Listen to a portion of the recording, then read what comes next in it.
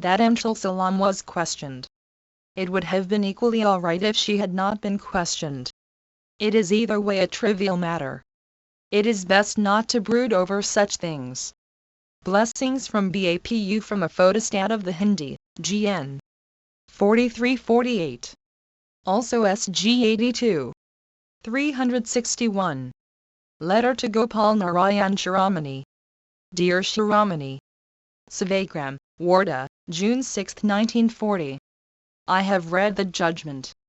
You may convey my opinion to anyone about what cannot come under the purview of Defense of India rules.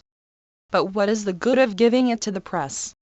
If there is any advantage in it, do explain it to me. Blessings from Shri Shiramani Sainik Office Agra, UP. BAPU. From the Hindi original, CW 10943. Courtesy, Gopal Narayan Shiramani. 362. Note to Krishnakandra June 6, 1940. One Lilavatiban told me that dates were being washed with tap water, that water pots lying on the ground were dipped into the jars, and so on. In all such matters we should observe norms of hygiene. We should make rules in this respect and display them on the notice. 1. The date is in a hand other than Gandhiji's. Volume 78, 23 February, July 1940. 301. Board. They should be observed. Let them be framed in consultation with Seshalabin 1. From a photostat of the Hindi, GN 4347. 363. A note after June 6, 1940. 2. I have paid no attention to it.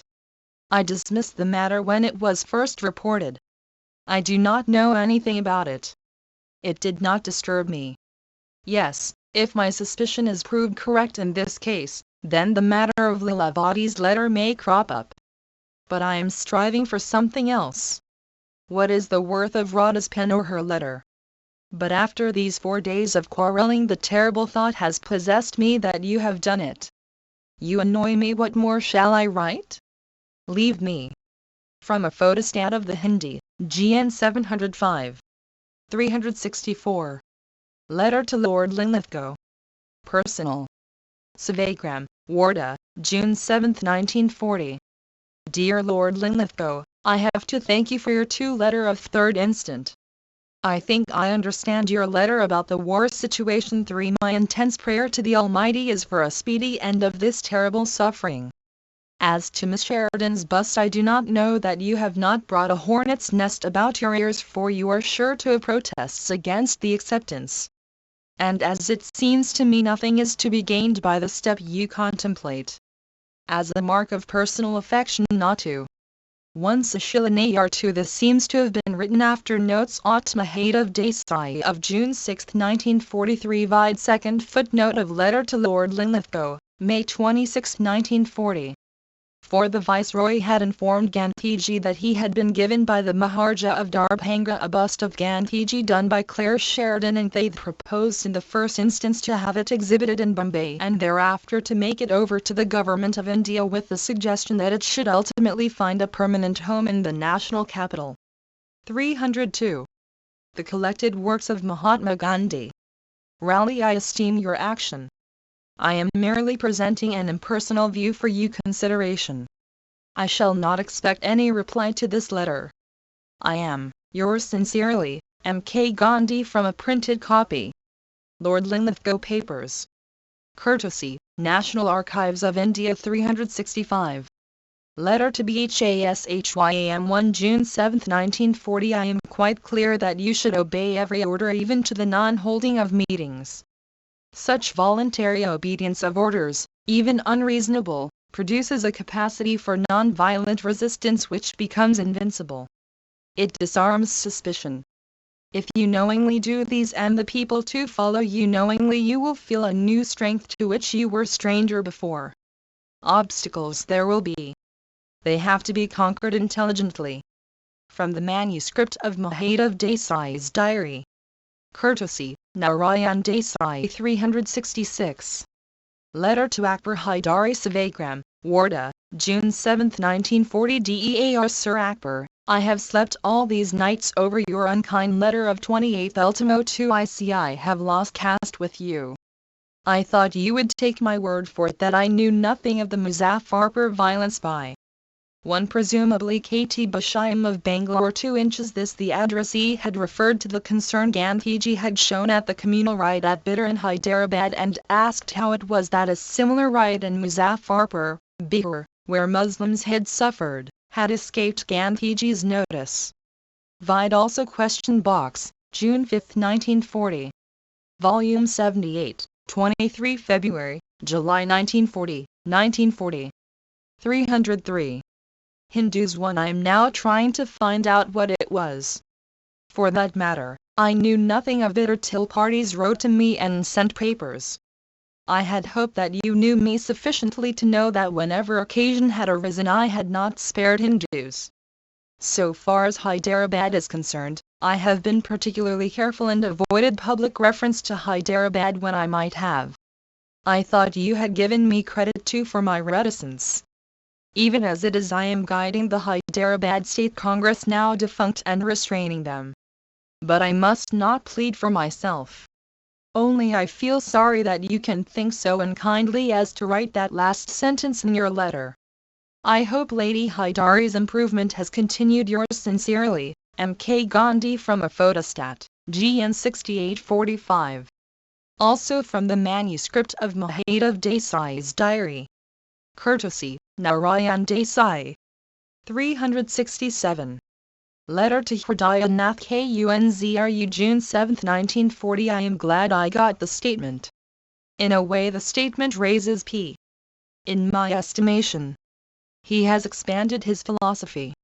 But the cleavage is definite. He has taken the Society's name in vain. I hope you will have smooth sailing. But smooth or rough, your way is clear. There is no room for compromise. Even if you are in a hopeless minority you will take the Satyagraha Sikh with you, for God's Spirit will be with you. Hope you are keeping well in this turmoil.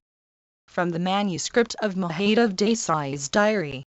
Courtesy, Narayan Desai. 368. Letter to Shiva Rao June 7, 1940. You are wonderful. I have read your letter to Mahadev. The draft 3 requires drastic amendments. In any case I won't make them. 1. Vide letter to the addressee, letter to Akbar Hydari, September 5, 1940. 2. Servants of India Society 3 of a formula for Congress League rapprochement forwarded to Gandhiji by the addressee. 304. The collected works of Mahatma Gandhi. Would advise you to send it to Maulana Sahib and to Jawaharlal.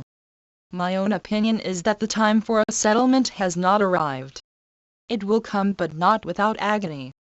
I have not lost hope but am prepared for the worst. But you persevere along your own line. From the manuscript of Mahadev Desai's diary. Courtesy, Narayan Desai. 369. Letter to C. Vijayaraghava Carrier. Sagaon, WARHDA, June 7, 1940. DEAR friend, I was glad to have your letter. Who says you are old? And of course I am young enough to be your son. I am sorry I cannot move out. What is poor BP? Point 1 doing now? CD is suspended. Yours sincerely. Shri C. Vijayaraghava Carrier THRM Salem. M.K. Gandhi. From a photostat, C. Vijayaraghava Carrier Papers. Courtesy, Nehru Memorial Museum and Library. 370. Letter to Narandas Gandhi Sevagram, Wardha, June 7, 1940. CHI. Narandas, may God give you adequate strength in your famine relief work. You have written to Nanalil? It is all right. What can I say about Shamaldas too? He does not even answer my letters. But go on trying. 3. Did you write to Kaku? Blessings from BAPU. 1. Illegible in the source. 2. Shamaldas Gandhiji, Lakshmidas Gandhiji's son. 3. The references to the complaint by Gokaban, Gandhiji's sister, that she was not receiving money regularly from Shamaldas. Volume 78, 23 February, July 1940, 1940. 305. Shri Narandas Gandhi Rashtriya Shala Nevu Papuraikat, Kathy Hour from a microfilm of the Gujarati, MMU. /I. Also CW 8575. Courtesy, Narandas Gandhi 371. Letter to Krishnakandra June 7, 1940 CHI. Krishnakandra, yes, when you suspect a dear one, it is your duty to speak out. Suspicion is imaginary. It indicates the evil in you. It is one's duty to suppress it. But when it grows too strong and looks as if it might have consequences, it is necessary to give expression to it. My pain arises out of the fact that a suspicion should arise in my heart. There have been such occasions earlier and my suspicions proved right. Blessings from BAPU from a photostat of the Hindi, GN 4349.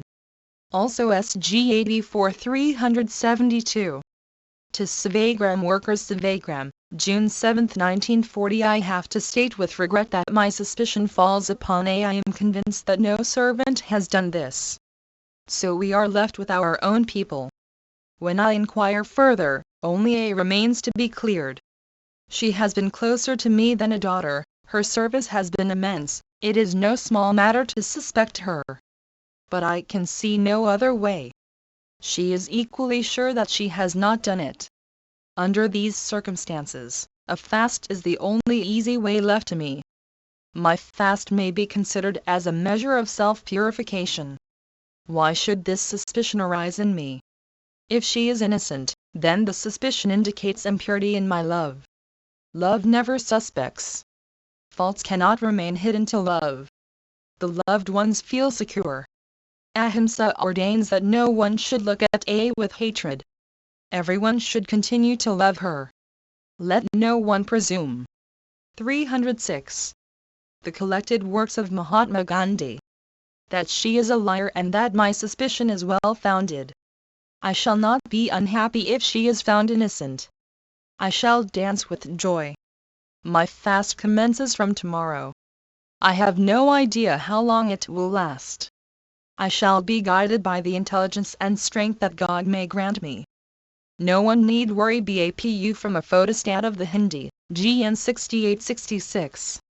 Also CW 4674 373. Note to PRLL and Mahadev Desai June 7, 1940. You should bear with me. The whole thing reminds me of SM Incident 1. My talk with her makes me tremble. I will not tell you about that today. I will tell you some other time. This will bring to light a good many things. This fast seems to have come as a godsend. From Gujarati from the manuscript of Mahadev Desai's diary. Courtesy, Narayan Desai 374.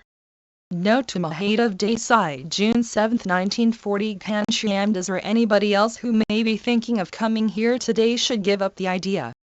I shall note today what the inner voice says. I have no intention at all this time of carrying the fast to the point of physical suffering. I want to be ready for the 17th too and for other work. I wish to fast only as long as I can bear. As I was preparing to send this note, I got yours. This answers part of it. Rest later. Today I want complete peace. Continue to send your suggestions. I will not reply today. From Gujarati from the manuscript of Mahadev Desai's diary. Courtesy, Narayan Desai. 1 Sheikh Mehtab Incident. Vida note, March 6, 1940. 2 On which date the Congress Working Committee was meeting at Wardha. Volume 78, 23 February, July 1940, 1940. 307. 375. A note before June 8, 1940. 1 Now all this is unnecessary discussion. Can't you see that I'm not in a position to engage you in any work? Why this suspicion against one whom I have loved more than a daughter? I cannot force the suspicion out. Do please leave me alone for the present. You may follow the way God shows you. Leave me in peace. I shall see my way clear when my suspicion is either proved or dispelled. At present, everything is dark. I have not understood why you should want to fast with me. If you do so, you will be coercing me. I thought it was to be a sympathetic fast for a day today. That, too, I would not permit. From a photostat of the Hindi, GN 682-376. Non-Violence and KHADI. Mr. Richard Gregg, one of whose letters I reproduced some time ago, has sent another which I share with the reader. To all these months since I wrote you last I have been wrestling intellectually with the problem of discipline for non-violence and of non-violent persuasion and conversion, and how to state them and their solution in Western terminology. As I think I wrote you, I am working on a book about those two aspects of satyagraha, to supplement my power of non-violence. My effort is to try to get the Western world to realize the validity and practicalness of your entire program. I have been so glad that during these last few months you have insisted so strongly that the Congress must earnestly and loyally take up the Gandhi program before you will lead them in any open struggle of satyagraha against the government. I see clear as crystal the necessity for that. You are absolutely right. Despite the war and all its horrors, I am optimistic as to the future of non-violence. Never before in all the history of the world have there been so many believers in non-violence, both in absolute number and also relatively to the rest of the population.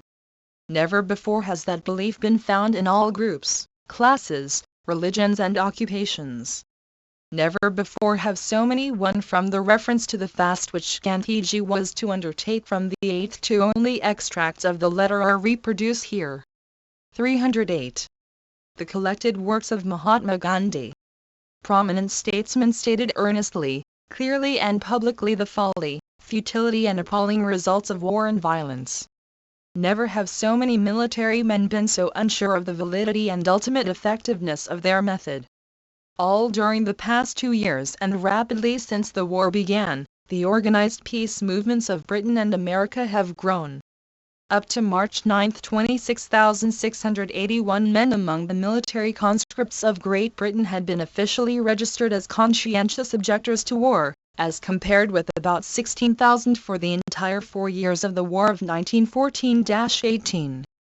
In the 5 or 6 calls of conscripts in Great Britain between last June and March of this year, the percentage of COs ranged from 1.6 to 2.2%.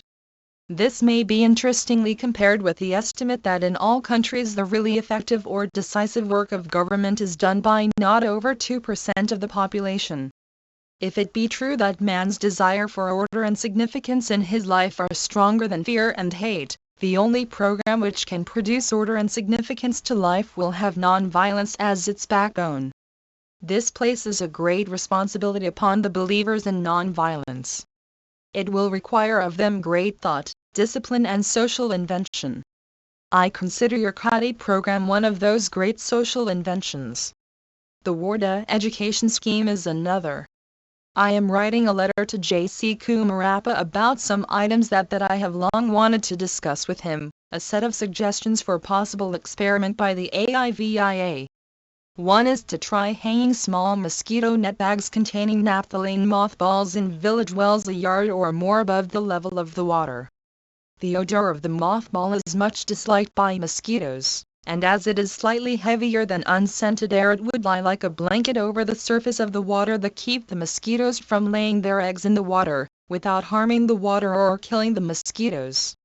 Another application of the same idea would be planting certain water-living aromatic herbs along the banks of village tanks and rivers, close to the water's edge. Mosquitoes lay their eggs preferably in shallow water so that the larvae can escape being eaten by small fishes.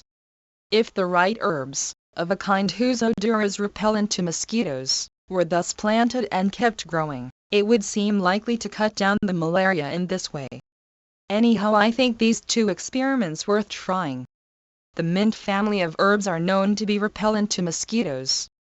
Mr. Gregg is a careful thinker. He takes nothing for granted. The last paragraph of his letter shows his practical nature. But I know that no amount of logical thinking is going to establish the supremacy of non-violence on Earth. The only thing that can do it is India's. Volume 78, 23 February, July 1940. 309. Ability to demonstrate beyond doubt its efficacy in gaining and defending national freedom. Savagaram, June 8, 1940. Harijan, June 22, 1940. 377. Letter to Richard B. Gregg. Savagaram, Wardha, June 8, 1940. My dear Govind, yours of 16th April. It is also going into Harijan with the paragraph cut out as you wanted one. The letter is good. But all depends upon what we can do here. Though you are doing good work where you are, I expect you and Radha too to turn up here one of these days. Meanwhile, my love to you and Radha. Richard B. Gregg, ESQL at St. South Natick, Mass. USA. BAPU.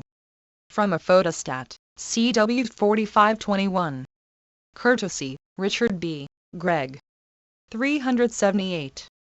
To Savagaram workers, June 8, 1940. I notice that no one is with me over my fast. On the contrary, everyone opposes it. In this situation, I cannot preserve my peace of mind. I have therefore decided to give up the idea of fasting. I shall eat when it is time to eat. This does not mean that my suspicion has been dispelled. Only God can dispel it. Nor do I feel that the intended fast was mistaken. But there are occasions when a man has to give up something for the sake of his colleagues. This is one such occasion.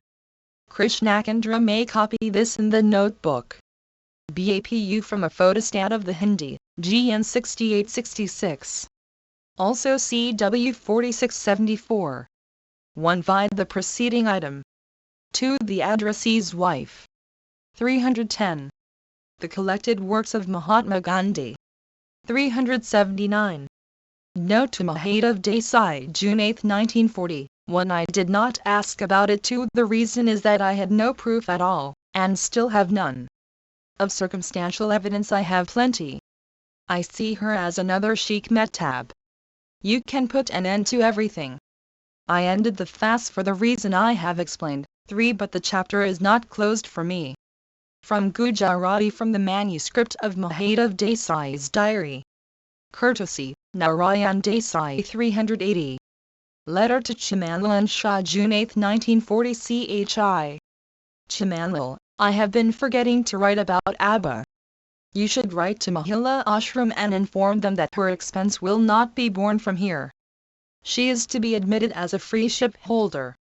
If the practice of exempting students from fees has been discontinued, then it is a different matter.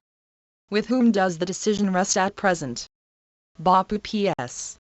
I hope she'll be allowed to wear the same clothes that she does here. From a photostat of the Gujarati, GN 10602-381. Letter to Manal G. Shah, Savagaram, June 8, 1940. CHI. Manal, I have your letter. My advice is that at present you should stay there. Let your health also improve. When you yourself feel bored. 1. This appears to have been written on the day Gandhiji decided against a fast. 2. The addressee had written to Gandhiji that he would like to find out about the letter which Lilavati had lost. 3. Vide the preceding item. Volume 78, 23 February, July 1940. 311. You will of course run away from there. Both of you are ill, that is, in mind. Mental illness should not be neglected. Blessings from Manal Shah Vadalarojabavan Panchgani. BAPU. From a photostat of the Gujarati, GN 8535. Also CW 7094. Courtesy, Manal G. Shah. 382. A note, June 8, 1940. I shall take only service from you. When you are sick, go to the kitchen as little as possible. You have to eat and drink merrily. If you cannot do this, then all service will be suspended. The best thing would be for you to go to Zora. Set her on the track and also do some spinning, etc. You should return when you are absolutely calm. But this is left entirely to your discretion. In my view, Zora's going will benefit neither Akbar nor Zora.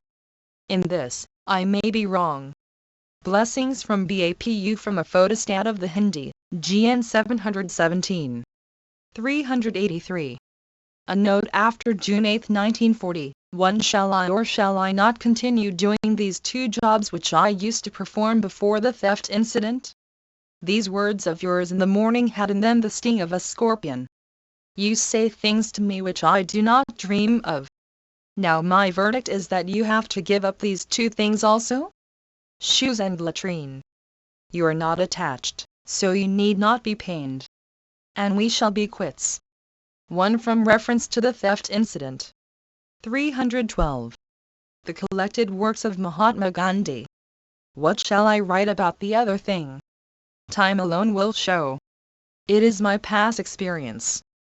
BAPU from a photostat of the Hindi, GN 638-384. Letter to Amrit Kaur Sevagram, Warda, June 9, 1940 CHI. AMRIT, your two letters came in together. Although the address was correctly written, the first letter went to Shigaon. Remarkable how the mistake continues. I suppose we must put up with it. I am sending the envelope for complaint. Your Gujarati is flawless.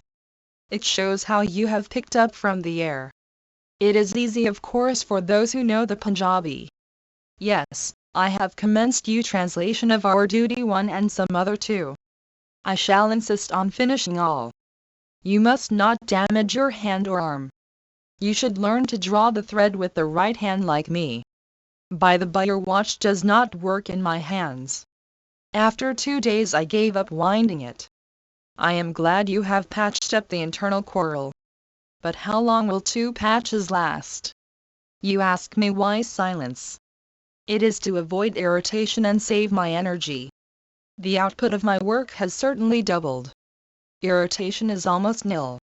It would be a strain now to speak. I love my silence. I expect M3 is giving you all such tidbits and AS for love. BAPU from the original, CW 3972. Courtesy, Amrit Kaur. Also GN 7281.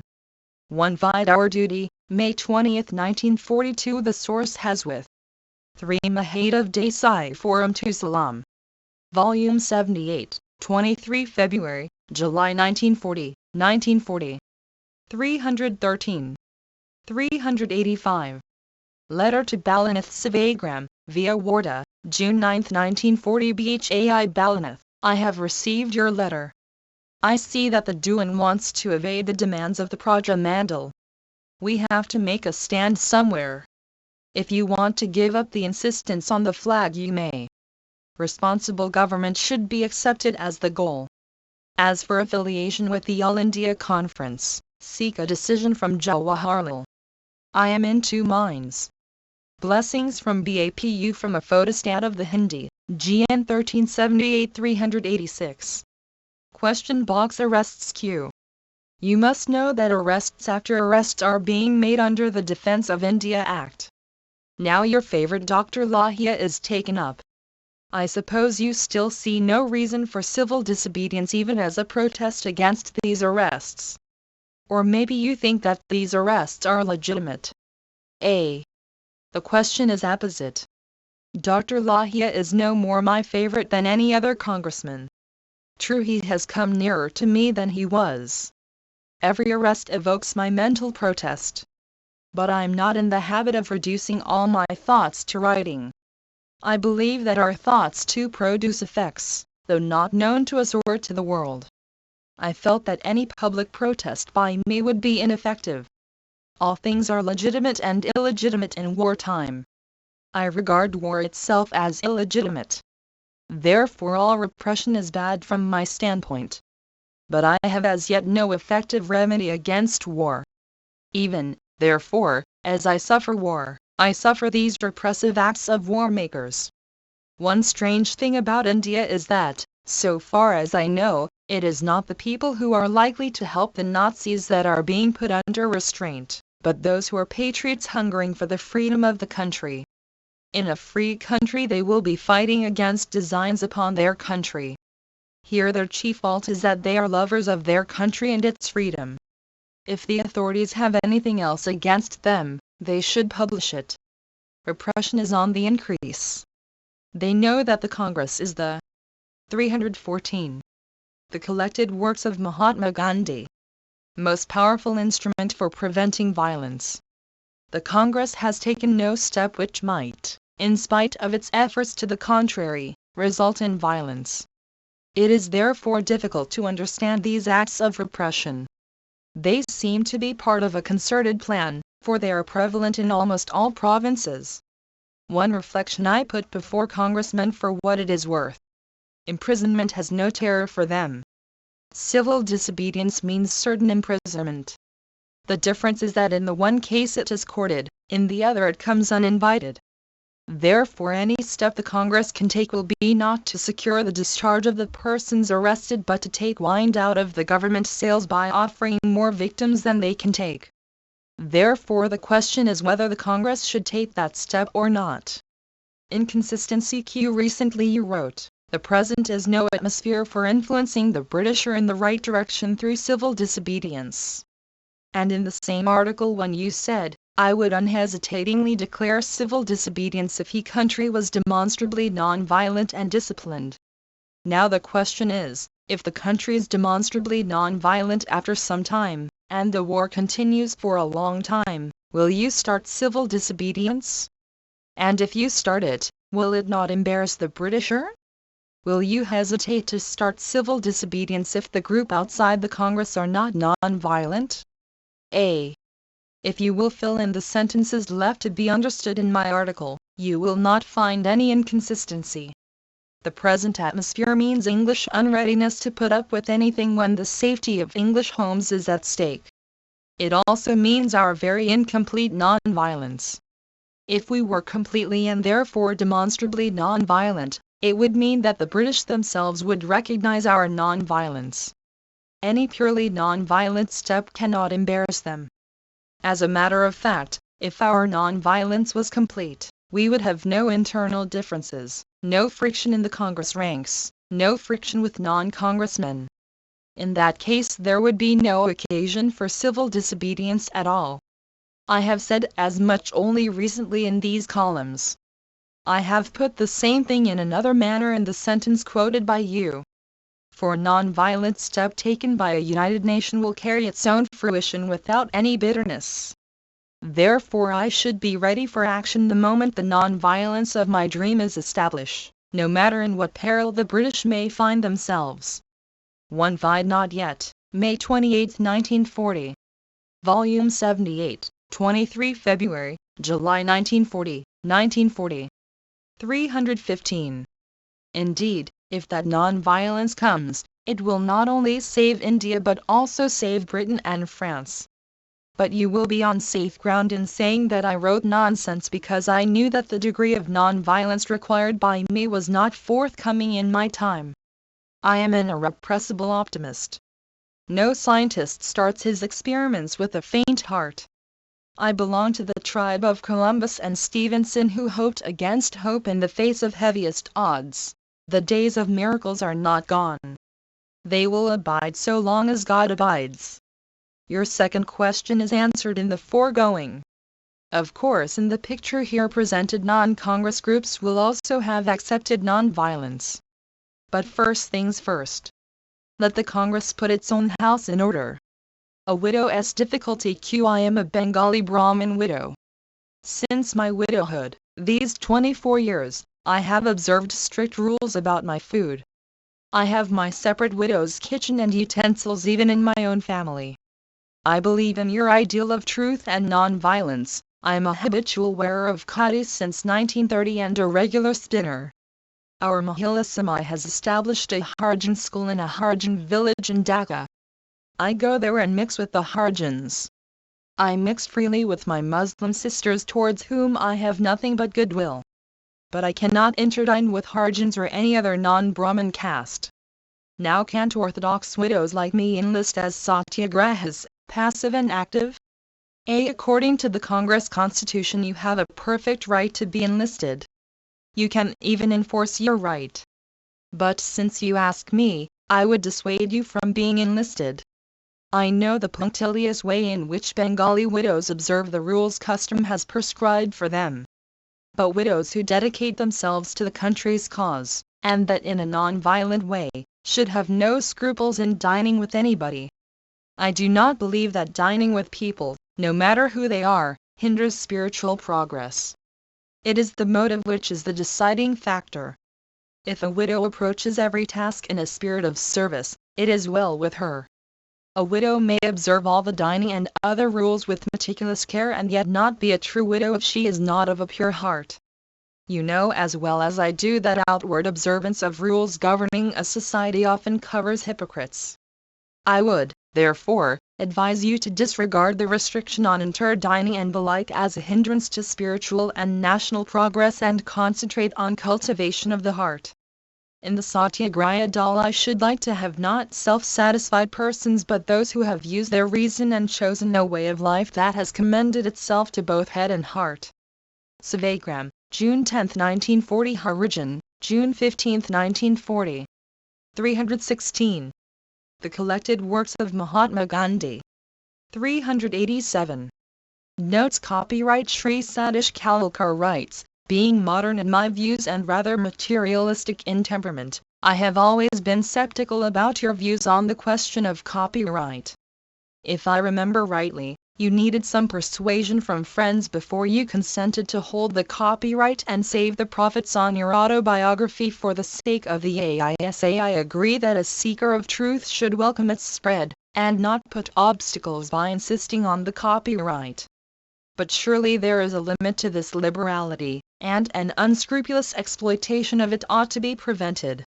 Perhaps you are aware that Harijan comes in very handy to the evening papers on Saturday and morning papers on Sunday. Some editors, not content with the whole weekend off, draw liberally on Harijan even on Monday morning. I am not discussing here the possibility of raising the already excellent sales of Harijan by stopping the reproduction of articles in other papers, nor am I opposed to your view that truth should be spread widely. There are other results, however, which must not be ignored. Some Anglo-Indian papers, which are not exactly in love with the nationalist movement, sometimes reproduce convenient excerpts, and sometimes one side only, of issues discussed in a series of articles in Harijan. Takes for example the AJMER case. The Anglo-Indian papers, that published an account of the incident and your cautious advice to the AJMER workers to restrain themselves, took care to publish the Commissioner's explanation 1 inch that connection. But they did not consider it a part of the gentleman's agreement with regard to the free reproduction of articles from Harijan, to publish the final and irrefutable reply from your pen. Your unwillingness in accusing before all facts are known, and your deliberate moderation and openness are interpreted as Gandhi's admission. The awkward articles that appear in Harijan are safely ignored. Perhaps you would argue that truth needs no tom-tomming, and that it can never be suppressed in spite of a conspiracy of silence in papers. But surely one may not be a party to the spread of untruth by indirectly consenting to the publication of half-truths. Don't you agree that you should divide the AJMER trouble, April 30, 1940. Volume 78, 23 February, July 1940, 1940. 317. Qualify your free permission so as to stop misleading excerpts and only a few of a series of articles being reproduced in other papers. There is much force in what young Kalkar says. I own that often my articles suffer from condensation. They are made to yield a meaning I had never intended. The AJMER illustration quoted by my correspondent is clinching. This matter of copyright has been often brought before me. But I have not the heart to copyright my articles. I know that there is a financial loss. But as Harijan is not published for profit, I am content so long as there is no deficit. I must believe that in the end my self-denial must serve the cause of truth. Please spare me. In spite of repeated entreaties, friends continue to ask me for messages. I have stated before and repeat here that I am of no use for such services.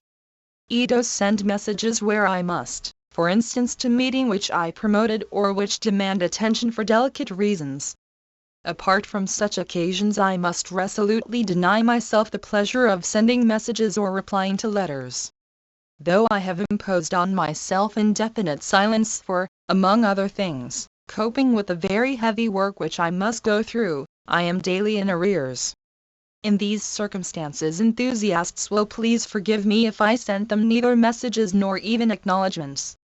Andrew's Memorial as usual. Collections for this memorial will not come spontaneously.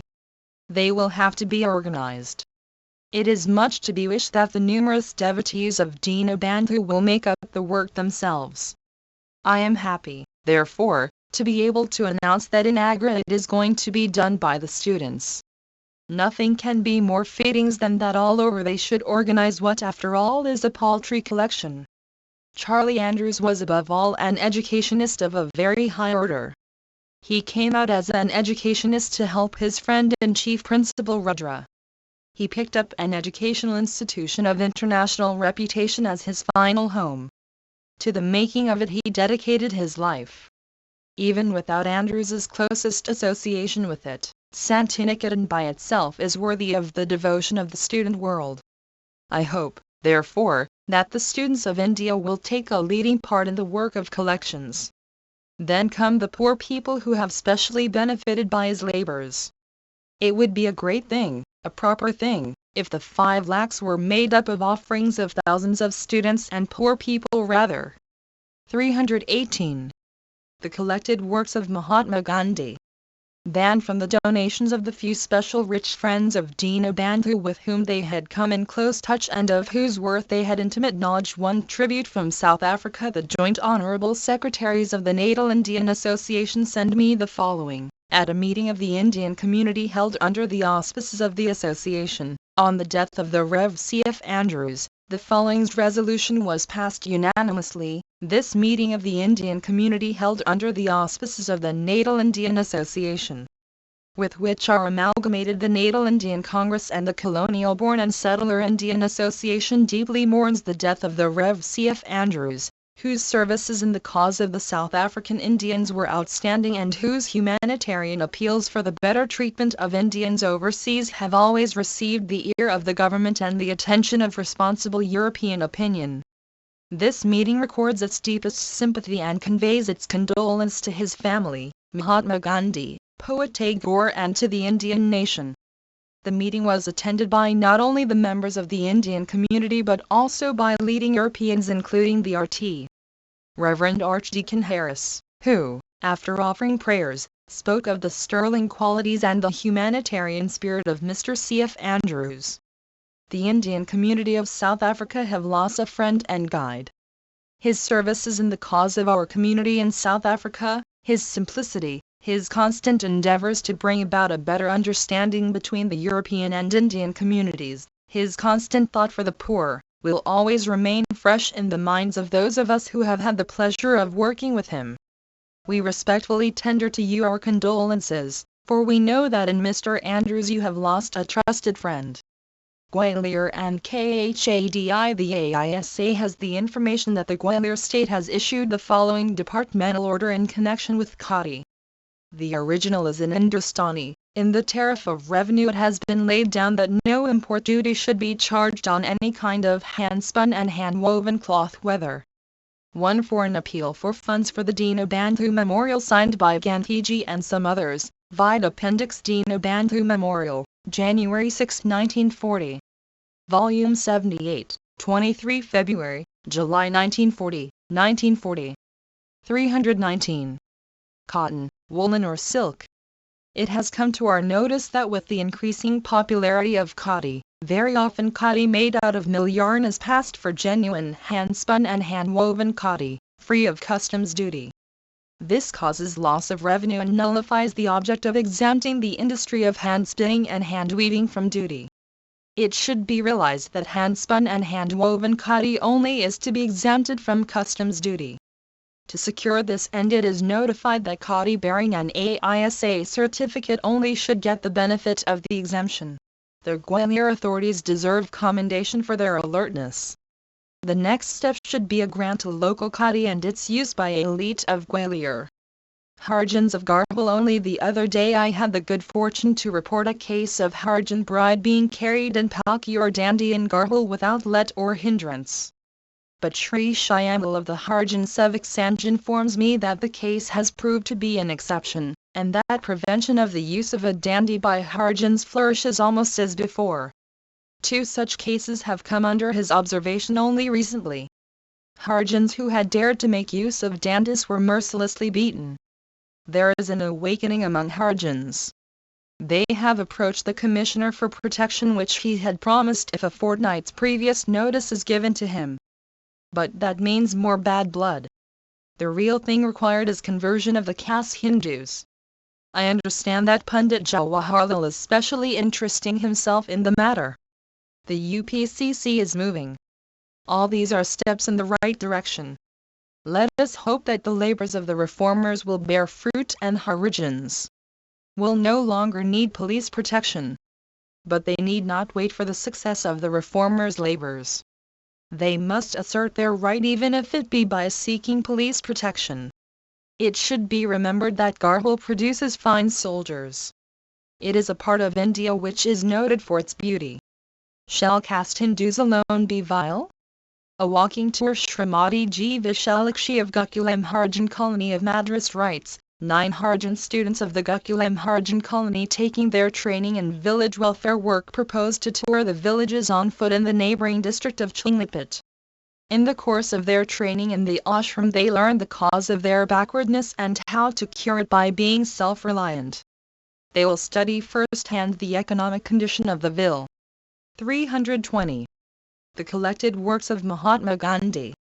Loggers and what types of cottage industries could be taken up in a particular village.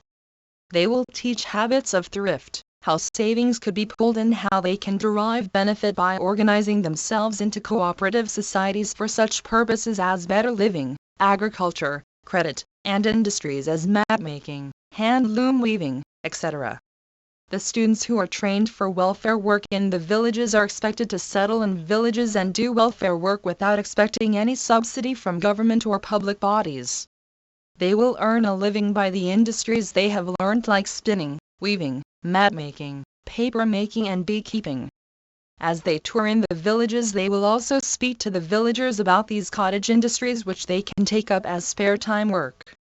The party start from Madras on 1st June and will complete their tour on 30th June. As all of them are Harjan, they will visit Cherries only unless invited to go the caste Hindu villages also.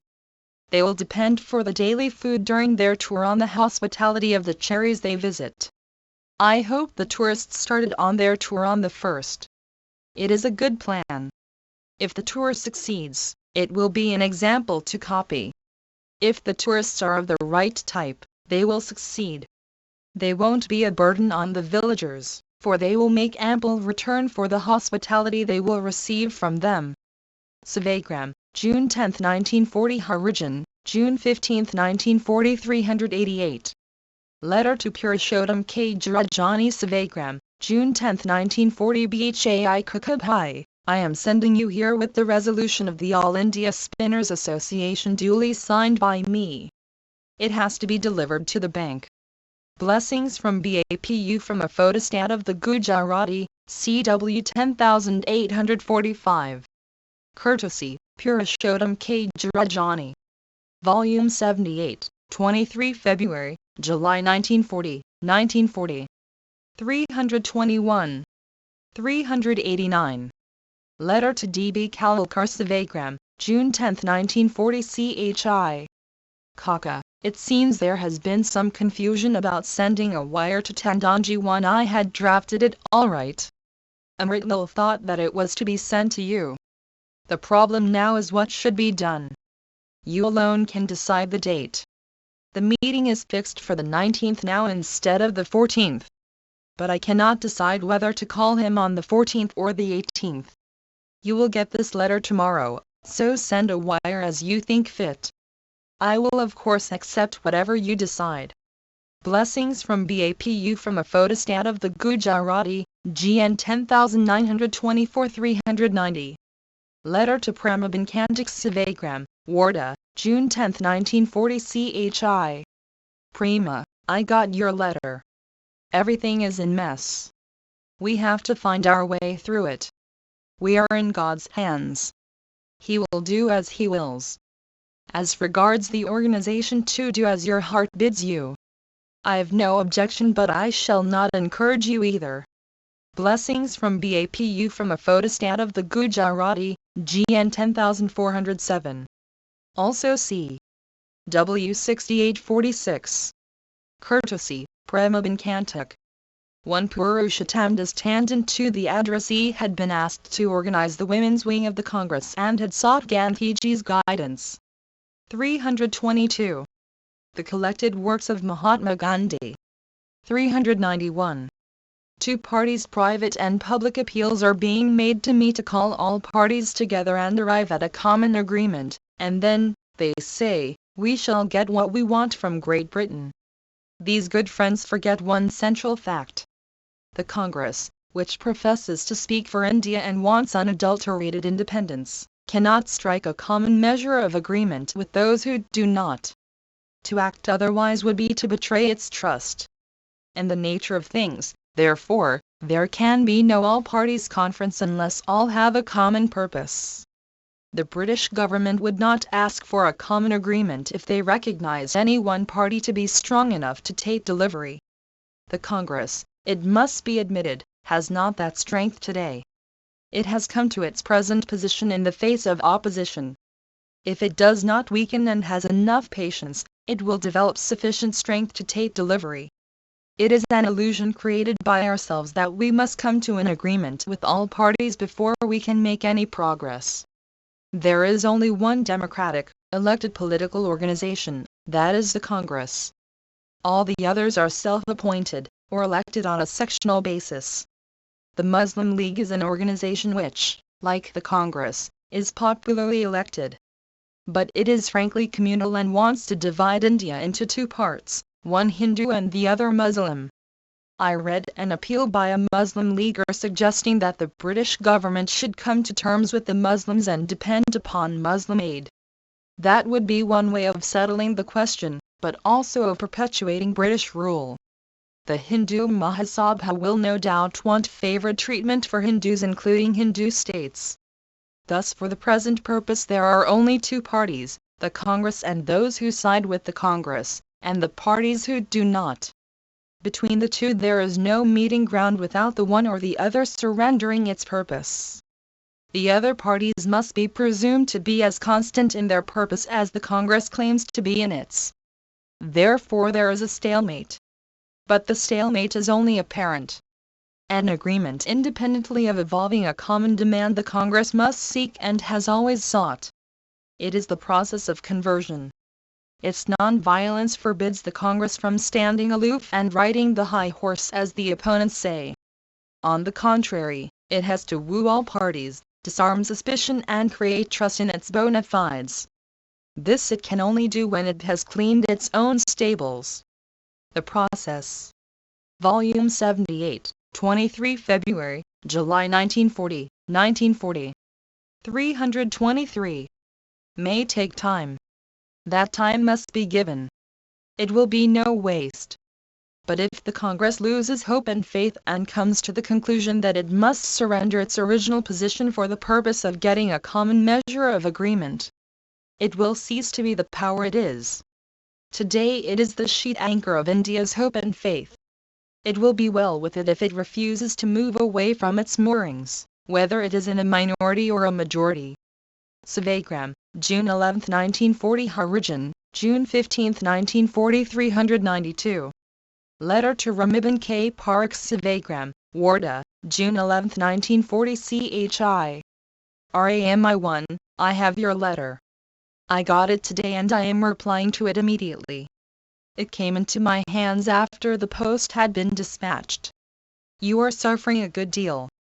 Do get the tonsils removed. One should be very careful about children's diet. I hear from Gandhi every week at least. He is keeping good health. There is no need at all to worry about him. It is enough if you do not cause him worry. Blessings from BAPU from a photostat of the Gujarati, SN 9739. Also CW 719. Courtesy, Navajivan Trust 393. Letter to Balabin Ahmadalja Savagram, Warda, June 11, 1940 CHI.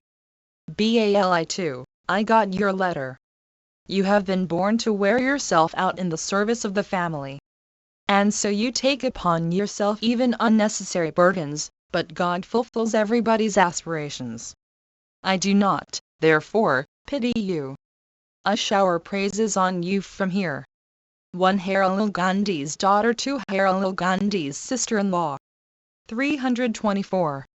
The collected works of Mahatma Gandhi. I know that you will train Saraswati one perfectly well. You must have got her tonsils removed. It will be better if it rains there now. You have taken a great risk by collecting such a large crowd there at such a time. Gandhi will most certainly spend the monsoon months in Panchgani. He's doing very well. Kumil too must be well. Blessings from BAPU from a photostat of the Gujarati, SN 9738. Also CW 718. Courtesy, Navajivan Trust 394. Letter to Lilavati ASAR June 11, 1940. 3 I am convinced that your good lies in your joining college. God will provide the funds for completing the medical course. Otherwise neither you nor I shall find any peace of mind. You do have the capability and you have the will. There is certainly nothing wrong about it. Hence, you should start tomorrow. Boz trouble is only temporary. From a copy of the Gujarati, CW 11285-395. Letter to K.F. Nariman before June 12, 1940. For do come 5 events 6 have made no difference in my regard for you and you will find me the same you used to admire. From the manuscript of Mahadev Desai's diary. Courtesy, Narayan Desai. 1 Wife of Kantilal, Harilal Gandhi's son. 2 Addressee's sister. 3 From the reference to the addressee leaving for Bombay tomorrow, namely, on June 12, 1940, vide letter to Amrit Kaur, December 6, 1940 and letter to Vijayabanam Pankoli, December 6, 1944 in the source. This precedes the letters of June 12. 5 These words are in Gujarati in the source. The addressee had written, I want to go to you to understand Gandhism. There was a time when I used to revere you. 6 Presumably a reference to the episode relating to the addressee's charges against Vallabhbhai Patel that the latter used his influence to defeat him in the Bombay legislature leadership election in 1937. Gandhiji, who found Vallabhbhai Patel irreproachable, persuaded the addressee to withdraw his allegations which were ultimately proved baseless by arbitrators. Volume 78, 23 February, July 1940, 1940. 325. 396. Letter to Amrit Kaur Savagram, Warda, June 12, 1940 CHI.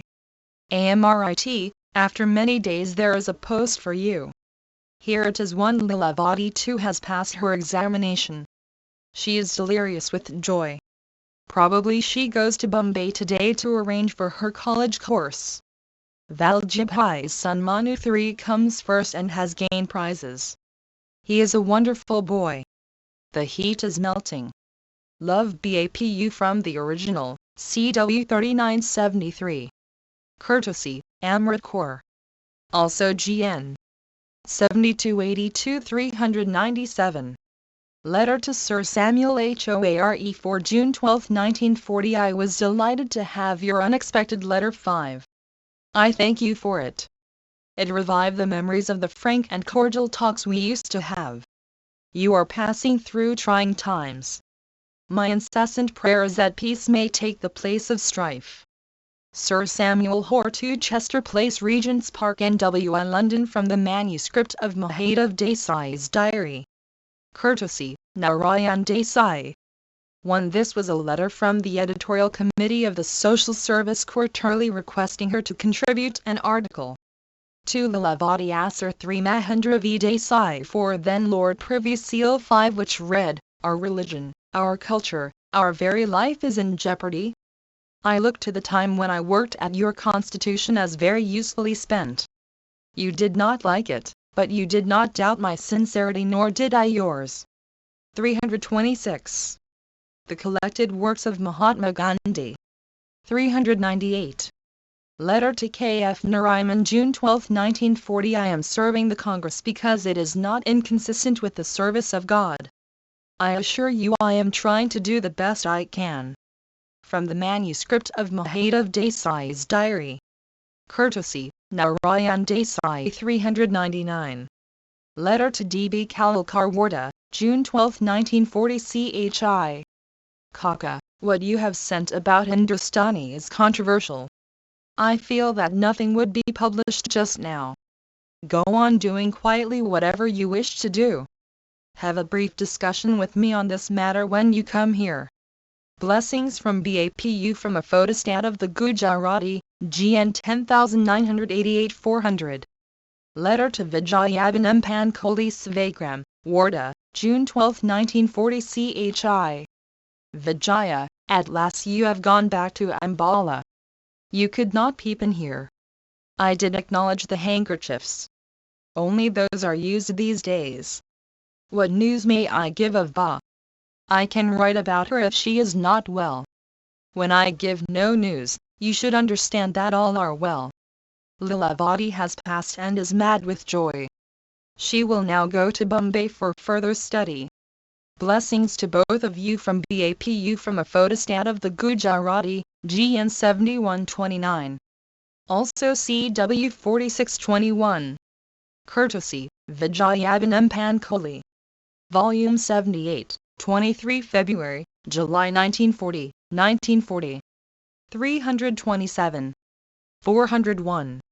Letter to Prabhudas Gandhi. CHI. Prabhudas. Savagram, Warda, June 12, 1940.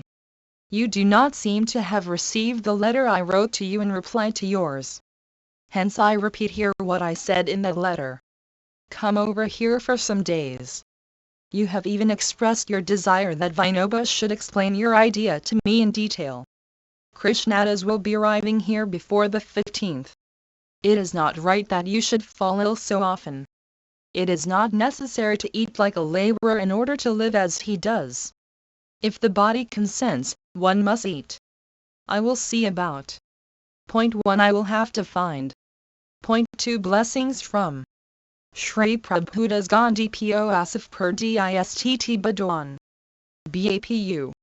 From the Gujarati original, SN. 33048. 402. Letter to Manibin Patel Savagram, Warda, June 13, 1940 CHI. Mani, when you come, please bring an alarm clock for Balvansinha. Blessings from BAPU Shri Manibin Patel CO Sardar Patel 68 Marine Drive from Gujarati Bapuna Patro 4, Manibin Patel, pages 126. 1a word at each of these places is illegible in the source. 2 Ibid. 328. The Collected Works of Mahatma Gandhi. 403. Letter to Vidyavati Savagram, Warda, June 13, 1940 CHI. Vidya, I have your letter. It is God's grace that Kai Virendra has recovered. You have shown much patience. Blessings from BAPU Rani Vidyavatiji Korakala Benagun Hardoi, UP. From the Hindi original, Rani Vidyavati Papers. Courtesy, Gandhi National Museum and Library 404. Letter to Amrit Kaur Savagram, June 14, 1940 CHI. AMRIT, the weather has taken a sudden turn for the better. Quite stupidly I forgot to send you the articles yesterday. I don't send them today. They will be useless. You will have your Harijan. Herewith letter from Bapa 1. Of course you will accept his proposal. Some corrected translations are going by book post. You will be interested to know that they took me 1 hour. There is as much work left to clear the balance. I finished the arrears of correspondence yesterday. Silence has done the trick. I don't feel like speaking at all. I had to last night for Tendanji. As soon as he went, I lapsed into silence again. Love. BAPU from the original, CW 3974. Courtesy, Amrit Kaur. Also GW 7283-1 and Ritla V. Thacker. Volume 78, 23 February, July 1940, 1940. 329. 405. Letter to Kankan M. Shah. Sevagram, Warda, June 14, 1940. CHI. Kankan, I had given instructions about Pratap and Lokvani. But what am I to do if you do not receive them? I am sending you some old issues that I could find. It seems the current issues have stopped coming. Don't you get anything else to read besides these? There was a letter from Valad to say that neither Manal nor you have been writing to them. What laziness and what a shame. Blessings from Shri Kankan bin Shah Vadalaroja Bhavan Panchgani. BAPU. From a photostat of the Gujarati, GN 8281. Also CW 7095. Courtesy, Manal G. Shah. 406. Letter to PRL. CHI. PRL. June 14, 1940. AS has written me a number of letters about the talks she had with you. She has also given me the gist of a letter you wrote to her in Urdu. I have not understood much of it. I have written to her to that effect and stopped further discussion. But it would be nice if you could write about it. What happened? In any case, you were to write about AS. Blessings from BAPU. From the Gujarati original, PRL papers. Nehru Memorial Museum and Library. Courtesy, Beladevi Nayar and Dr. Sushila Nayar. 407. Letter to Krishnachandra, June 14, 1940. CHI. Krishna Chandra, Brahmacharya and Ahimsa have reference to the body, hence they are included in physical disciplines. I also did not like the word. 330. The collected works of Mahatma Gandhi. Physical. It does not bother me now. This does not, however, mean that mental lechery is excusable or less reprehensible. Namasmaran one can be looked upon as the king of Yanis only in one sense. It needs practically no physical effort and yields the maximum fruit. I am not satisfied about the pen and letter. But it does not seem proper to investigate further. Hence I have left it to God. I had not fixed any duration while taking up the fast. So there was no difficulty in abandoning it. Naturally, there was no moral blemish. It often becomes a duty to respect the views of one's colleagues.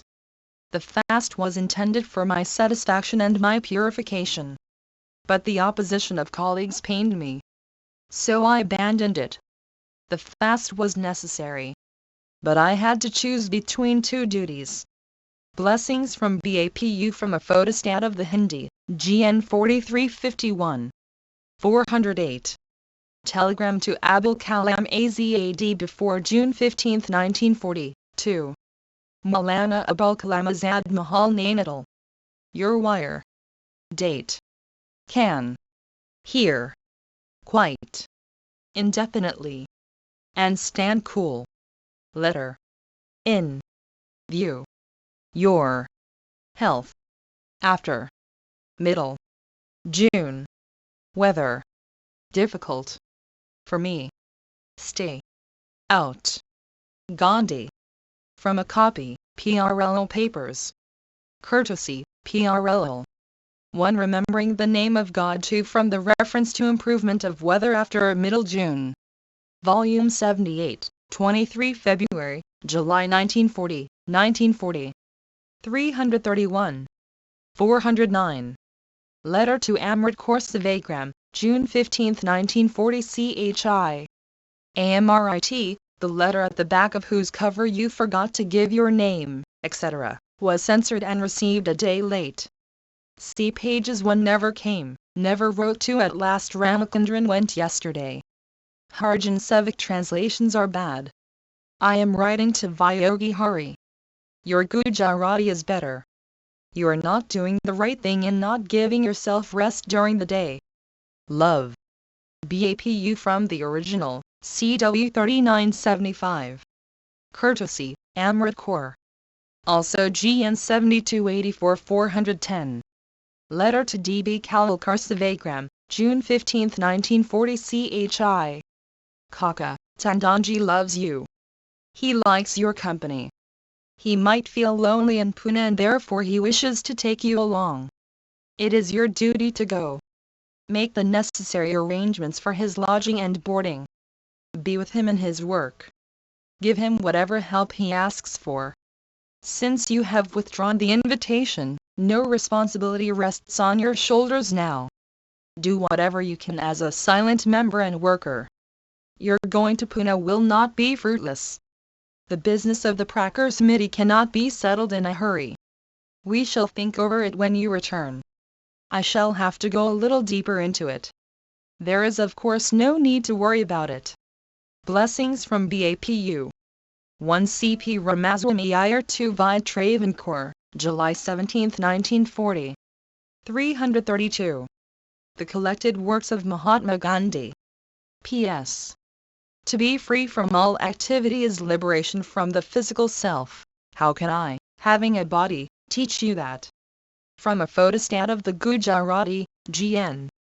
10931. 411. Letter to Chimanlal and Shah Savagram, June 15, 1940 CHI. Chimanlal, Balvanson has asked for Apu's help in farm work. I feel that is reasonable. Apu is strong and it is not right to use him in the kitchen, though of course I do believe that the kitchen should be entrusted to a man. He feels that if you are agreeable Apu should be transferred to him. Blessings from BAPU from a photostat of the Gujarati, GN 10603. 412. Letter to PRLL. CHI. PRLL. June 15, 1940. What you have written is certainly useful. That means that the blame I put on AS was not justified. Then she said that the papers fell out from her Quran. They were saved from falling into somebody's hands. What did those papers contain? Into whose hands could they have fallen? Or have I understood it all wrong? On the whole, in your opinion, she is a saintly woman and I am being unfair to her. BAPU. From the Gujarati original, PRLO Papers. Nehru Memorial Museum and Library. Courtesy, Beladevi Nayar and Dr. Sushila Nayar. Volume 78, 23 February, July 1940, 1940. 333. 413 Duty of Indians overseas. Last week I referred to the duty of the students to make collections for the Dinabandhu Memorial when Dr. Brooks's letter, to reproduced elsewhere in this issue, should remind Indians overseas of their special duty. No man labored so hard, so sincerely or so effectively as C.F. Andrews in their behalf. He traveled to distant lands to study personally the condition of the Indian settlers in those lands. I hope that these settlers will make collections and send their quota to the Memorial Fund. Savagram, June 16, 1940. Harijan, June 22, 1940. 414.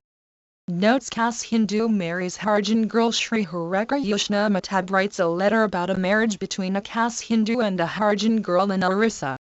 From it I take the following. 3. I congratulate Sri Radhamitab on his courage in breaking through the rock of caste superstition. I hope his example will be copied by other young men. May the union prove happy. I would advise Sri Radhamitab to arrange for the proper education of his wife who, I understand, has not received any scholastic training. Another tribute drive. Edgar Brookers has sent me through my son a letter about his contacts with Dinabandhu. Dr. Brooks, my son tells me, is a very learned man and deeply religious. He is a well-known figure in South Africa apart from his being a senator. Here is Dr. Brooks's letter to me. You will pardon me, a complete stranger, for thus writing to you. I am elected senator representing the Bantu natives of Natal and Zululand in the Union Parliament. As such, I have had the privilege of speaking more than once on behalf of groups of Indians suffering from disabilities in South Africa. The urge to write to you has come to me as during these last weeks I won Vide Notes, October 6, 1942 Vide the following item. 3 not reproduced here.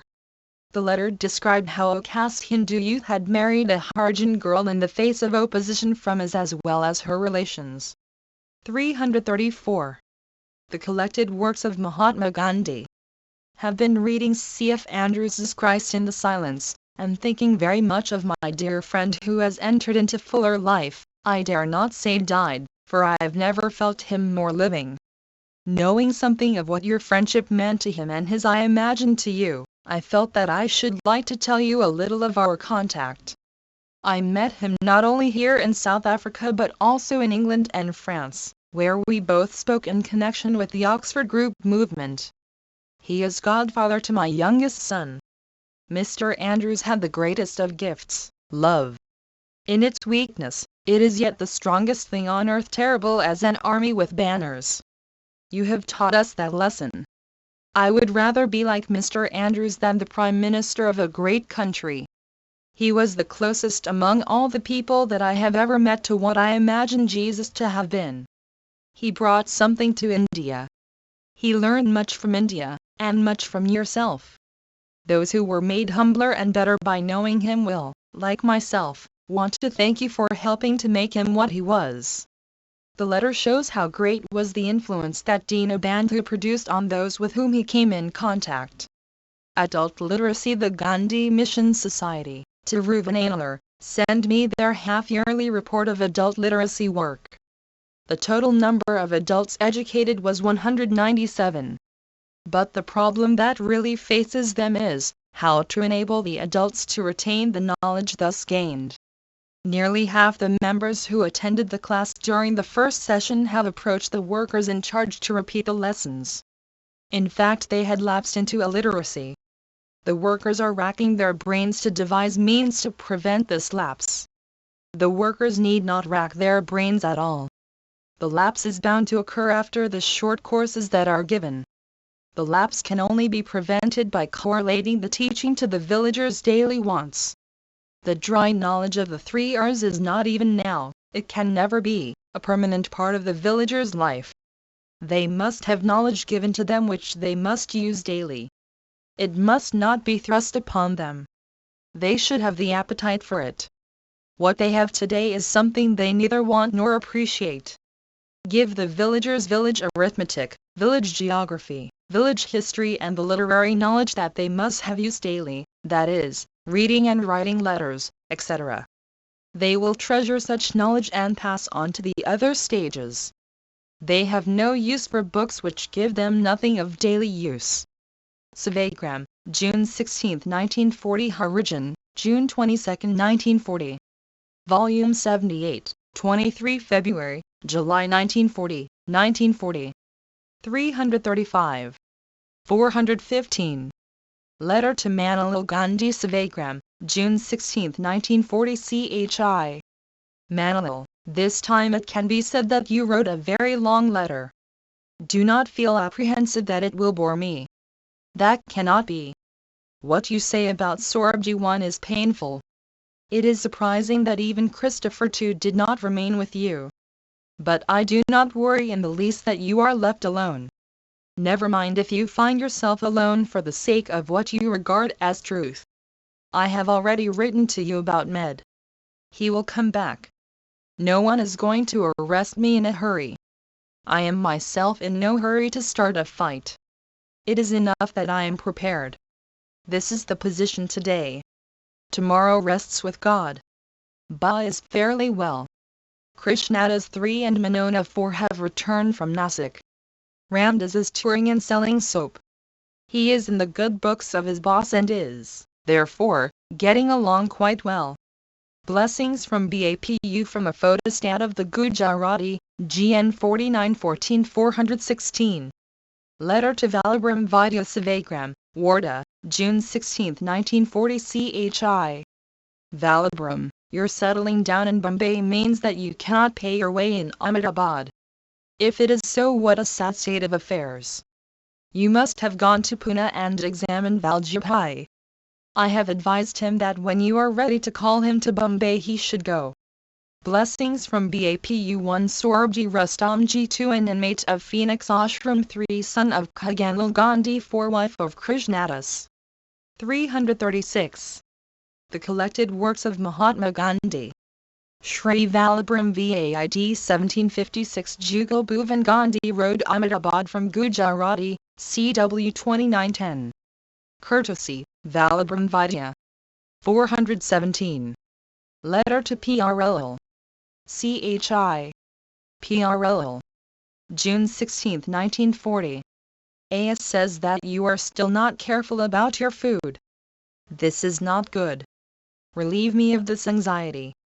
It will end the trouble if you eat whatever AS cooks and as often as she cooks. Blessings from BAPU. From the Gujarati original. PRL Papers. Nehru Memorial Museum and Library. Courtesy, Beladevi Nayar and Dr. Sushila Nayar. 418. Letter to PRL. CHI.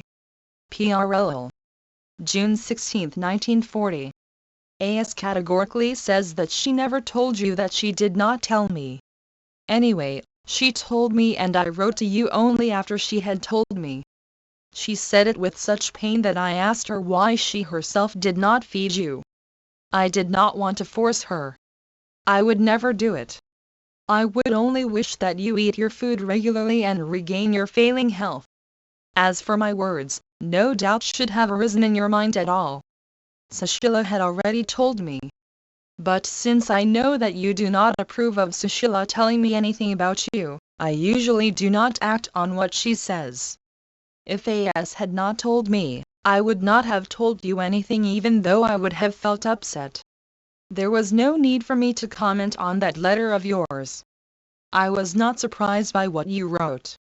Where is the need for me to show delicacy one inch my dealings with you? If I come to know.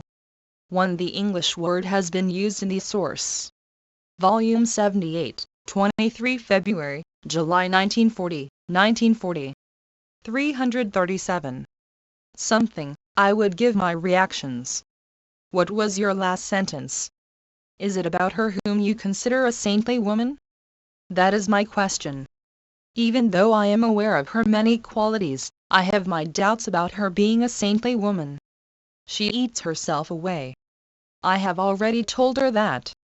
I would feel happy if you see her as a saintly woman. In that case I will try to see her as such. I think now all the questions have been dealt with. BAPU from the Gujarati original, PRL Papers.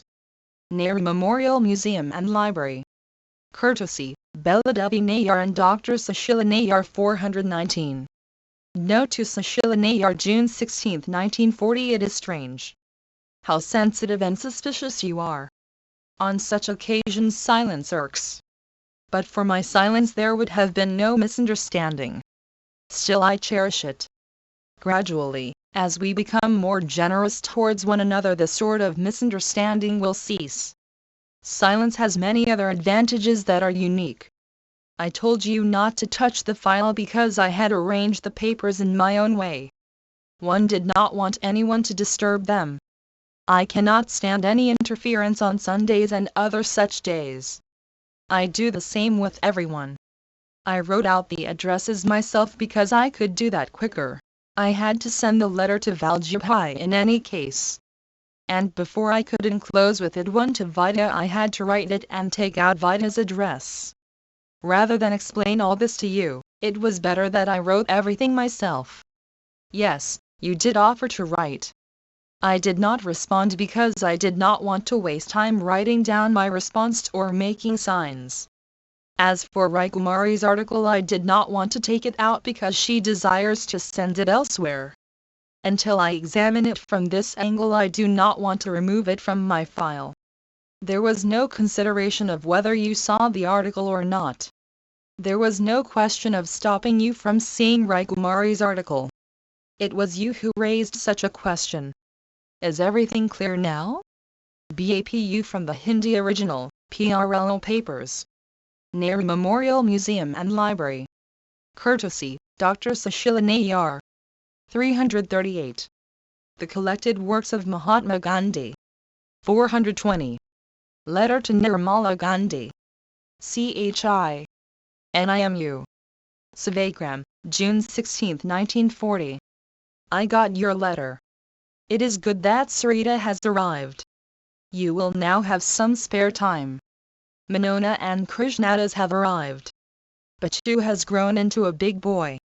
How do you keep? Do you read anything? Does Ramdas keep fit in all this traveling about? Things are going on well here.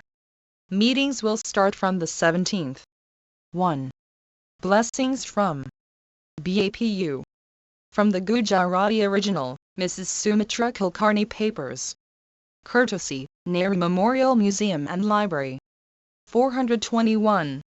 Letter to Agatha Harrison after June 16, 1940. 2. I am determined to find a way out of the impasse. I have just got yours of the 28th May. Pretty quick work. Mr. Amory's message is good. I shall live in hope and not make haste. But I know that the working committee will not accept anything weak. If they on your side wait till all parties including the princes have come to a common agreement, they will have to wait, and so shall we. This should be recognized that the Congress is one party and others anti-Congress in the sense that they will close on a lesser note. The Congress can afford to wait but cannot afford to take less in the sense of bartering away the liberty of the country. The situation there is terrible. You are living in a bloodbath. For those of us who know, in a way it is worse than a bloodbath here. All my energy is devoted to one of the Congress Working Committee. At Warda 2ls Amory's message referred to in the text was broadcast on June 16, the anniversary of the signing of the Magna Carta. Amory traced the development and spread of British democratic ideals and said, in the case of India, we have made manifest our sincere desire that she should, as a willing partner, attain the same status in the British Commonwealth as is enjoyed by the Dominions, or for that matter by ourselves. Indian Annual Register, 1940, Vol. I, pages 79. Volume 78, 23 February, July 1940, 1940. 339. Preventing a bloodbath here. How long I shall control the situation I do not know. I shall not bend but break in the attempt. Love, BAPU from the manuscript of Mahadev Desai's diary. Courtesy, Narayan Desai 422. Spinning competition in Ramgarh. During the Congress week there was the usual spinning competition at the exhibition. There were 6 tests, course counts up to 10, medium up to 18, fine up to 30, very fine ranging from 44 to 158, spinning on the Magan Charka, and last on the Takli. The examiners were Ramdev Babu of Bihar, Sri Nandlal Patel of the Khadi Karyalaya, Ahmedabad, and Prabhudas Gandhi, who was also the organizer. From the table before me I see that the examination was as strict and thorough as it should have been. In my opinion the competitors were neither as many as should have been nor from many provinces. They were principally from Bihar and Gujarat, some from Maharashtra and UP. There were cash prizes, the highest being Rs 15, and trophies for the winning institutions. It is worthy of note that in the very fine yarn competition there were many women. The finest spinner was Sundari Devi of Madhubani. Her count was 158. The highest speed on the wheel was 618 yards per hour of 10 counts. The highest on the Magan Charka was 925 yards of 15 counts. The highest on the Takli was 303 of 12 counts. This is all satisfactory. There is not much scope for increased speed with the present improvements except on the Magan Charka. Enough experiment has not yet been made on that wheel. But all accounts go to show that it has further possibilities. The Takli is any day the queen for easy carriage, simplicity and cost. On the whole it may prove to be the quickest.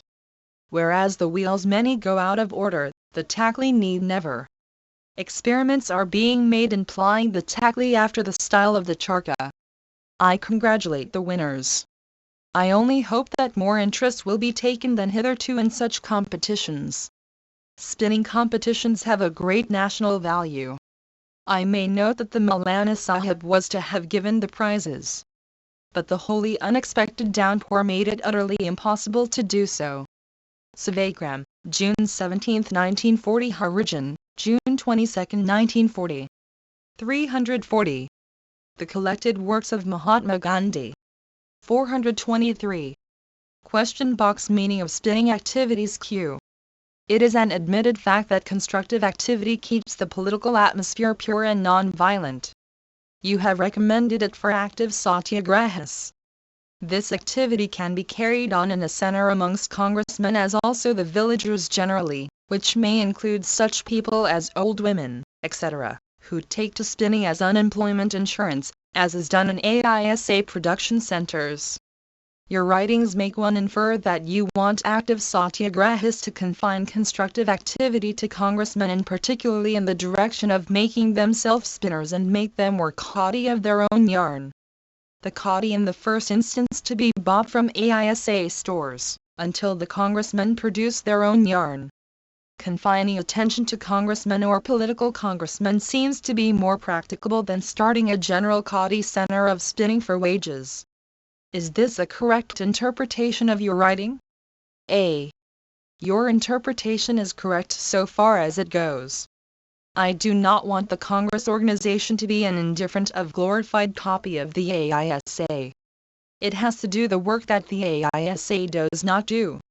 Its motive will be predominantly political, whereas that of the AISA, although it is a creation of the Congress, is purely philanthropic and economic. The Congress organization aims at creating an army of non-violent soldiers or, to drop the military terminology, a band of non-violent workers for the freedom of the country. The spinning work and all the allied processes keep congressmen busy and away from mischief. It will knit them together in a brotherhood, it will give them an insight into village life, it will bring them in direct touch with the villagers, it will give them a hold on the economic condition of the masses as nothing else will do. It will lead them on to a study of the whole of the vast village problem, it will make them sink their petty or big differences and forget class, racial or religious distinctions. The charka may or may not have all this potency inherent in it. I want congressmen to impute all these implications to it. Test tube babies. Q. You say that motherhood is sublime but sex is bad. From the spiritual and hygienic point of view, don't you agree that the test tube technique of begetting babies is ideal since it altogether eliminates lust and carnality from procreation? A. I would reconcile myself to your method, if carnality itself can be eradicated thereby. So long as I hold to the view that carnality prevents man or woman from rising to the fullest height possible, so. Volume 78, 23 February, July 1940. 1940. 341. Long must I rebel against these artificial methods of procreation. Your method, as far as I can see, can only result in multiplying idiots or monsters, not human beings, thrown into the sea of passions which it should be their pride to subjugate. But I own I belong to an age that is perhaps dying. The new age to come, when men and women will walk, if they at all do, only for pleasure but go to their work on wills or fly to it, and when the institution of marriage and all it implies will be abolished, does not enthuse me. How to face alike you people believe in your sincerity when you sympathize with Britain and France in their struggle for existence, but some of us have scented a danger that the Indian capitalists may continue to employ you as a tool for keeping India calm when these capitalists are reaping rich profit as a result of this war. What steps are you taking to remove this suspicion? A. I propose to take no steps, even as I took none when I was accused of having 1 crore of rupees in the Bank of England. Lies are best left unanswered. They die of inanition. They have no vitality of their own. They flourish on opposition. If my whole life is not sufficient answer to the lie referred to by you, no steps I can take will remove the impression created by the lie. Mind you, I do not dispute the fact that the peaceful atmosphere created by my inaction benefits the capitalists, but it benefits the masses more than the capitalists, for the inaction enables the masses to garner their non-violent strength, which will enable them to deal effectively with capitalists and imperialism, which covers them. Sevagram, June 17, 1940. Origin, June 22, 1940. 424. A notes, June 17, 1940. 1. There is no need at all to do anything just now. Never mind if you have been given the charge. Advise everyone in the ashram not to hurt her. There is no need to broadcast the thing. I will write something tomorrow in the notes. From a photostat of the Gujarati, GN 647. 1. The last sentence, I will write something tomorrow in the notes, is presumably a reference to note to ashram inmates, June 18, 1940. 342. The collected works of Mahatma Gandhi. 425. Note to Salam before June 18, 1940. 1. I have made no mistake. Think that what you have done is the best thing. There is no question of my being angry. I am only doing my dharma. You should do yours. Seeking my advice is not going to help you in any way. From a photostat of the Gujarati, GN 655. 426. Note to Salam before June 18, 1940. 2. I cannot judge. Guide Zora as you wish. If you have no influence with her, then entrust her to me. Let her talk the thing over with me. For the rest you may decide. Do what Puri tells you. Listen to what Khan Sahib says. I cannot guide you. From a photostat of the Gujarati, GN 723. 427. How to combat Hitlerism. Whatever Hitler may ultimately prove to be, we know what Hitlerism has come to mean. It means naked, ruthless force reduced to an exact science and worked with scientific precision. In its effect it becomes almost irresistible. In the early days of Satyagraha, when it was still known as passive resistance, the Star of Johannesburg, stirred by the sight of a handful of Indians, wholly unarmed and incapable of organized violence even if they wished it, pitting themselves against an overwhelmingly armed government, had a cartoon in which the latter was depicted as a steamroller representing irresistible force, and passive resistance was depicted as an elephant unmoved and comfortably planting himself in his seat. This was marked immovable force. The cartoonist had a true insight into the duel between the irresistible and the immovable forces. It was then a stalemate. The sequel we know. What was depicted and appeared to be irresistible was successfully won. These notes were obviously written before Note to Ashram Inmates, June 18, 1942. Ibid. Volume 78, 23 February, July 1940, 1940. 343. Resisted by the immovable force of Satyagraha, call it suffering without retaliation. What became true then can be equally true now. Hitlerism will never be defeated by counter-Hitlerism. It can only breed superior Hitlerism raised to nth degree. What is going before our eyes is a demonstration of the futility of violence as also of Hitlerism. Let me explain what I mean by failure of Hitlerism. It has robbed the small nations of their liberty. It has compelled France to sue for peace. One probably by the time this is in print Britain will have decided upon her course. The fall of France is enough for my argument. I think French statesmen have shown rare courage in bowing to the inevitable and refusing to be party to senseless mutual slaughter. There can be no sense in France coming out victorious if the stake is in truth lost. The cause of liberty becomes a mockery if the price to be paid is wholesale destruction of those who are to enjoy liberty. It then becomes an inglorious satiation of ambition. The bravery of the French soldier is world known. But let the world know also the greater bravery of the French statesmen in suing for peace. I have assumed that the French statesmen have taken the step in a perfectly honorable manner as behoves true soldiers. Let me hope that Herr Hitler will impose no humiliating terms but show that, though he can fight without mercy, he can at least conclude peace not without mercy. But to resume the thread of the argument. What will Hitler do with his victory? Can he digest so much power? Personally he will go as empty-handed as his not very remote predecessor Alexander. For the Germans he will have left not the pleasure of owning a mighty empire but the burden of sustaining its crushing weight. For they will not be able to hold all the conquered nations in perpetual subjection. And I doubt if the Germans of future generations will entertain unadulterated pride in the deeds for which Hitlerism will be deemed responsible. They will honor Herr Hitler as a genius, as a brave man, a matchless organizer and much more. But I should hope that the Germans of the future will have learned the art of discrimination even about their heroes. Anyway, I think it will be allowed that all the 1. The French request for armistice was sent to Hitler on June 16. Hitler's terms were delivered to the French on June 20. On June 22 the German terms were accepted and 3 days later on June 25 the armistice became effective. 344. The collected works of Mahatma Gandhi. Blood that has been spilled by Hitler had added not a millionth part of an inch to the world's moral stature. As against this, imagine the state of Europe today if the Czechs, the Poles, the Norwegians, the French and the English has all said to Hitler, "You need not make your scientific preparation for destruction. We will meet your violence with non-violence.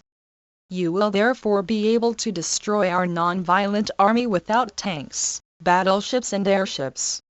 It may be retorted that the only difference would be that Hitler would have got without fighting what he has gained after a bloody fight. Exactly. The history of Europe would then have been written differently. Possession might but only might have been then taken under non-violent resistance, as it has been taken now after perpetration of untold barbarities. Under non-violence only those would have been killed who had trained themselves to be killed, if need be, but without killing anyone and without bearing malice towards anybody. I dare say that in that case Europe would have added several inches to its moral stature. And in the end I expect it is the moral worth that will count. All else is dross. I have written these lines for the European powers. But they are meant for ourselves. If my argument has gone home, is it not time for us to declare our changeless faith in non-violence of the strong and say we do not seek to defend our liberty with the force of arms but we will defend it with the force of non-violence? Savagram, June 18, 1940. Origin, June 22, 1940. 428. Note to ashram inmates, June 18, 1940. 1. Now you know from experience that AS is not in such a state of mind that we can rely on any word of hers. This condition is also a part of her illness. So there is no question of ascertaining her wish. I made it plain last evening that the kitchen is completely out of bounds for her. She may go there today if she has any instructions to give. But she shall do no work at all. We have, therefore, to make arrangements ourselves independently of her. Do not send Apu to work on 1. This was found among the papers of Krishnachandra and presumably the date is given by him. Volume 78, 23 February, July 1940. 345. The farm against his will. In that case let him take charge of the kitchen. If he requires any guidance, he can ask Krishnachandra. If Krishnachandra cannot judge, he can ask me, but not as I do not at all want to tax either her body or her mind. She is working out of stubbornness. I have tolerated her stubbornness till now. But I see that I would be committing a sin if I went on doing so any longer. I would be doing her harm and doing the same to myself too. The best service to her is that however difficult she may be I must stop her from working in the kitchen, and compel her to give up doing everything she did for me. When she recovers health of body and mind, we will let her work in the kitchen and for me and also do whatever other work she can do. If Krishnachandra has Ramadit's clothes, please ask him to send them with these men, or he may give them to me. I will send them. Let everyone read this letter and then return it to me. Chimalal Pai himself had said that A.S. Ben had agreed to give up the kitchen work. Now they say she is not willing to give it up. 1 from a photostat of the Gujarati, GN 4563. 429. Letter to H. L. Sharma. Savagram, Warda, June 20, 1940. Chi. Sharma, I got your letter. Also the book. I had asked Sushila Ben to send an acknowledgement. The book was needed for Shankaran, who is working in the dispensary. I shall expect one letter from you every month. Blessings from Hindi. BAPU. Bapuki Kayaman Miraj Vanksola Varsh, pages 286. 1. This paragraph is in Hindi and written in the margin. 346. The collected works of Mahatma Gandhi. 430. Letter to Amrit Kaur Sevagram, June 21, 1940. Chi. Amrit, just one line of love in the midst of distraction. I suppose you have abstained knowing that I would hardly have time to see the post. If so, you were right. Well, you have seen what has happened. I am both unhappy and happy. One love. BAPU from the original, CW 3976. Courtesy, Amrit Kaur. Also GN 7285 431. Letter to Bhagwandin Sevagram, Warda, June 22, 1940. Bhai Bhagwandin, what I have been asked is about staying in some Muslim home, in some Muslim village. Nothing has been decided. M.K. Gandhi from a photostat of the Hindi, GN 737 432. Speech at meeting of Gandhi Seva Sanj and Charka Sanj Warda, June 22, 1940. 2. Now is the testing time for you. The working committee, let us say, were weighed and found wanting. Can the Gandhiji Seva Sanj do anything to repair their failure?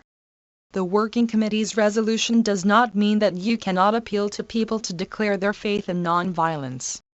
You can do so, and then tell the members of the working committee, you undervalued our faith. We are going to 1. Divide both happy and unhappy, June 29, 1942. From Hyderabad, June 26, 1940. Volume 78, 23 February, July 1940, 1940. 347. Hold by the creed. I tell you the working committee members will not only not resent this, but will simply dance with joy. Some of you are members of the Congress. It is the duty of those who are members and who believe in non-violence to reassure the members of the working committee, to declare their faith before the meeting of the AICC and even before the Open Congress if the time comes. But you may not separate your creed as congressmen and creed as ordinary human beings, your behavior in Congress affairs and in non-Congress affairs. Your non-violence, if it is true, must be part of your normal life, must be in your thought, word and deed, and must color all your behavior.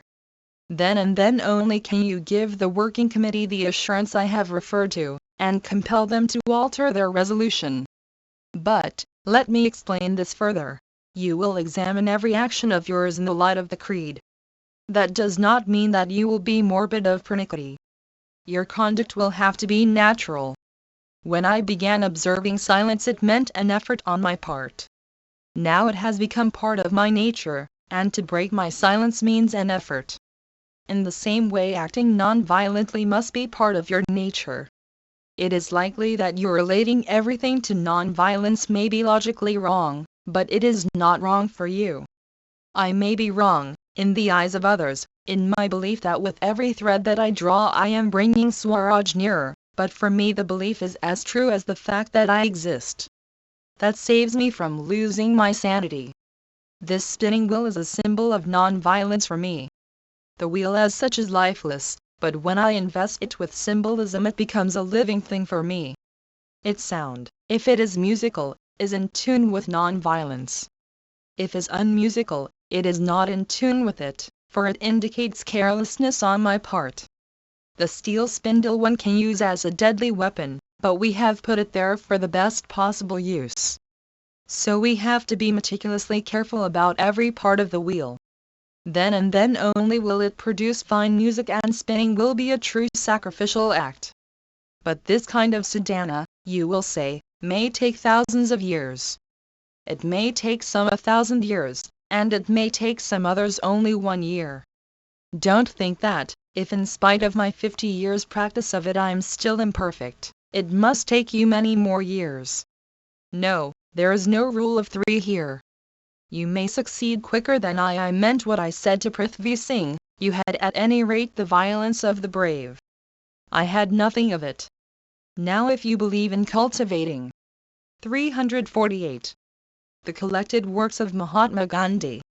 Non-violence of the brave, you will do so much more quickly than I, and you will leave me behind. This applies to every one of you. In South Africa I was the first to learn shoemaking and so I taught it to others. But those others soon left me behind. It was because I was a true teacher. Now if I am a true teacher of Ahimsa, I am sure you will soon leave behind your teacher. If that does not happen, it will only mean that I was an unfit teacher. But if my teaching fructifies, there will be teachers of Ahimsa in every home. I want to know how many of you are with me. If none goes with me, I am ready to tread my path alone. For I know that I can never be alone as God is there with me. You are all companions sadhak seekers with me. I am old but you have many years before you. And yet me tell you that I do not feel the weight of my years. I do not think my power of growth or capacity for research has come to an end. So you have to go forth and find out how many actual believers in Ahimsa there are among congressmen. The working committee members are you representatives. If they were mistaken in assessing the faith of their electors, you have to correct their judgment. My position was different from theirs. I consider myself a confirmed representative of Ahimsa, and so I severed my connection with the Congress in 1934. I could not help doing it. If I had not done so, I should have been untrue to my creed. No one knows my imperfections better than I, but what little power I possess is derived from my Ahimsa. What is it but my Ahimsa that draws thousands of women to me in fearless confidence? But neither you nor I can trade on our capital. We have to be up and doing every moment of our lives and go forward in our sadhana. We have to live and move and have our being in Ahimsa, even as Hitler does in Himsa. It is the faith and perseverance and single-mindedness with which he has perfected his weapons of destruction that commands my admiration. That he uses them as a monster is immaterial for our purpose. We have to bring to bear the same single-mindedness and perseverance in evolving our Ahimsa. Hitler is awake all the 24 hours of the day in perfecting his sadhana. He wins because he pays the price. His inventions surprise his enemies. But it is his single-minded devotion to his purpose that should be the object of our admiration and emulation. Although he works all his waking hours, his intellect is unclouded and unerring. Are our intellects unclouded and unerring? A mere belief in Ahimsa or the Charka will not do. It should be.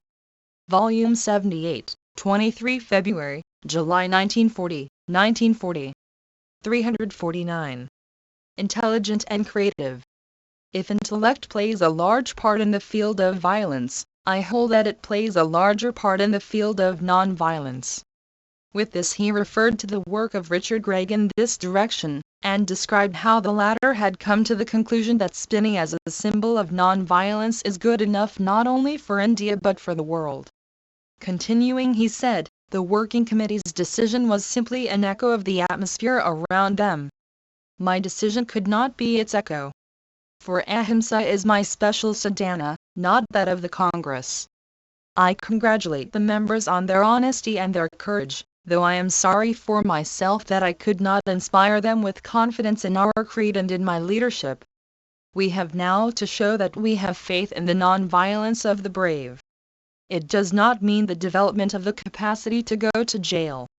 It means increasing faith in the potency of constructive work to bring about Swaraj, and in constructive work being a vital part of the program of Ahimsa.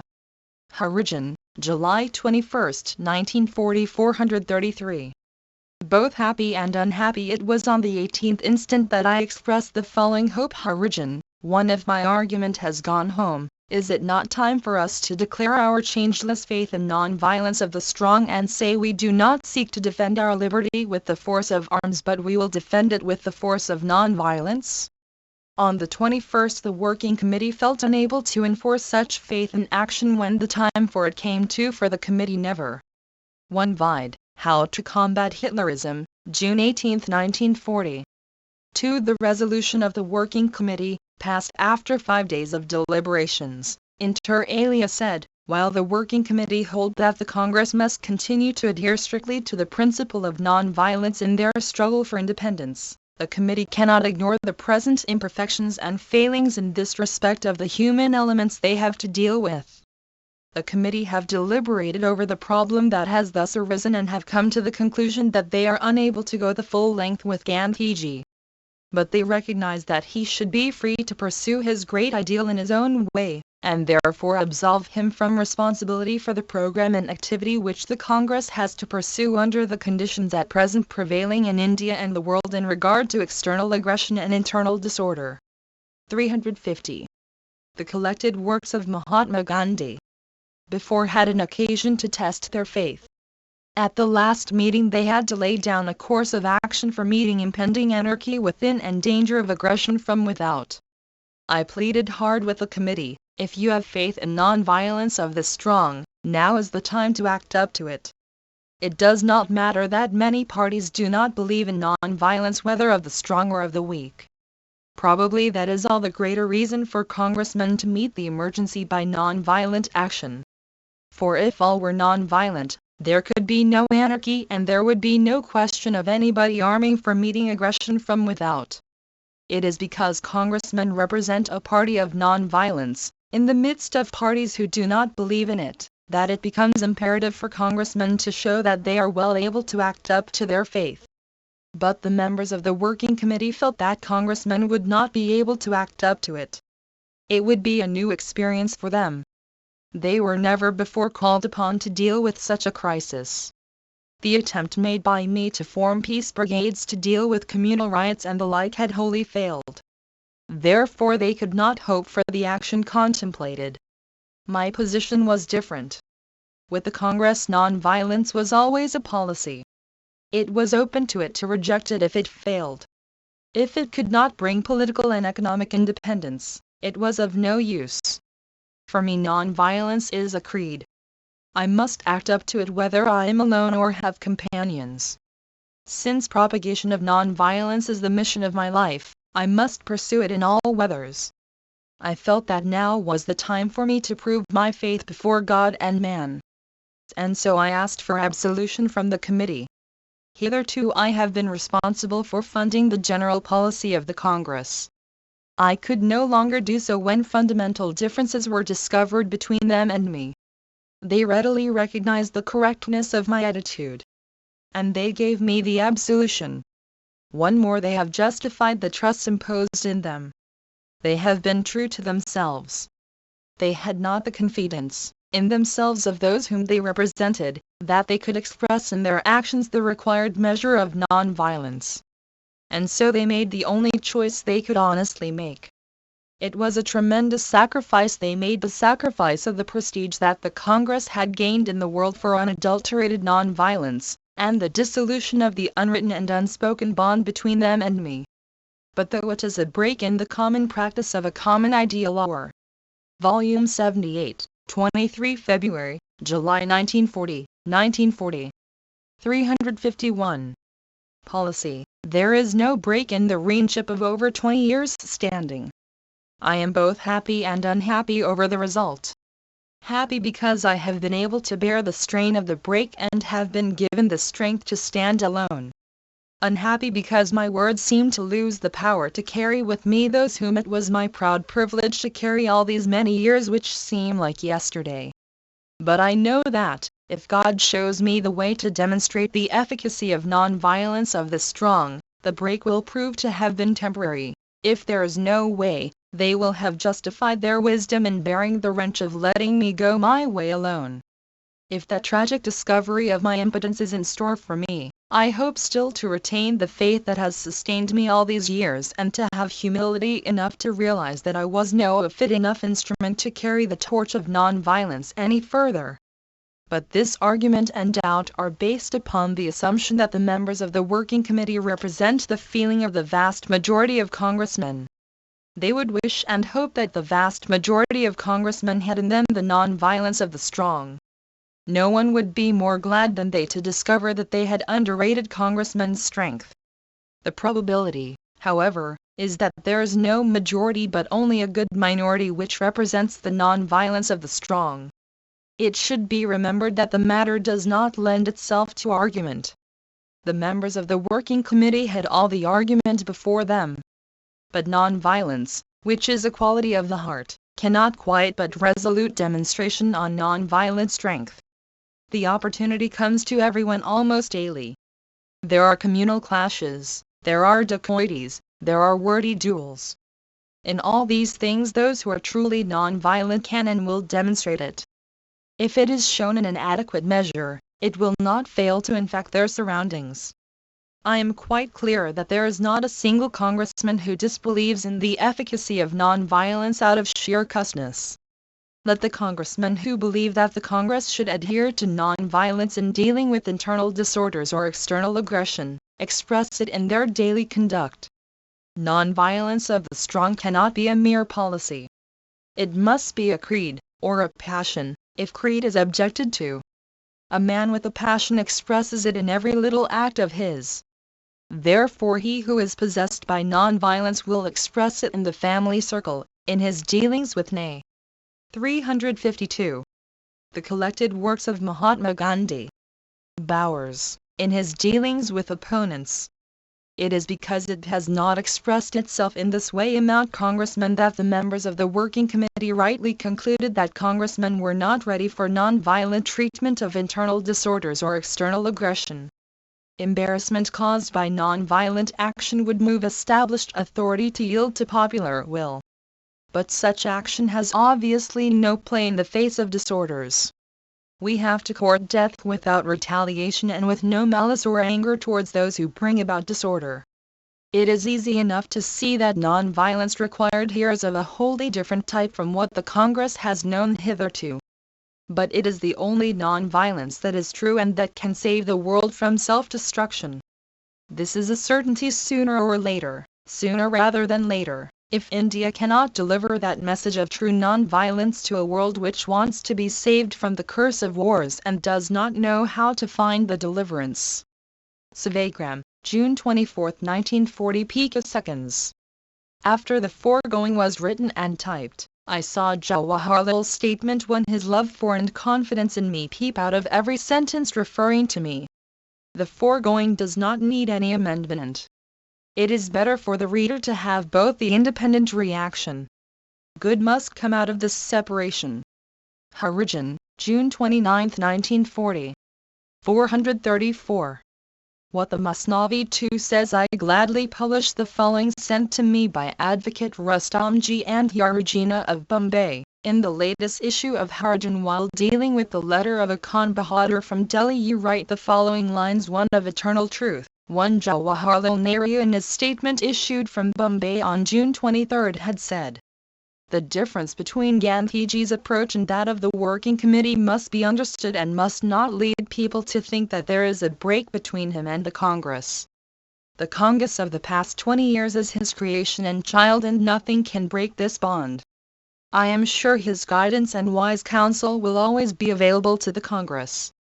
2. Poem composed by the Persian mystic poet Jalaluddin Rumi 1207-73, 1 Vide Hindu Muslim, April 6, 1940. Volume 78, 23 February, July 1940, 1940. 353.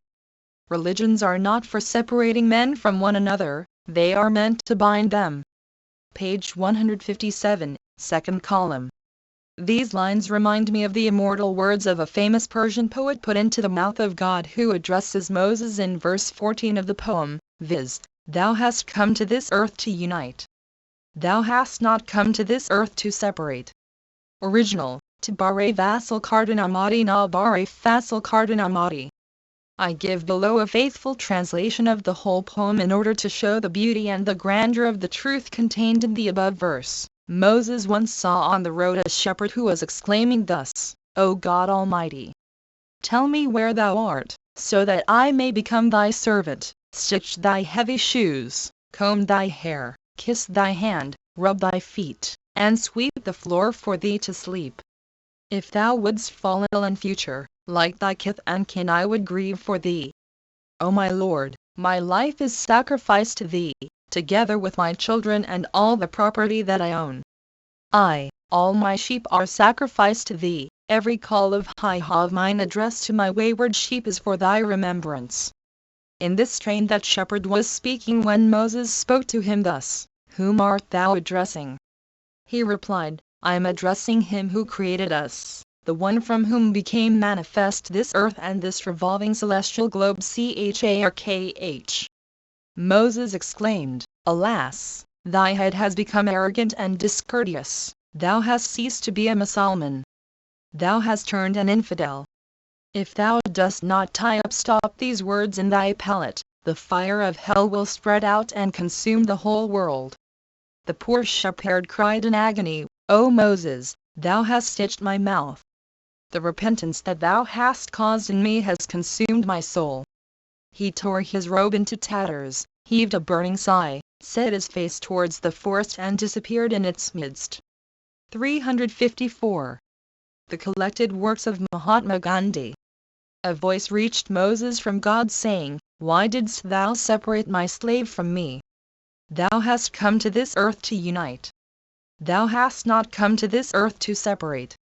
Knowest thou that we do not see the exterior nor the words? We see only the interior and the real thing. No sooner did Moses hear these words of censure from the Almighty God than he ran after the shepherd in the thickness of the wood. At last Moses was able to find him out in the wilderness. The prophet told him, Good news for thee. For God has given me permission to tell thee, do not worry about the conventional modes and forms whilst addressing me, but instead speak out whatever thy narrow heart prompts thee to speak. From Masnavi Malavi, how I wish the beautiful truth embedded in these verses will be taken to heart by every one of us. Is not the Pakistan movement a denial of the obvious truth?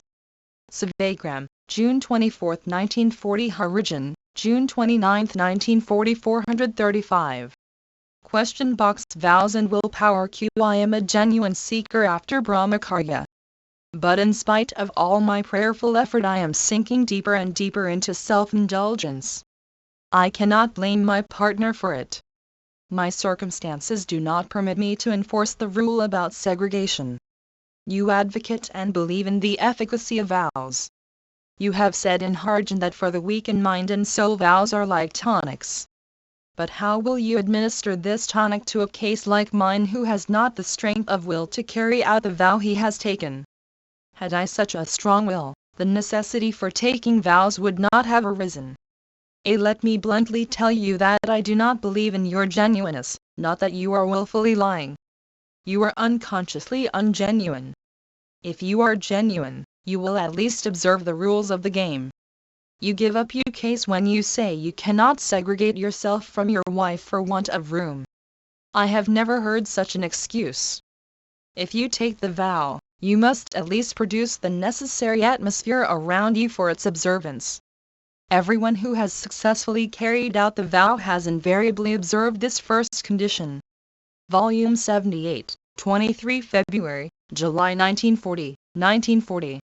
355. If you are living in only one room, you should go elsewhere or send away your wife or have a relative to sleep in the same room. The question is how far you are determined. It may be that you want to observe Brahmacharya because you have read much about it and would like to be classed among Brahmacharis. I know many such young men. If that is your case, you should not make the attempt. One must have a burning desire to live that life.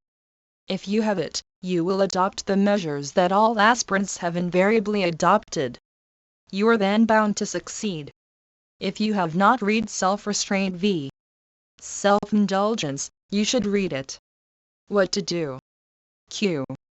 The situation in the country is becoming graver daily. Everywhere panic is growing. In certain parts armed gangs are already organizing themselves to take advantage of the ensuing anarchy in case the central power should disintegrate or weaken. The danger may not be imminent, but it would be folly to ignore its possibility. With all the education and non-violence which the country has received during the last 20 years, you will agree that it has not developed the sort of non-violence that can be effective in the face of anarchy and gangsterism. The government is taking steps to organize the citizens for self-defense. What is the duty of those who look up to you for lead and guidance? Should they take part in these government activities? If they should not, what else are they to do? Surely they cannot sit with folded hands doing nothing. I am unable to say what the Congress will exactly do, in view of the recent statement of the Working Committee. If you believe in non-violent treatment of anarchy and the like, naturally you will prepare yourself and your neighbors and those whom you can influence for non-violent defense. I quite agree with you that no responsible person can sit idly by in these times. Violent preparation would need long previous training. Non-violent preparation means mental adjustment. Possibility of anarchy there undoubtedly is. But if you are non-violent, you will not give way to fear. Do not anticipate anarchy, just as you do not anticipate death though you know that it is a certainty. If you are non-violent, you will believe that there will be no anarchy. But if unfortunately it comes, you and your companions of followers will give your lives to prevent it. Those who find their lives, in trying to kill those whom they regard as robbers or mischief makers, do no better, possibly they do worse. They risk their lives and there is darkness after they are gone. What is more, they may leave. 356. The collected works of Mahatma Gandhi. Things worse by feeding the fire of violence by counter-violence. Those who die unresistingly are likely to still the fury of violence by their wholly innocent sacrifice. But this truly non-violent action is not possible unless it springs from a heart belief that he whom you fear and regard as a robber, dacoit, or worse and you are one, and that therefore it is better that you die at his hands than that he, your ignorant brother, should die at yours. Pakistan and Constituent Assembly. The two nations theory is by way of a counterblast to the demand for a Constituent Assembly, which is about as absurd as the other thing. To me the idea of a Constituent Assembly ignores the existing conditions. 95% of our people are illiterate, and nearly 10% are swayed by religious prejudices. And then there is the additional factor of corruption. And the fatal objection to a Constituent Assembly is that without a genuine desire on the part of the majority to give effect to safeguards, the best of these are bound to prove unreal. Surely you cannot speak of the Constituent Assembly side by side with Pakistan. The latter is wrong, as I conceive it, in every way. There is nothing wrong in the idea of a Constituent Assembly. At its worst, dangers surround its formation. Every big experiment is beset with dangers. These risks must be taken. Every effort should be made to minimize them. But there seems to me to be nothing like a Constituent Assembly for achieving the common purpose. I admit the difficulty of illiteracy. Indeed, adult suffrage was introduced at the instance of Muslim nationalists, including the late Ali brothers. The danger of corruption is also there. The greater the origination, the less felt is the effect of corruption because it is so widely distributed. Thus in the Congress there are much corruption and jealousy, but they are confined to those few who run the machinery. But the vast body of congressmen are untouched by these defects, though they profit by the good the Congress does. The danger you mention about safeguards will be reduced to the vanishing point if they come through a Constituent Assembly. For safeguards laid down by the representatives elected by the adult Muslim population will depend for their safety not on the goodwill or honesty of the majority but on the strength of the awakened Muslim masses. Fatality really attaches to your wrong conception of the majority, not to a Constituent Assembly. There is a Volume 78, 23 February, July 1940. 357. Majority of Hindus undoubtedly, but we observe that in popular political assemblies parties are not rigidly divided according to religious opinions, but they are according to political and other opinions. The curse of communalism became intensified by the introduction of separate electorates. The cry for partition is the logical outcome, but it is also the strongest condemnation, of separate electorates. When we have learned wisdom we shall cease to think in terms of separate electorates and two nations. I believe in the innate goodness of human nature. I therefore swear by the Constituent Assembly. The Muslim vote will surely decide the issue so far as their special interest is concerned.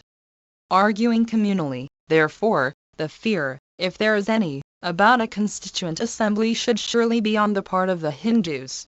For if the Muslim vote goes in favor of partition, they have either to submit not to one but many partitions or to a civil war. As things are, all satisfy themselves by passing resolutions and seeing their names in print. In practice all of us remain where we are in a state of subjection. A Constituent Assembly is a reality. It will not be a debating or legislative irresponsible body. By registering its final decision it will decide the fate of millions of human beings. You may oppose it. If you are successful in your opposition, there is the dread prospect of anarchy, not an orderly civil war. There seems to me to be no solution of the painful deadlock except through a Constituent Assembly. Sevagram, June 24, 1940. Harijan, June 29, 1940. 436. Telegram to Lord Linlithgow, June 24, 1940. 1 He Viceroy Simula. Thanks. Wire. Have. Can leave Thursday. Leave tomorrow. IF. Appointments. Till. Reaching Saturday. Your. Wish. Wednesday. But can Gandhi. From a copy, PRL Papers. Courtesy, PRL. 1 from the postmark. 358. The Collected Works of Mahatma Gandhi. 437.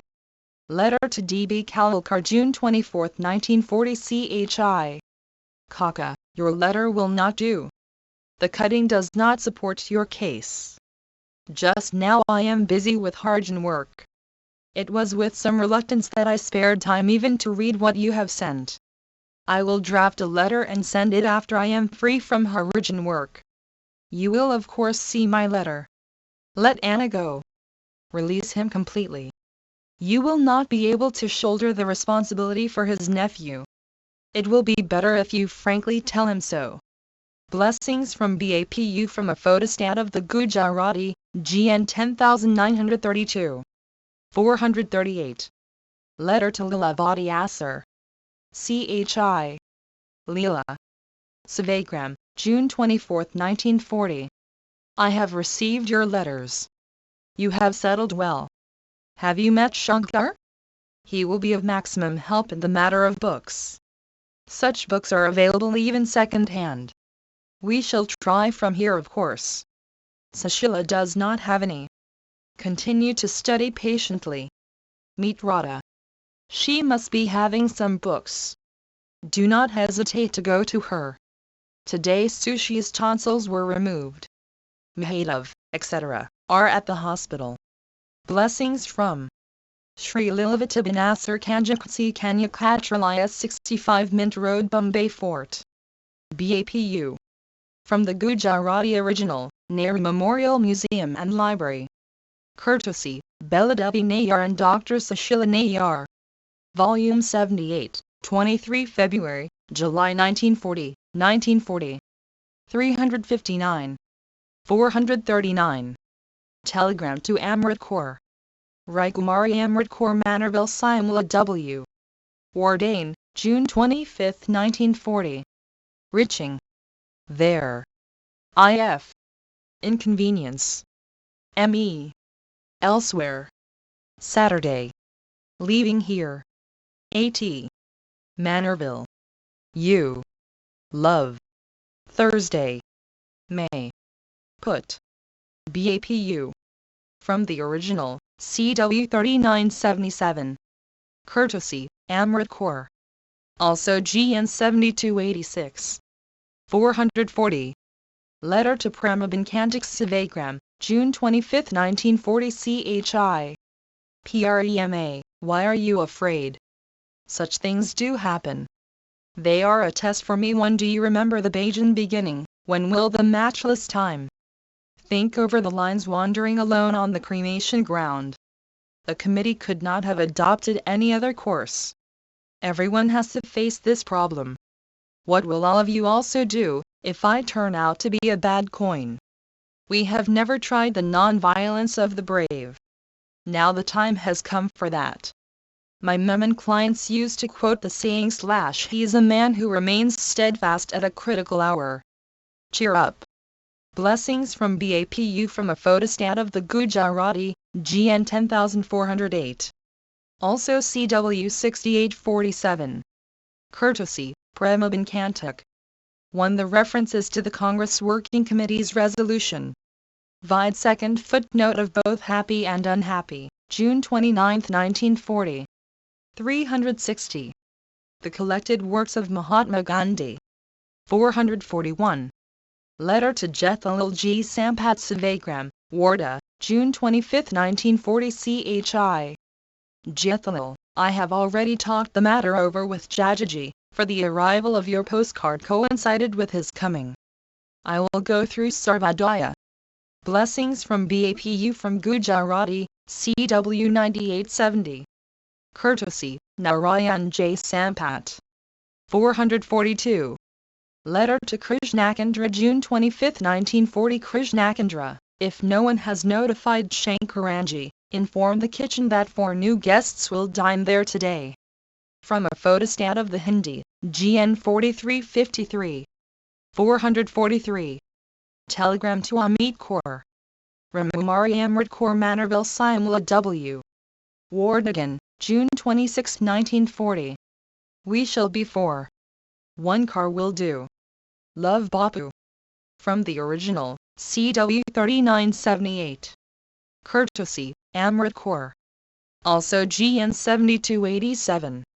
Volume 78, 23 February, July 1940, 1940. 361. 444. Interview to visitors from Princely States 1 before June 27, 1940 they should cease to be princes and become servants of the people. They will have to descend from their pedestal and seek the cooperation of their people.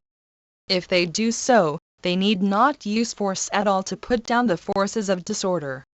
The Congress does not want to do away with the princes, and they can seek its cooperation in bringing about peace and contentment in their states. They will have to be genuine servants of the people. When they do so, no one will think of eliminating them. If they are the servants and the people are the masters, why should the masters do away with the servants? You say there are a number of smaller princes today who are anxious to make up with the Congress. If they are, what prevents them from doing the most elementary things? Interviewers, they want to do certain things, but they are on the one hand afraid of the paramount power and on the other afraid of the people. Some kind of fear seems to have seized them that the people will want to pay off old scores. Gandhiji, both their fears are groundless. If they will do justice, I can scarcely think of the people wanting to pay off old scores. Our people are not of a revengeful nature. Is the ruler of Ond afraid of any rebellion in his state? He is not, for whom will they rebel against when they know that he has divested himself of practically all power? If they want to rebel, I think he is capable of saying to them, "Come and take charge of my palace, I shall be content to go and stay among the poorest of you." Apay Sahib, the son of the chief of Ond, is slaving away for the people as no servant of the state does. But the fact is that the people have to be convinced of their bona fides. Let them do 2 things. One is that they have to purify their lives and reduce themselves to utter simplicity. The fabulous amounts they spend on themselves are unconscionable. I cannot understand how they can have the heart to squander the people's money in riotous living, when thousands of their people cannot get a square meal a day. Why should they not be content with 2 or 3 hun? 1 extracted from Mahadav Desai's Occasional Notes, June 27, 1940. The interviewers had asked Gandhiji what the princes were to do in the face of the panic, insecurity and impending anarchy in the states. 362. The collected works of Mahatma Gandhi. Dread rupees a month. But my point is this. Let them take what the people will give them. Their privy purse must be votable. No reforms and no budget can have any value unless the people have the fullest right to say how much their ruler take for himself. And new age has already begun, and no ruler can conceivably be tolerated whose life does not correspond largely with the life of his people and who does not identify himself with them. That is one thing. The other thing is that their judiciary will have to be above board and therefore independent of them.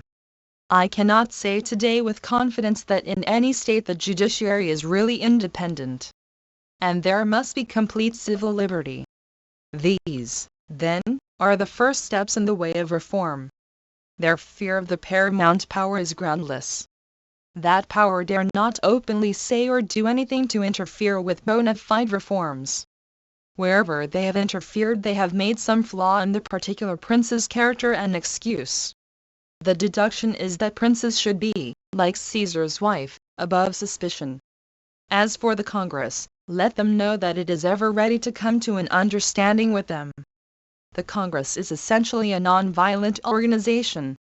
Let the princes voluntarily go under the authority of their people and the Congress will befriend them. If they do not do so, there are breakers ahead. The Congress, let me repeat, is not out to destroy the princes, unless it be that they do not mend their ways and destroy themselves.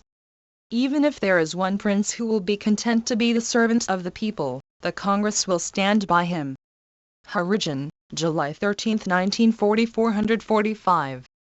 Interview to American Visitors 1 Sevagram, before June 27, 1940 Question, how can I best prepare in India to help in America towards a better understanding between Indians and Americans? How could I contribute towards this end in America? Answer, one has to show in one's life one's country's best traits, and that is how one can bring another country to a better one. Extracted from Mahate of Desai's Occasional Notes, June 27, 1940. The visitor was a pacifist and represented various women's associations. Volume 78, 23 February, July 1940, 1940. 363. Understanding of one's own. If you do not show the best in you whilst you are here, you make America liable to be misunderstood. And the same thing I would say about Indians in America. If one wants to interpret one country to another, he or she has to discover the best in that country and place it before the other country. If you, for instance, see nothing good in the life here, then you certainly are not the best person to interpret India to America. In America you find a Miss Mayo bringing out all the filth from the Indian gutters. You will contradict her, and as against one calumny uttered by a hasty or a paid or an interested observer you will adduce many testimonies gathered out of a sympathetic understanding and knock the bottom out of that calumny. Q. What can pacifist Americans do to help the world's situation? A. It is a difficult question. If you mean pacifist Americans in India, they can do precious little. But in America they should, I suppose, be able to do a great deal. But it is a question really outside my depth, and I must not say anything more about it. Q. I do a lot of writing and speaking, especially among women. Have you any message to give to American women? A. Not as a message. I can throw out a suggestion and, if it appeals to you, you can develop it. Woman can play a most important part in the work of pacifism. She should refuse to be swept off her feet and to imitate man's language and refuse to allow herself and hers to be identified with anything connected with war. For she must know that she can represent peace more than war. She is made for the demonstration and exhibition of that silent force which is not less effective because it is silent, but the more effective because it is silent. Origin, July 13, 1940. 364. The Collected Works of Mahatma Gandhi. 446. Letter to Bishnath. Dear Lala Bishnath, I had yours of 11th inst. I shall do what I can. Lala Bishnath Advocate Anarkali Lahore. Delhi, June 28, 1940. Yours sincerely, M. K. Gandhi. From a photostat, GN 7943. 447. Telegram to Lord Linlithgow. H.E. Viceroy Simla, many thanks. Wire. Before June 29, 1940. 1. Hope. Reach. Friday. Gandhi. From a copy, PRL Papers. Courtesy, PRL. 1. Gandhiji had reached Simla on June 29, 1940. Volume 78, 23 February, July 1940, 1940. 365. 448. Discussion with PRL and Mahadev DESAI 1 June 29, 1940. 2 PRL. This puzzles 1-3. What is so personal about that letter? That man has a curtness which one does not like. Gandhiji, it is improper of you to judge a co-worker from one single instance. It is improper from the point of view of logic and more so from the point of view of ahimsa. Darwin, in his book The Descent of Man, has not based his conclusions on any one fact. He never tired of adducing heaps and heaps of evidence. He has crammed the whole book with facts to prove his thesis, and in the end he has formulated that thesis in the fewest words. Imagine how much he valued truth. Even so, I find a flaw in his thesis, because Syadvat of Jain philosophy teaches me that notwithstanding all this testimony we may come across some other facts which may refute Darwin's thesis. Because the writer of the letter has written personal on the top of the letter, you came to the conclusion that he is curt. Now let me give an instance. Many people eat out of each other's plates and they believe that that promotes friendship. Hindu wives believe that they earn merit by eating the oats from their husbands' plates. Maybe Ba also believes that, and she would not shrink from eating from the plate used by me. But as for me, leaving others aside, I would not be able to eat even from Ba's plate. If someone was to see me refusing food from Ba's plate and drew the conclusion that I was curt and fussy, what an injustice he would be doing me. Even though I may feel repelled by this one thing, I have no doubt that by temperament I am neither curt nor fussy, and I can cite hundreds of instances to prove that. Similarly, numerous instances can be cited to prove that your friend about whom you have complained is not what you have described him to be. No proposition can be called universal unless it is proved so by analysis and synthesis. We know that water consists of 2 parts of hydrogen and 1 part of oxygen. But we must prove that by synthesis and analysis. If we analyze water, we get 2 parts of. 1 extracted from Mahadev Desai's a revealing dialogue. A brief report by PRL also appeared in Harijan, June 6, 1940, under the title On the Road to Simla. 2 Ibid. 3 PRL was commenting on a co-worker's marking personal a letter he had written to Gandhiji. 366. The collected works of Mahatma Gandhi. Hydrogen and 1 part of oxygen. However, we should synthesize 2 parts of hydrogen and 1 part of oxygen, and if that produces water, our proposition about its composition is proved. The same applies to our day-to-day behavior. We cannot jump to the conclusion about a certain thing, even though it be as clear as daylight, without examining hundreds of facts which may prove it wrong. It certainly violates truth, and in being uncharitable towards others we violate ahimsa too. We who tread the path of ahimsa should take each step with great care. It is not that I am unaware of his faults. Maybe you are justified in finding him curt in this particular instance, but to believe that he is always so betrays lack of charity on your part. Shall we not take into account the circumstances under which this co-worker has been brought up and educated, the difficulties he has had to face and the efforts he had to make to reach the present position? Shall we judge him by this one manifest shortcoming of his? What a beautiful word the English language has for love, charity. It connotes compassion too. And compassion should be an integral part of our ahimsa. MD. The meaning of the roots of charity and daya is the same. I did not know that the roots of both the words meant the same. But one thing is certain, that even if we see shortcomings in others, we should overlook them and take into account their good points alone. The beauty of love and compassion lies in magnifying the virtues of others. Moreover, there is always another way to win over others, i.e., by rendering silent service. I agree. But there should be an opportunity for that. I have many times endeavored to befriend him and make myself agreeable to him. But I have failed. You do not know the utter contempt in which he holds me. You do not see the point. I tell you there is subtle pride in those words of yours. It is your pride that prompts you to say that you have tried to befriend him, ignoring his contempt for you. All the time you were conscious of the injustice done to you, but you have never thought of analyzing why he was unjust to you, either consciously or unconsciously. Don't I know his faults and shortcomings? You do not know how many times I have made him shed tears by reminding him of all his faults. I have not even restrained myself in exposing him in the presence of all co-workers. But look at his behavior. He is fighting against all his faults and shortcomings. All the 24 hours he is making incessant efforts to subjugate them, and he has achieved considerable success. But how much can a man rise beyond? Volume 78, 23 February, July 1940.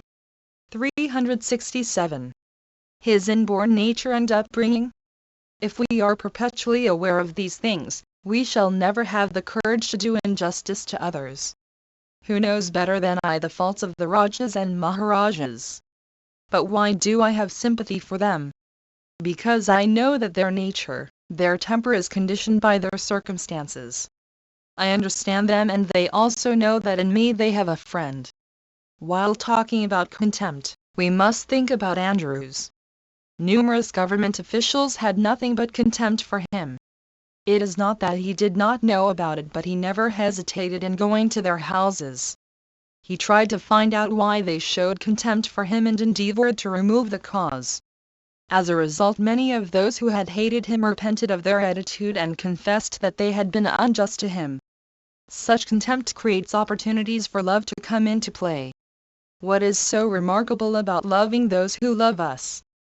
The beauty lies in melting those who hate us with our love and kindness. I understand. I understand all. There were occasions when I sensed the dreariness of his condition. Many times on such occasions I felt like befriending him, but always feared that he might misinterpret the gesture. Even that fear had himsa.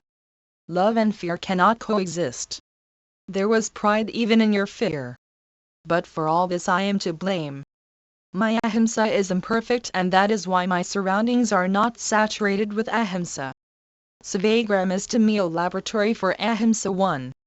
If my experiment here were successful and I could find a solution for the little problems that confront me here, I am sure the same formula would provide me a solution for the bigger issues that today face us in the country. That is why I am so reluctant to leave Sevagram. It is my laboratory for Satyagraha. It is there that I expect to discover the key to India's independence, not in Simla or New Delhi. I sometimes feel like taking shelter in flight, not to seek cloistered peace, but in the stillness of utter isolation to know myself, to see where I stand, to catch more effectively the faint whispering of the still small voice within. Then alone would my experiment in ahimsa be complete.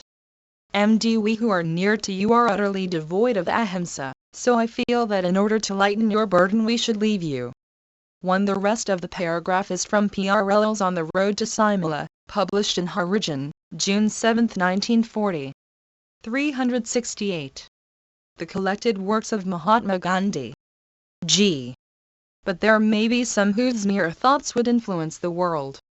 Hence, in returning to a cave, the motive should not be just to achieve solitude so as to seek individual salvation, but to cultivate a natural bent of mind which will always inspire thoughts of universal welfare, nothing less. But Buddha achieved salvation and returned to the world, preached to lakhs of people and made them his disciples. That is true. But I am never attracted by the idea of complete renunciation. From Gujarati Harijan Bandhu, July 20, 1940. 449. Interview to the Hindu Simla, June 29, 1940. I have come because I have been invited, and I shall return to Warda this evening unless there is need for me to stay on. The barometer within me is rising, even though the sky looks back. One The Hindu, June 29, 1940. 450. Letter to Lord Linlithgow, Birla House, Albuquerque Road, New Delhi, June 30, 1940. DEAR Lord Linlithgow, I think it will be mutually helpful if I reduce to writing the substance of the advice I tendered you yesterday as a personal friend and friend of the British too. I had made it clear at the outset that I had no representative capacity and that, after the last resolution of the Working Committee, I went later in the afternoon. Gandhiji left to see the Viceroy too. Gandhiji had met the Viceroy on June 29 at Simla at the latter's invitation. Volume 78, 23 February, July 1940. 369. Could only speak as an individual in any case. When your first proposal was to advise His Majesty's government to let you announce that a status similar to that of the self-governing dominions would be granted to India within 1 year of the termination of the war, subject to an agreed understanding about British commercial interests, defence, external relations, rights of minorities and the position of princes regard being had to treaty obligations with them too. Granted these reservations, a Constituent Assembly 3 may draw up the Constitution which, unless there were unacceptable provisions, will be adopted by His Majesty's government and placed by them before the Parliament for acceptance. I said as to this that I personally could never accept it and that so far as I knew, the Congress also would never approve of it. My strong advice was that it should not be put before the Secretary of State before India. Any such announcement would further embitter the relations between His Majesty's government and India. I stress the point that nothing short of immediate unequivocal declarations of independence free of all control by the British government would be accepted by the Congress. India free will no doubt have to negotiate a treaty, I hope, of partnership with Great Britain. Will have to make provision for protection of legitimate foreign interests, guarantee to the full the rights of the minorities and make adequate arrangements with the princes consistently with due protection of the people living within their jurisdiction. All this is inherent in the non-violent policy of the Congress. For its predominant sanction will be, not the force of arms behind it, but its sense of fairness and absolute justice. In the absence of these two, independence will go as soon as obtained. The thought thus expressed parenthetically was not put before you as part of my advice. I see as I am writing this letter that it was incomplete. One The Congress Working Committee which met at Warda on June 21 resolved that they were unable to extend to the region of national defense Mahatma Gandhi's creed of non-violence. Vide both happy and unhappy. June 29, 1942. The Viceroy, writing on July 1, gave his own version of the talk. According to him, what he had said here was that His Majesty's government would spare no effort to bring about Dominion status within a year after the conclusion of the war, and to set up whatever machinery those concerned agreed as appropriate to work out the new constitution. 3. The Viceroy's version was: you had thought of a Constituent Assembly while some of us were thinking of a smaller and rather different body. That body would however have to be one on which the various political parties were agreed. 370. The collected works of Mahatma Gandhi. Without it the question of drawing up of the Constitution by a Constituent Assembly might be postponed to a future suitable date. I suggested too, that it would be a catastrophe not to make the aforesaid unequivocal declaration of independence, for whilst the Congress was openly pledged to it and had been fighting for it persistently and consistently for a long time, all parties, whether it be the Muslim League or the Hindu Mahasabha, or even the princes, could not but prize independence if it could be had. Therefore it passed comprehension why there should be so much ado about making the overdue declaration that India was free of all external control.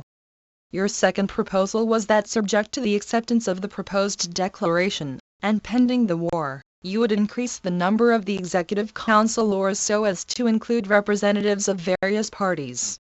As to this, I advised that without the vital declaration of independence the Congress was not likely to serve on the Council. I added that I adhered to the view expressed in a recent Harijan article of mine, entitled Two Parties. unless the parties had one mind on the question of fighting or immediate independence and the method thereof, no joint effort was possible. You had also in mind a proposal to convene a miniature round-table conference composed of representatives of various parties, groups and interests. When I strongly dissuaded you from entertaining any such proposal as being doomed to failure, I then enlarged upon my confirmed opinion that time had arrived for a revision of Britain's war policy. Frank recognition of German superiority in organization and technique would be no derogation from British valor and would add to it because of conformity to truth.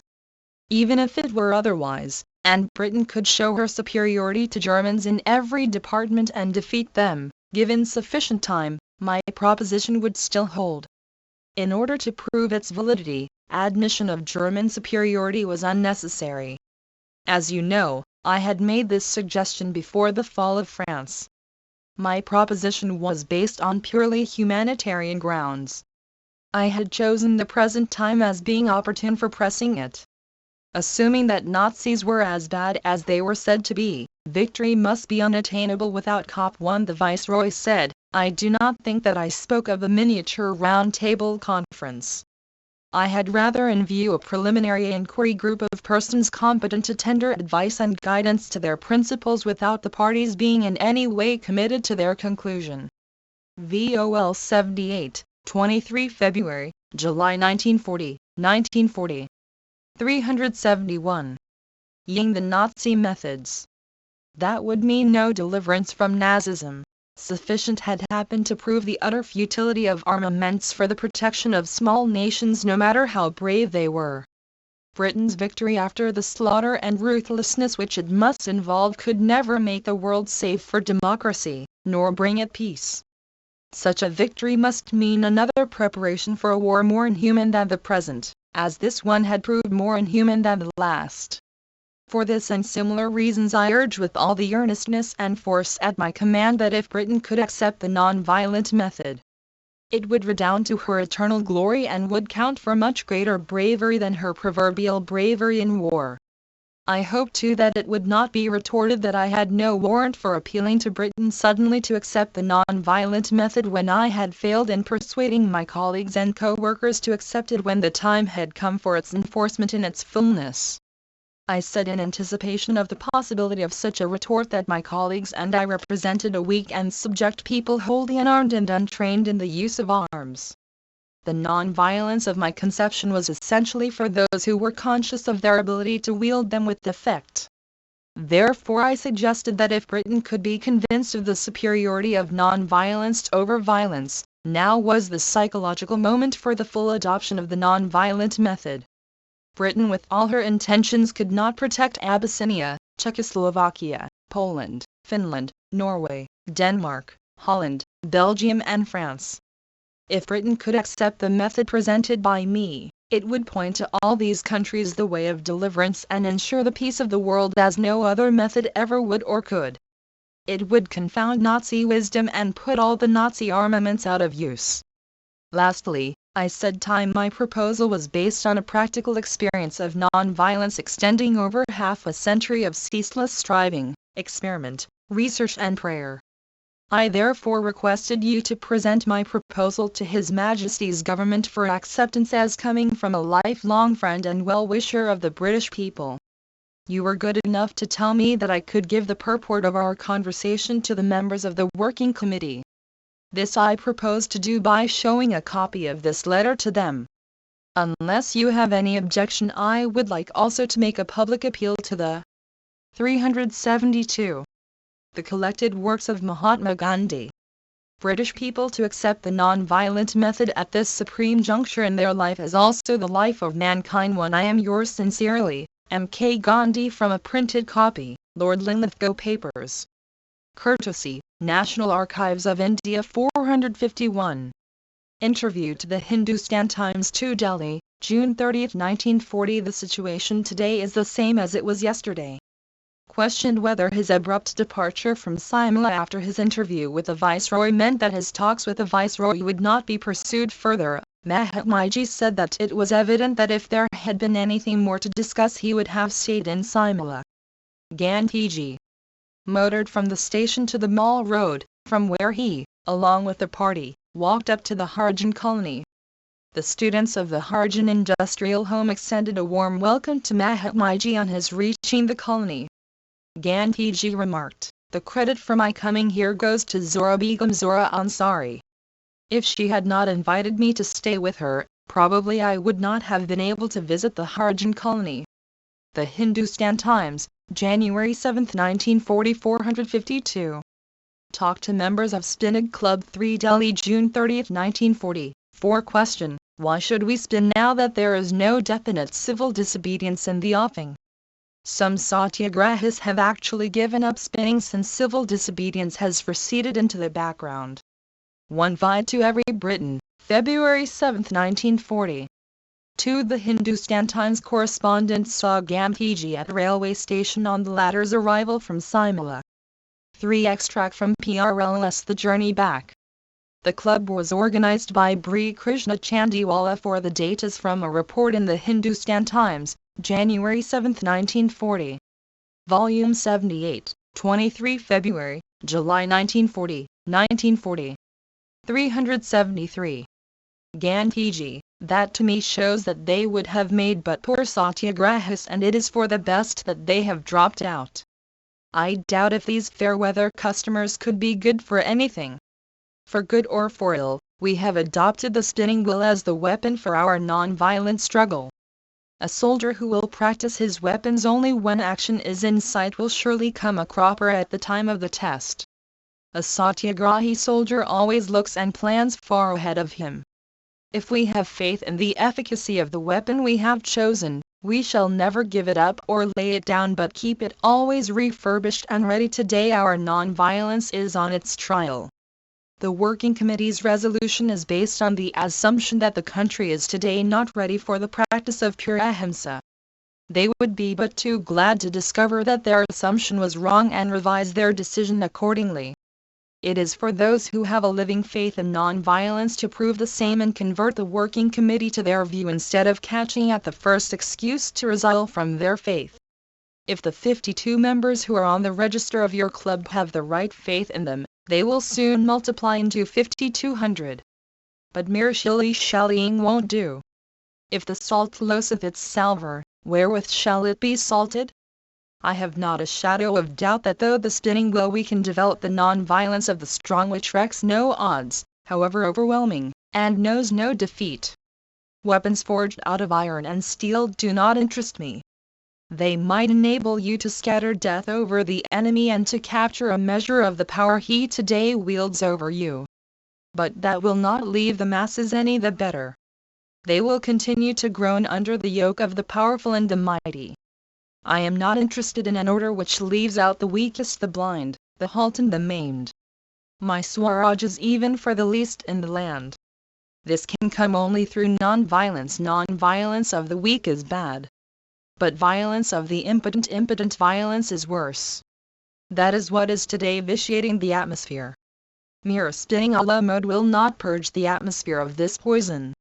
Another member of the club remarked that they could not pretend to have a faith in the spinning wheel which Gandhiji had, but they were prepared to spin for discipline, which was quite honest to stand to take up. Gandhiji, while admitting that spinning for discipline had value at one time, contended that it was altogether inadequate to the need of the hour today. To create a 374. The collected works of Mahatma Gandhi. Truly non-violent atmosphere in the country, spinning with faith was necessary.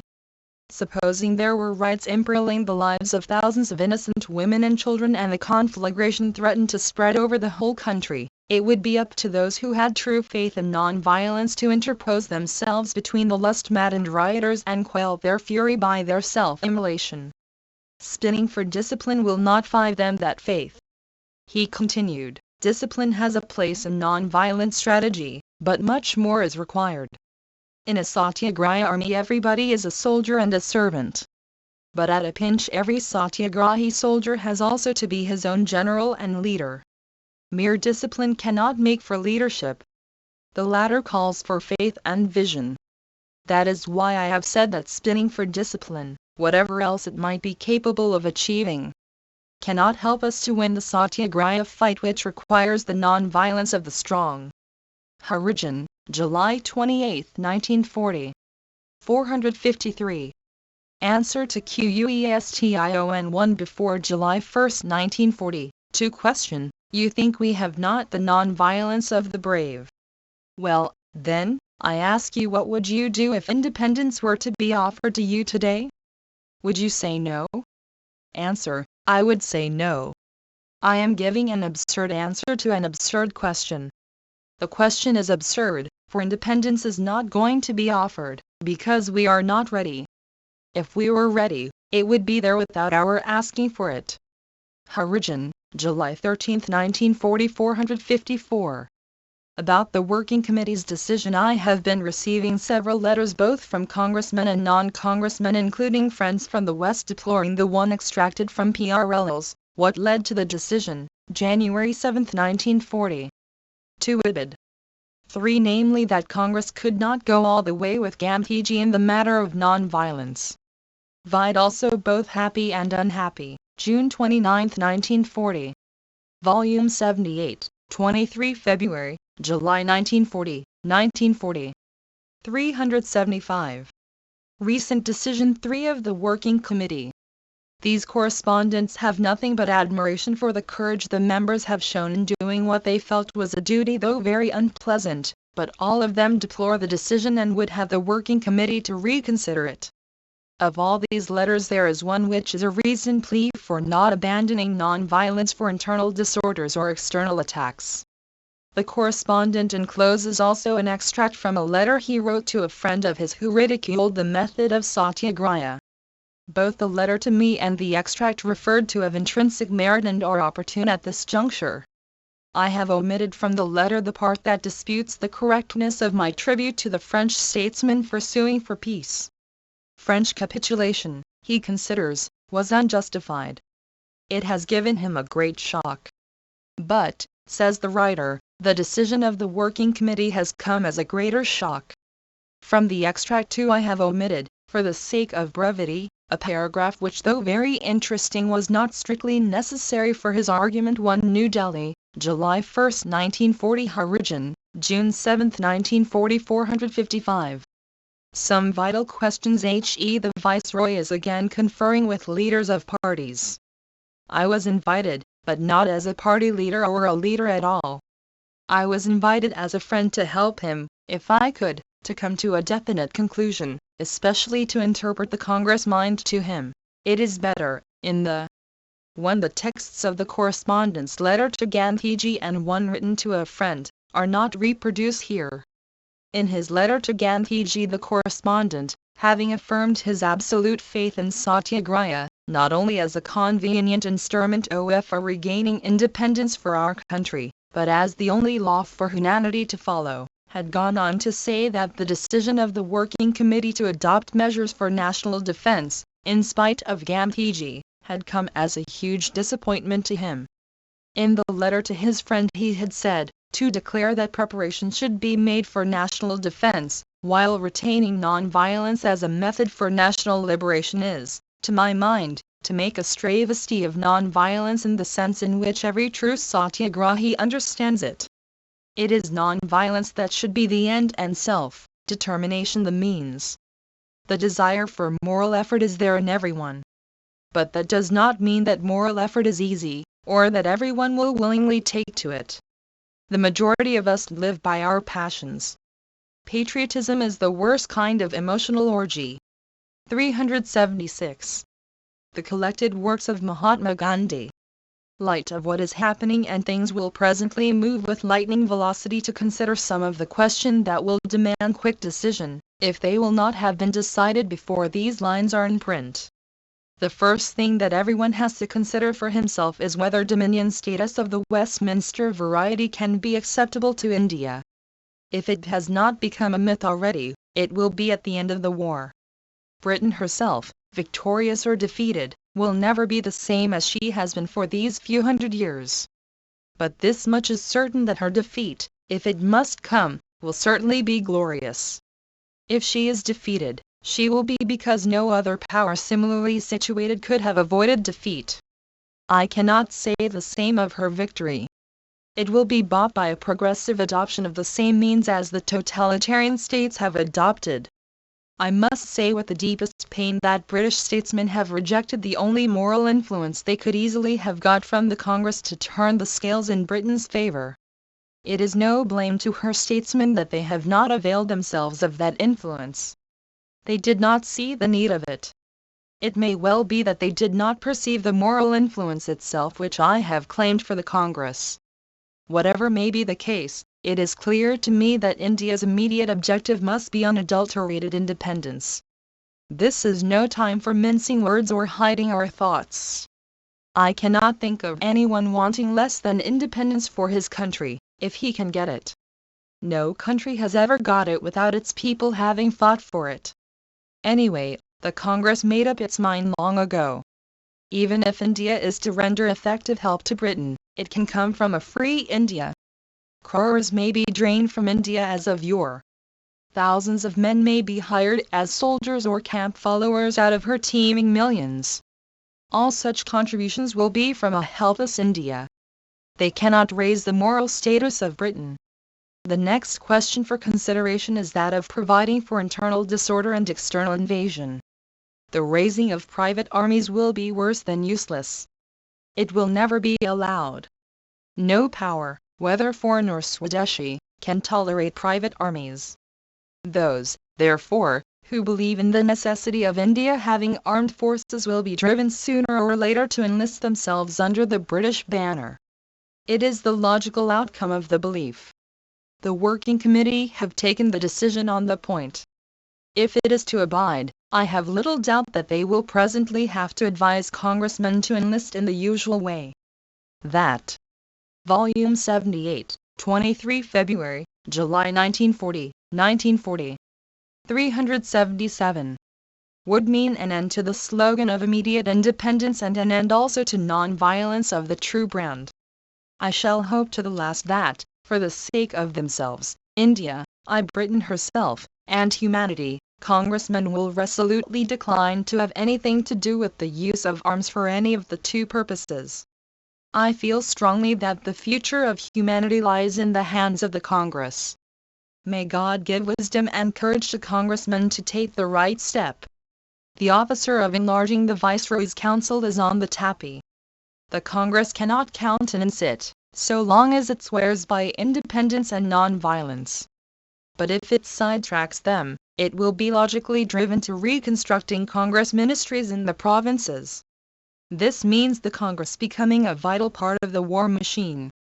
The government of India has no other occupation but that or preparing India for defending Britain.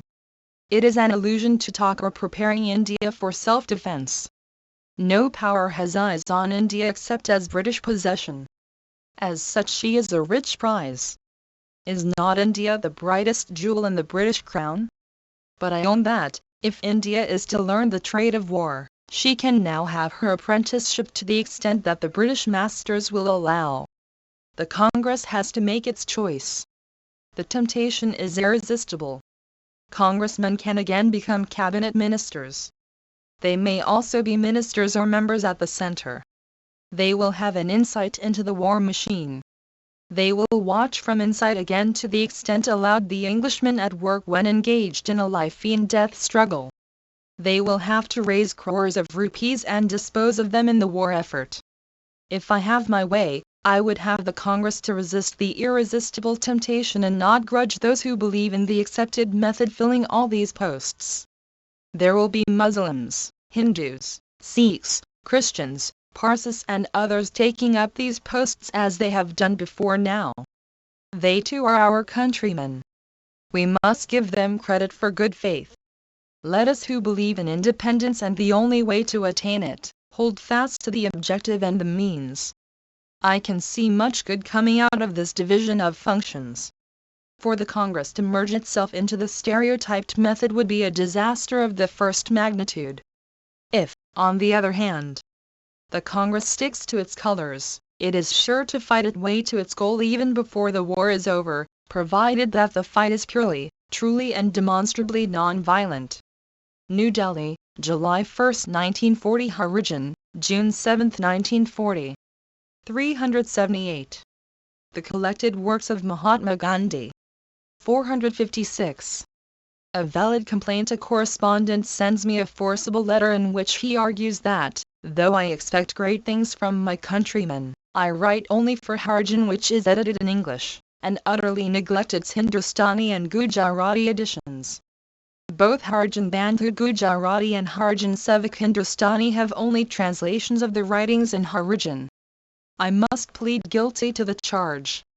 My excuse for writing in English has been that I had to address English-educated India who could understand neither Gujarati nor my faulty Hindustani, and also the ever-growing number of Western readers. I hope that the excuse will be deemed valid. But it seems to me that the time has come for me to confine my writings, as far as possible, exclusively to Gujarati and occasionally to Hindustani. The reason is simple and, I hope, convincing. I have before me that most difficult task of reaching the message of the non-violence of the strong to the masses. They will not understand the fineness of the Working Committee's decision. Already I have warnings that they will be confused. They will believe that the Congress has given up non-violence and wants them also to do likewise. Then they would say, but the Mahatma still believes in it. In the midst of these differences, whose word are we to follow? If I lose the masses, the mass experiment in no must be voted down as failure. My faith would be still as strong as ever. But my failure will be equally clear. In such trying circumstances I must not rely upon the translations of my writings to carry my message to the masses. I must use the most effective means available. Naturally, therefore, I must speak at least to the Gujaratis in their own language, which is also mine. Moreover, Gujarati lends itself to correct translation in any northern language much more easily than English. But the decisive reason for the proposed change is that when I write in English the English-speaking public is in view. I would not have exactly the same message of them as I would have for the masses. Past experience, too, points in favor of the change. When I began to edit Indian opinion in South Africa, most of the Indians there were almost illiterate. I wrote the language they could understand. When the weekly Indian opinion reached them, for every 20 Indians they had one reader who was of course a volunteer. They listened to and devoured every word of what appeared in Indian opinion. In it there was no padding, no essays given to the readers. I used to reason out for them their difficulties. I had no time to discuss theories. They. Volume 78, 23 February, July 1940, 1940. 379. They had one reader who was of course a volunteer. They listened to and devoured every word of what appeared in Indian opinion. In it there was no padding, no essays given to the readers. I used to reason out for them their difficulties. I had no time to discuss theories. They had weekly instructions as to what they were to do. I have no doubt that Indian opinion had a vital part to play in molding and guiding the Satyagrahis. Had I spoken to them through the English medium, I should have failed. I should never have been able to feel one with them, if I had spoken to them in English when I knew that I could speak to a large section of them through their own tongue. If, therefore, I hope as I do, to carry even a section of the masses with me, I must at least speak to them through the tongue they and I understand. So the English-knowing readers should not be surprised if one fine day they get my writings in Harijan and translated from. Happily I have very able assistants in this direction. Mahadov Desai and PRL have often translated my Gujarati or Hindustani writings. English-knowing readers should know that they have my experiments with truth and history of Satyagraha in South Africa in translation. So in Hind Swaraj, and several other writings of mine. After all, however, in the matter of non-violence I must rely most upon my thought to carry my message to the farthest limits of the universe. All thought does not possess the same potency. Only thought crystallized by a pure life and charged with prayerful concentration has potency. The purer the life, the greater the concentration, the brighter the faith in that unseen power from whom all things are, the greater the potency of thought. If I had the purity, the concentration and the faith I want, I know that I would do all my work without speech or writing, or with the least use of either, and the power the thought would then carry would be irresistible. That is the power which every human being has to aspire to and with due effort can attain. The voice of silence has never been denied. New Delhi, July 1, 1940. Harijan, June 7, 1940. 380. The collected works of Mahatma Gandhi. 457. Violence and Panic. The following one from a correspondent's letter will be read with interest and perhaps profit. Since the Allies have begun to suffer reverses, there is a panic in the country. The people have become afraid of the consequences of the failure of the British. They apprehend civil war, communal riots, looting, arson, plunder and Gundism. You are the apostle of non-violence and have been preaching it for the last 20 years, if not more.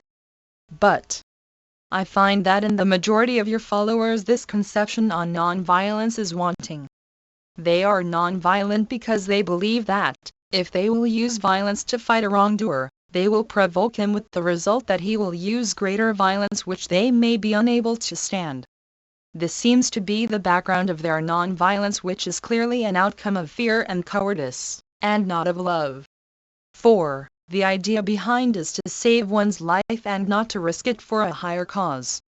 In these days of panic and general nervousness, I strongly believe that a few articles from your pen will dispel all fears from our young men and infuse a spirit in them which will enable them to resist the Gunda element in the society. One article of this nature has already appeared in the last issue of Harijan. But I suggest that a series is necessary to bring courage and bravery to those who are physically quite fit but are panic-stricken. In my opinion, all fear, all nervousness and panic will disappear in case you are kind enough to spare a few lines in Harijan on this subject every week.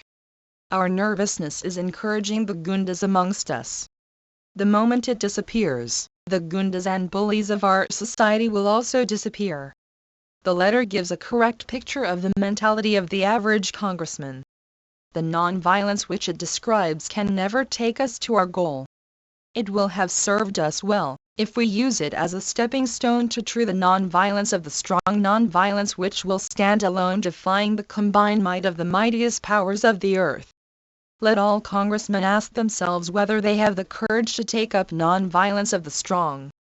Nothing is needed to reach that much to be desired state beyond the will to risk all for the sake of one's cause.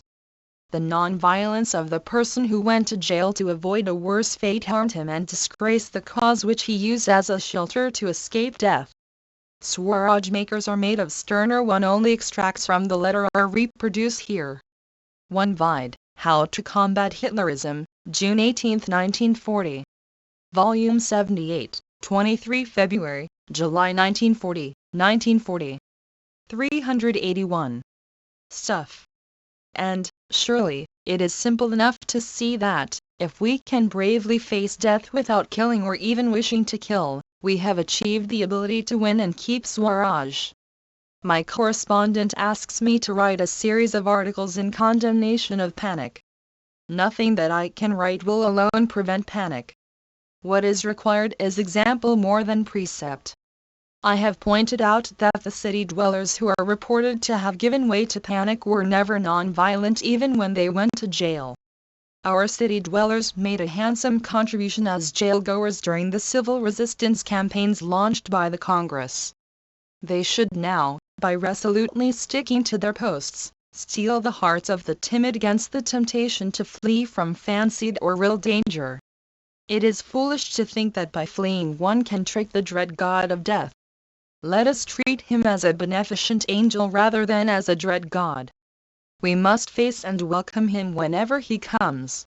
My host, Chef Kanshyamdas Burla, tells me that not many months ago a whole mercantile family which had converted paper into gold met death in a railway accident which overtook the train that was carrying the family and its precious gold. Verily that gold was a death trap. Let us not die before the inevitable hour comes, as it must come to every one of us. War or no war. New Delhi, July 1, 1940. Harijan, June 7, 1940. 458. Question box. A Muslim's dilemma. We Muslims believe that the Prophet's life was wholly directed by God and truly non-violent, though not in your sense of the term. He never waged an offensive war, and he had the tenderest regard for the feelings of others, but when he was driven to a defensive war he drew his sword for a holy war, and he permits the use of the sword under conditions he has laid down. But your non-violence is different. You prescribe it under all conditions and circumstances. I do not think the Prophet would permit this. Whom are we to follow, you or the Prophet? If we follow you, we cease to be Muslims. If we follow the Prophet, we cannot join the Congress with its creed of extreme non-violence. Will you solve this dilemma? I can only answer that, since you notice the difference, you should unhesitatingly follow the Prophet, not me. Only I would like to say that I claim to have studied the life of the Prophet and the Quran. 382. The collected works of Mahatma Gandhi. As a detached student of religions.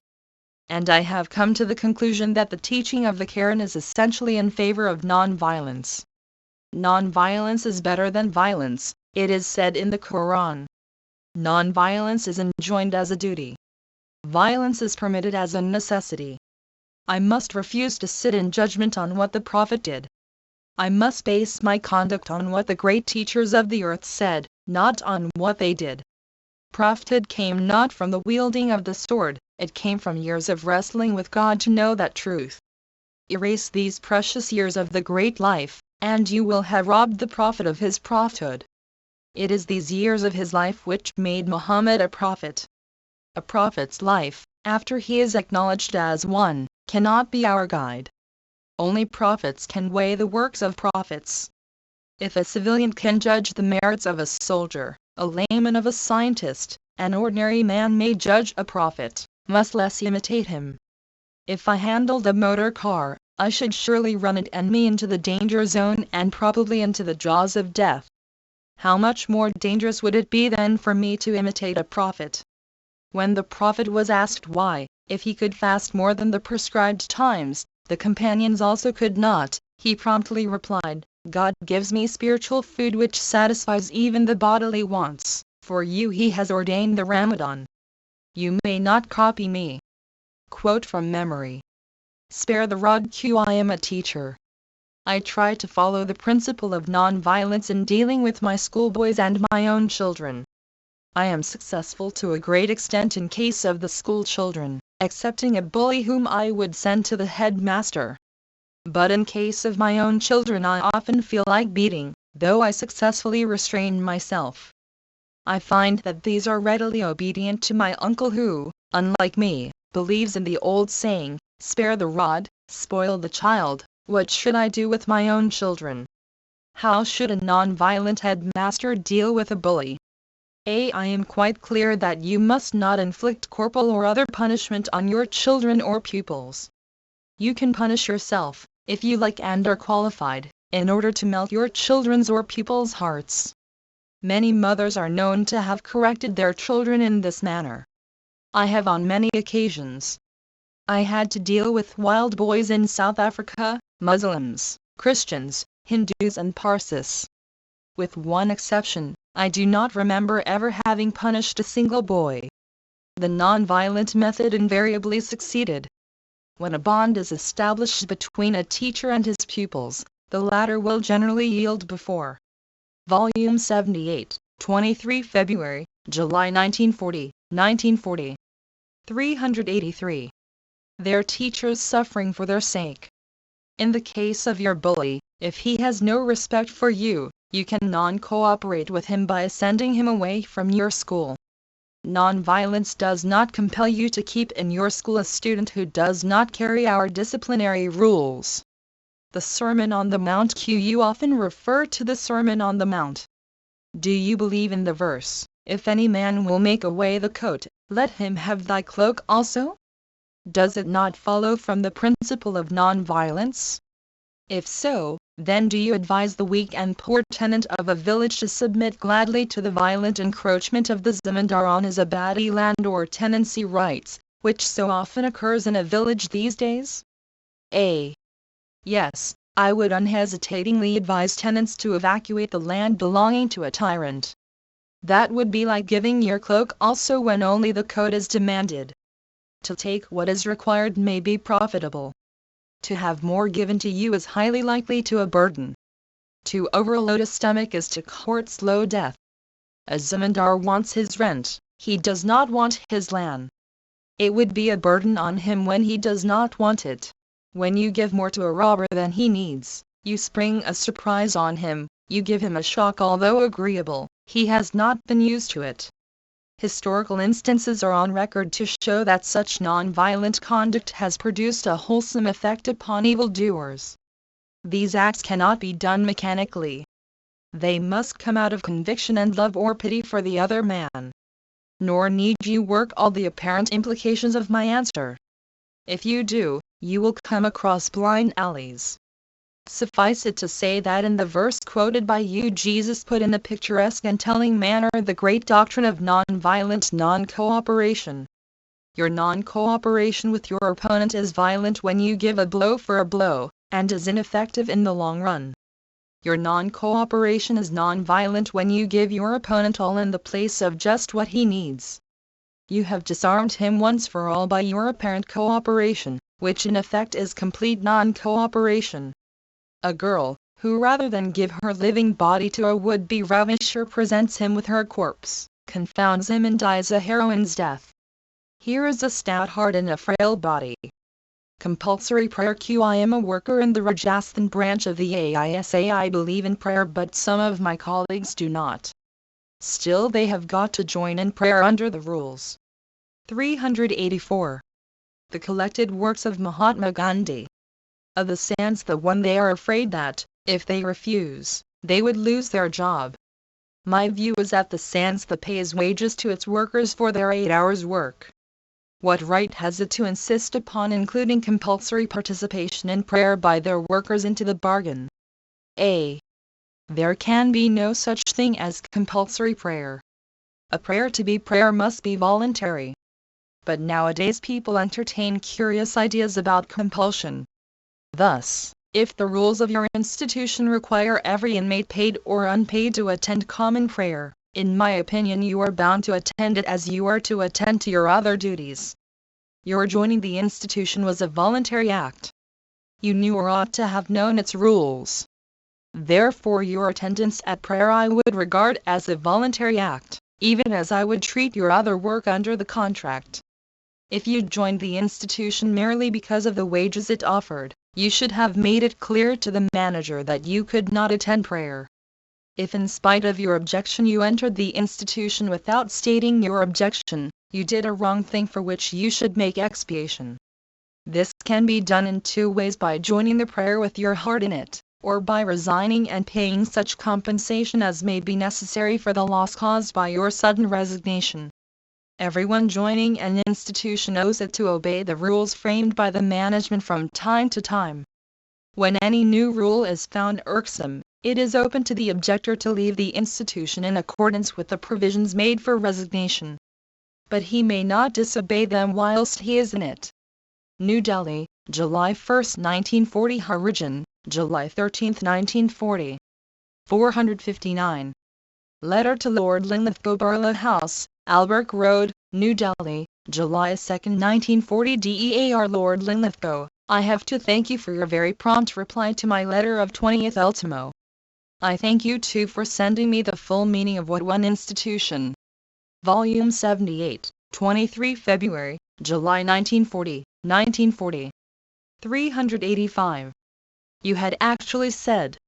In trying to interpret you, my object was to put your proposals in as favorable a light as I could. I am thankful for the corrections. I would read your letter to the working committee.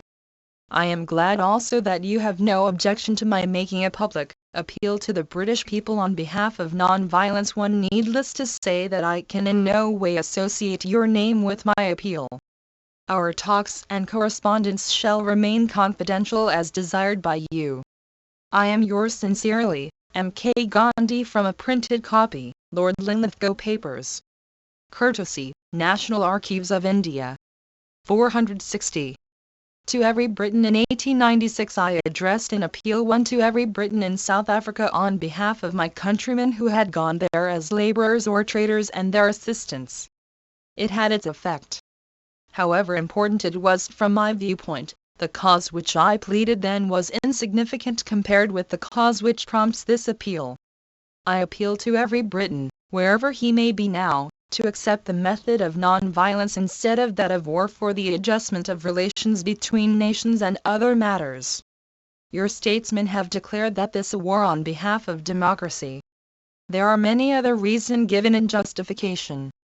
You know them all by heart. I suggest that at the end of the war, whichever way it ends, there will be no democracy left to represent democracy. This war has descended upon mankind as a curse and a warning.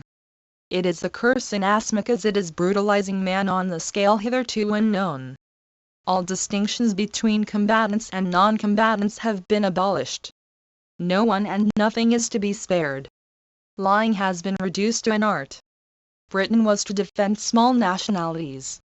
One by one they have vanished, at least for the time being. It is also a warning. It is a warning that, if nobody reads the writing on the wall, man will be reduced to the state of the beast, whom he is shaming. 1. Vide the following item.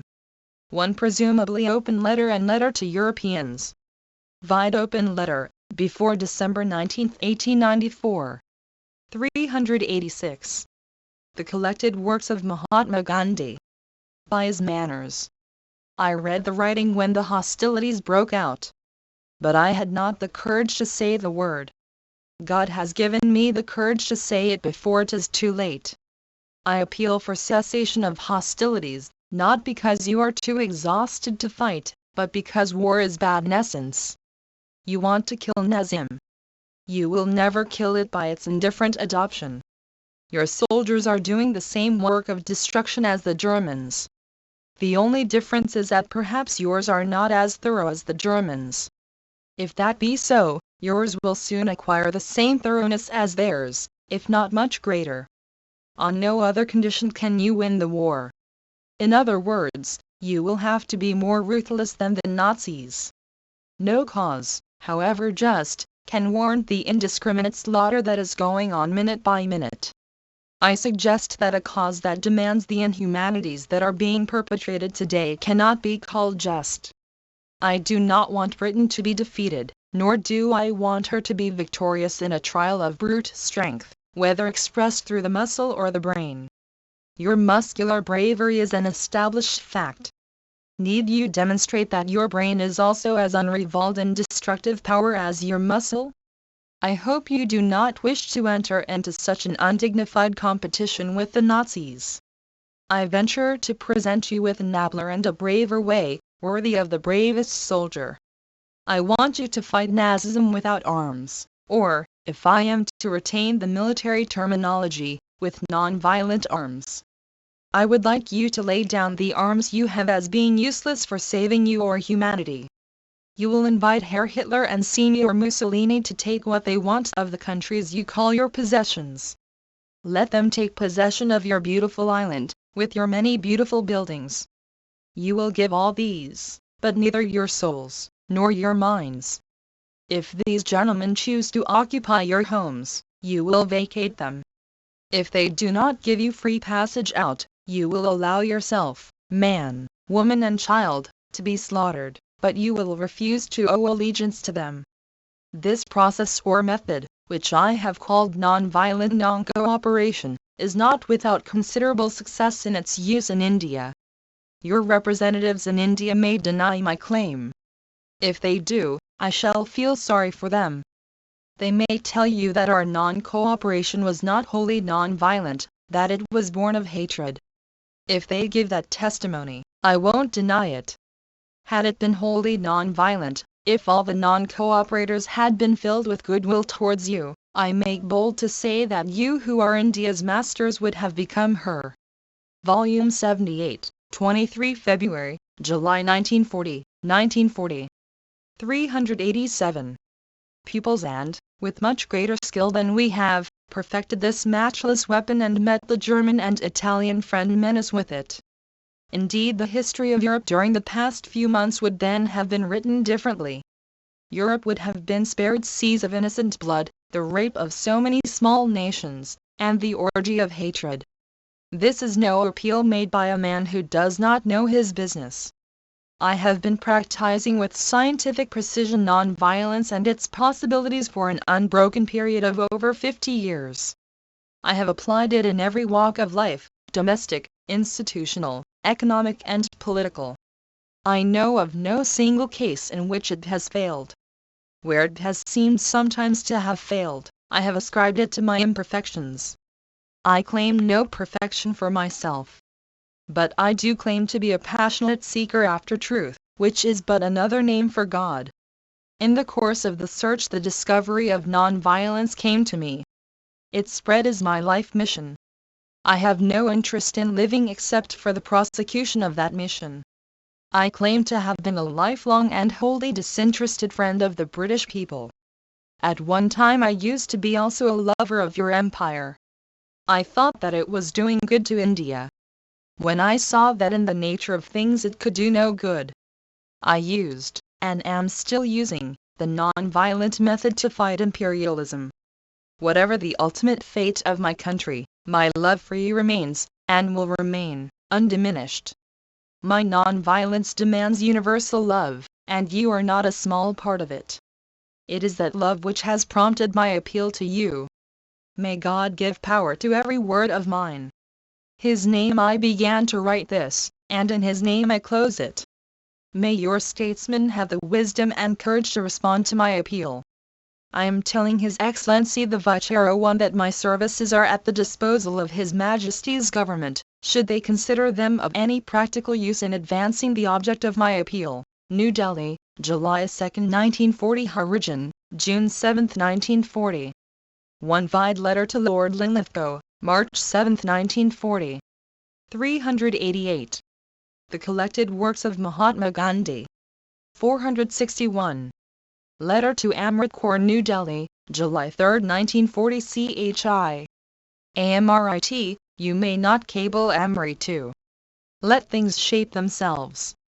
Shiroa 3 need not worry. Read my appeal for to every Briton and do lobbying among the Britons. Don't expect letters from me now. You should write. I shall see that someone writes to you. I must reserve writing for papers. Love BAPU from the original, CW 3979. Courtesy, Amrit Kaur. Also GN 7288 462. Letter to Lord Linlithgow, Delhi, July 3, 1940. You must have seen in the press my public appeal to every Briton.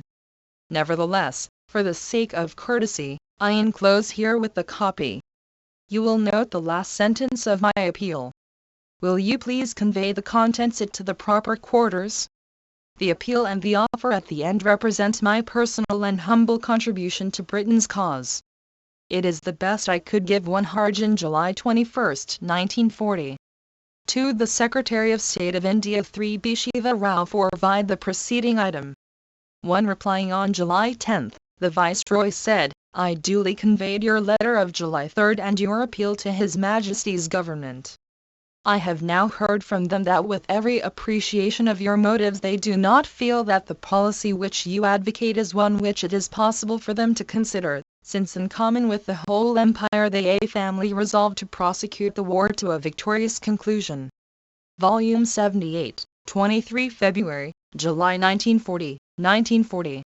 389. 463. Cable to Agatha Harrison. Agatha Harrison, Cranbourne Court, Albert Bridge Road, London. New Delhi, July 5, 1940. No hope settlement, wire extent publicity given. There my appeal every Briton. Gandhi. From the original, Gandhi Nidhi file August 1796. Courtesy, Gandhi. National Museum and Library. 464. Letter to Amrit Kaur, New Delhi, July 5, 1940. CHI. Amrit, I have your 2 packets. You will not worry if I can send you many letters. I appreciate the love behind the wish that your translation should be revised by me, I have promised that I shall do so. I shall try. If I can train you and to do that work, I should be at ease about Harjan Sevik. In the altered circumstances created by me, I must write for Harjan also. I refer to my appeal to every Briton. Kirsch is here. She is quite well and quite cheerful. She is going for a few days to Bombay and will return to the frontier on 15th. Rogers is still here meditating on what he can do about the appeal.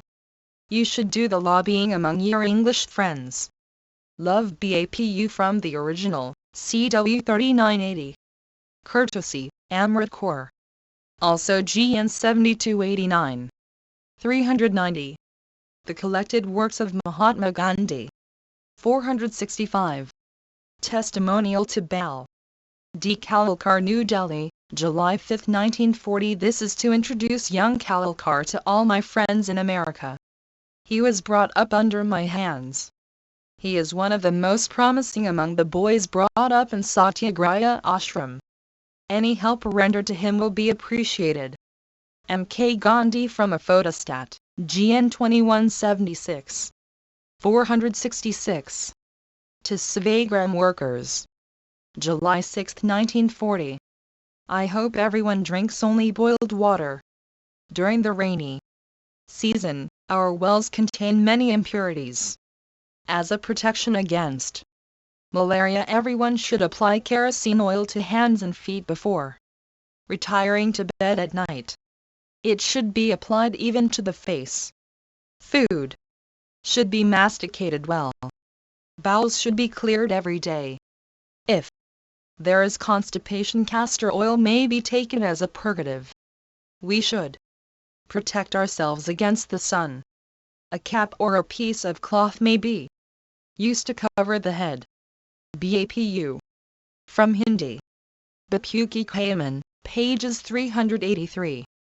Volume 78, 23 February, July 1940, 1940. 391.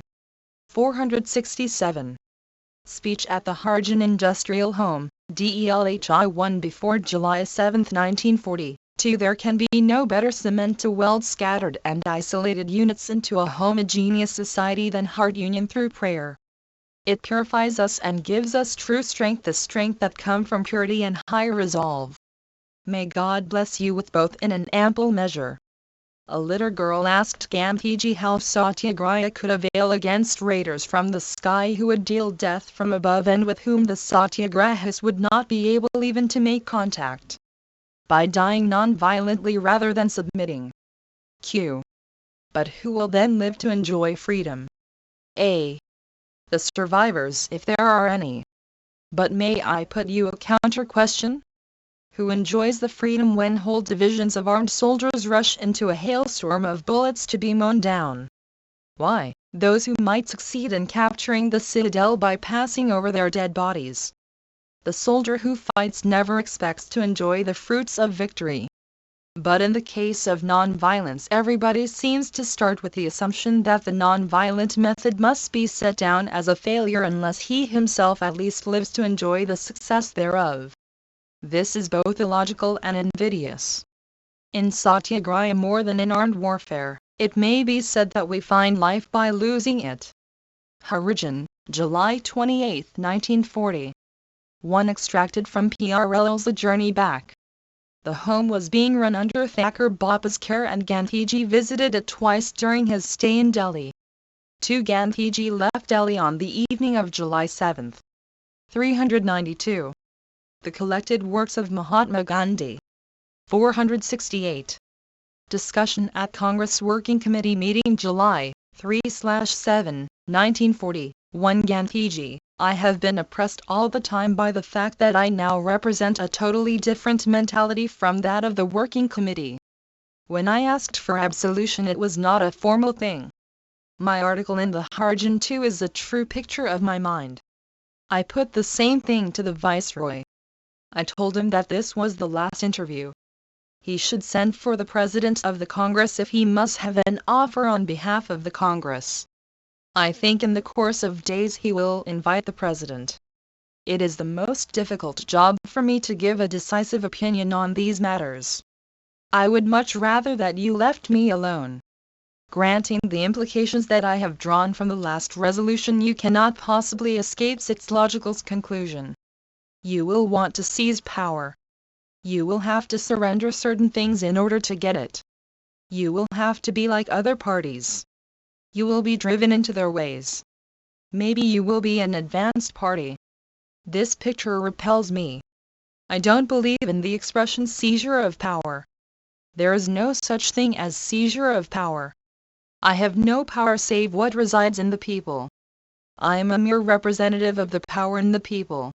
While Rajaji was developing his theme, I felt that a wide gulf separated me from him. He thinks he will be best able to serve his country by taking advantage of every opportunity to serve the country. He takes office in that light. I differ fundamentally from him. He may satisfy himself with the illusion that he is serving non-violence. I am not afraid of power. Some day or the other we will have to take it. The Viceroy is here to serve his country, its interests, and therefore he must use all resources that India has mercilessly.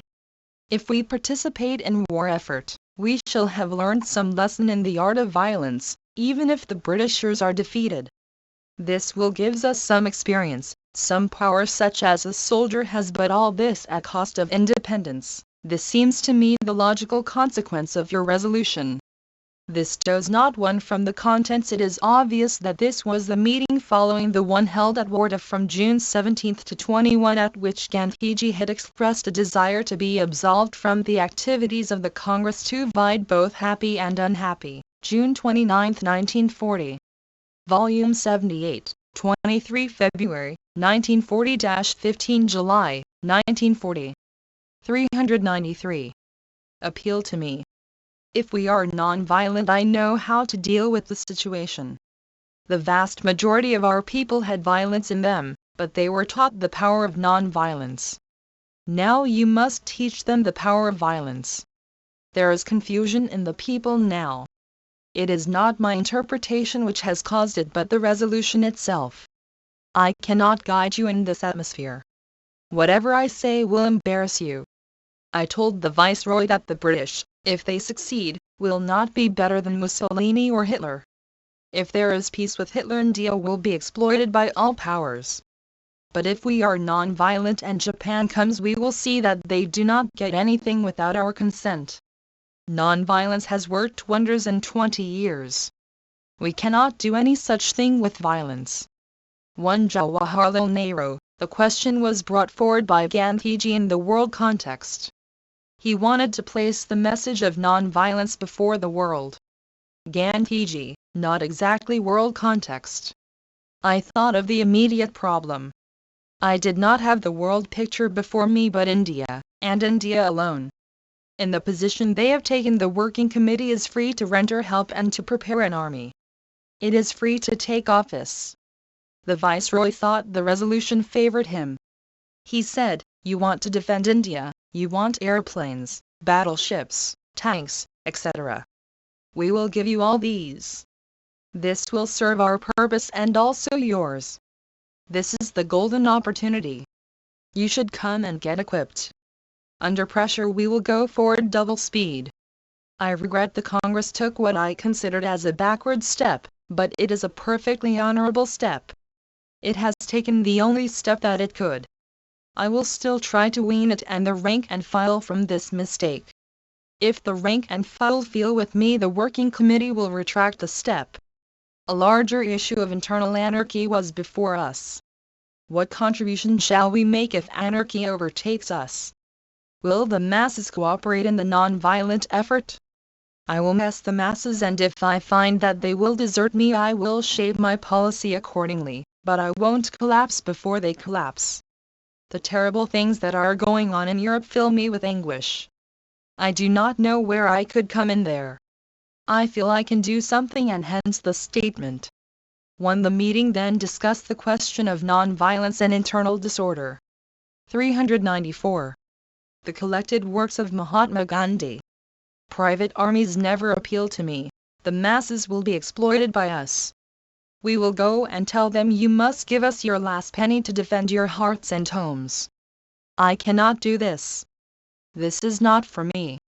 I want to proclaim to the country that India will defend itself non-violently so far as the Congress is concerned. See Rajagopalachari. I cannot go with Gandhiji in his conception of the state. Ours is a political organization not working for non-violence but for the political ideal. We are working in competition with other political parties. Jawaharlal Nehru. I agree with Rajiji in his understanding of violence and non-violence. Else we cannot function on the political plane. Gandhiji. Very difficult questions have arisen in the course of the discussion. Rajiji has summarily rejected the idea that we can retain power by non-violent means. This was illustrated even when we attained it by non-violent means while the Congress was in office. To the extent they used violence, the ministries failed. Their action showed bankruptcy of our non-violence. Perhaps we could not have done otherwise. I advised giving up of office. Rajiji, however, does not accept what I have said, that it is possible to hold office without the use of more than police violence. I again want to emphasize two things. I do not believe that declaration of independence is necessary. The legal declaration may come afterwards. If the government expect any help from us, our help will be moral.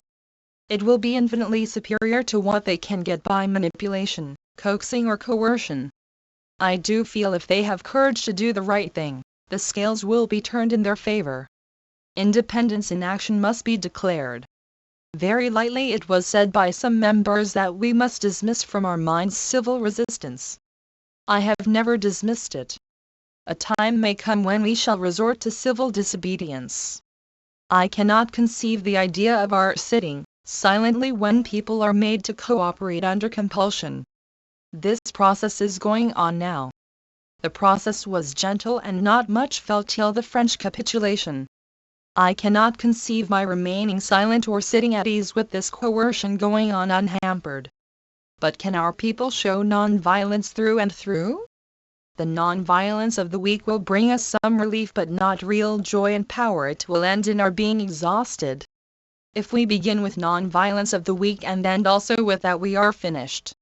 Therefore now, when the testing. Volume 78, 23 February, 1940-15 July, 1940. 395. Time has come, you say it is not possible. All honor to your integrity and courage of conviction. But I cannot help feeling that our non-violence has ended in disaster. I say again with experience and conviction that it is possible to touch power through non-violence, but we may not take it. A non-violent organization may not accept office, but it can get things done its way. Thus alone can we have power if we have not non-violent control over people. Jawaharlal has done less than justice to those who believe in non-violence. He means that they want to be superior men, leaving the dirty work of violence to be done by others. I hold, on the other hand, that we don't take power at all. It involves emoluments, glory and things which people prize. Those in power consider that they are superior and others subordinate. When a non-violent man refuses to take over power, he says, I decline because if I accept I shall make a mess of it. I am not built that way. Let credit go to others.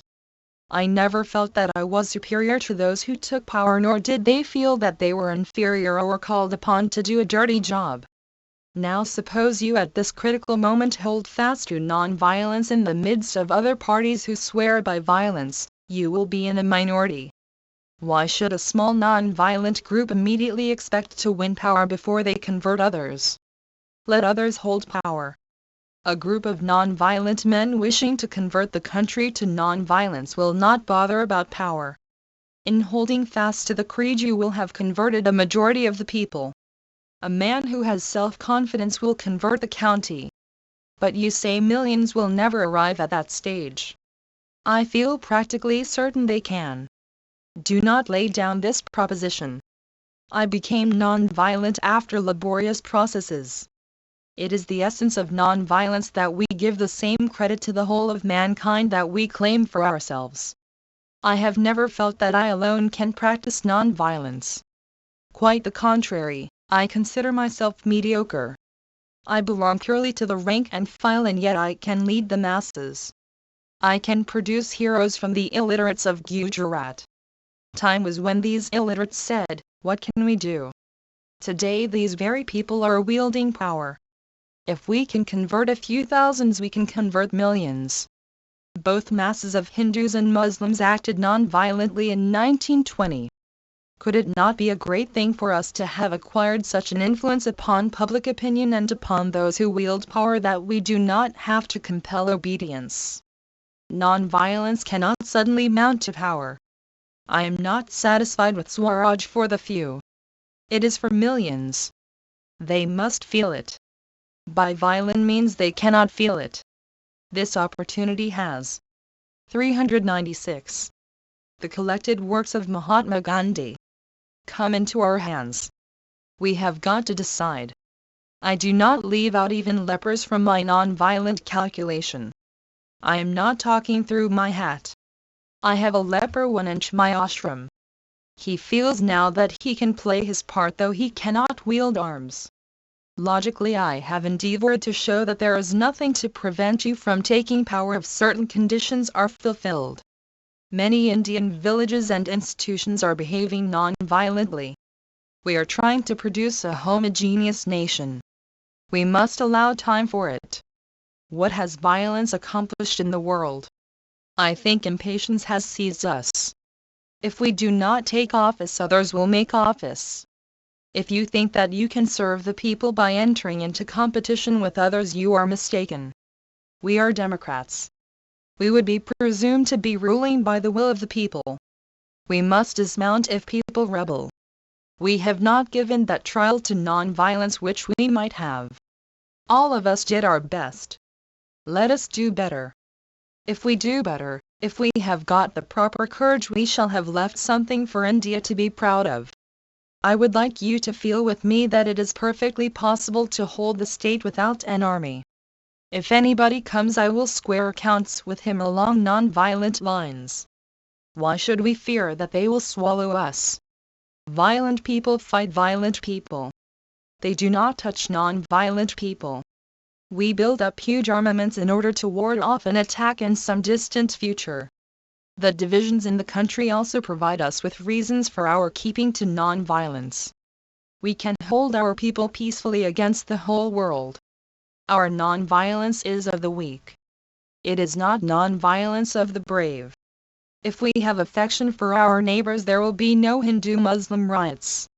These riots can be prevented. If they can be prevented, other anarchy can also be prevented. Warda Office Satyagraha File, 1940-41. Courtesy, Nehru Memorial Museum and Library. 1 Parker Shastri. Volume 78, 23 February, 1940-15 July, 1940. 397. 469. Draft Resolution for the Working Committee July 3/7, 1940. The Working Committee have noted that confusion prevails amongst congressmen as to the interpretation of their last statement made in Warda on 21 June. They observe that several newspapers and others, in common with many congressmen, have believed that the committee had given up non-violence as an integral part of the Congress policy. Certain paragraphs of the statement do lend themselves to such interpretation in spite of the following emphatic and unequivocal declaration therein of the Congress policy: the war in Europe, resulting from a desire for imperialist domination over other peoples and countries, and a suicidal race in armaments, has led to human sorrow and misery on a scale hitherto unknown. It has demonstrated the inefficacy of organized violence, on however vast a scale, for the defense of national freedom and the liberties of peoples. It has shown beyond a doubt that warfare cannot lead to peace and freedom, and the choice before the world is uttermost degradation and destruction through warfare, or the way of peace and non-violence on the basis of freedom for all people. The committee wished to make it clear that the methods and basic policy of non-violence in the national struggle for freedom continue with full force and are not affected in the least by the inability to extend it to the region of national defense. The Working Committee have come to the conclusion that they should exclusively rely upon Congress volunteers pledged to non-violence and the Congress discipline to deal with internal disorders to the extent it is possible. The volunteers will cooperate in a non-violent way with other similar organizations in their non-violent activities. The Working Committee advise all Congress committees to form volunteer corps provided that they are sure that the candidates know the implications of non-violence and the value of strict discipline. The Congress non-violence has been hitherto confined to the fight with the British government. If success achieved so far has made non-violence, to the extent mentioned, the settled policy of the Congress beyond assail, it must be admitted that success cannot be claimed for non-violent effort in the case of communal riots. The Working Committee are of opinion that the fault must be laid at the door of volunteer organizations. The Working Committee hope that at 398. The collected works of Mahatma Gandhi. This the critical hour in the history of India. Volunteer organizations would be able effectively to deal with riots and the like in a non-violent manner. The Working Committee never had occasion to determine whether India can be defended non-violently, nor is it even now called upon to do so, though the proved futility of violence to defend the nations of Europe is sufficient indication for the Working Committee for coming to a decision. But till the hour for taking a final decision arrived, the Working Committee must keep an open mind. But so far as the present is concerned, the Working Committee are firmly of opinion that in pursuance of their non-violent policy, congressmen must not have anything to do with military training or activities calculated to make India military-minded. Therefore the Working Committee cannot but view with grave alarm the attempt made in an organized manner to prepare India for military defense. In the opinion of the Working Committee, if India were free and independent without an army, she would have no fear of external aggression. The best defense that free India can put up if the people accepted the Congress policy would be to cultivate friendliness with the whole world. To invest crores of rupees in armaments, fortresses and the like would be to invite foreign attack. The Working Committee believe that India is too poor to invest money in costly defense forces and modern equipment. The Working Committee therefore warned the British government against the feverish preparations that they are making for the professed defense of India. They are of opinion that they are intended merely to help Britain.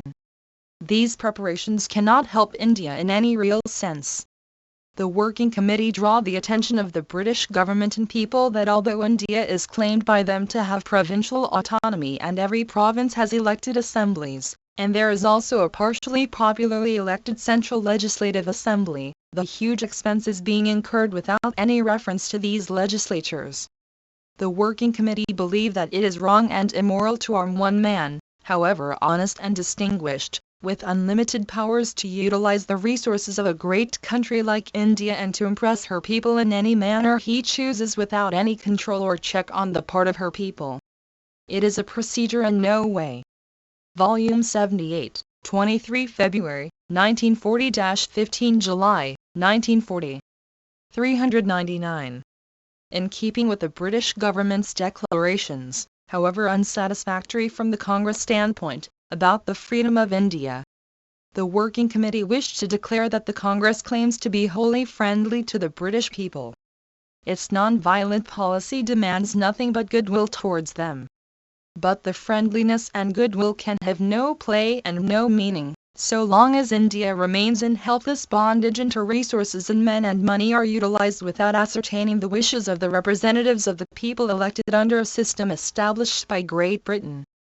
The Working Committee asked the British government to revise their suicidal policy and take the popular assemblies into their confidence.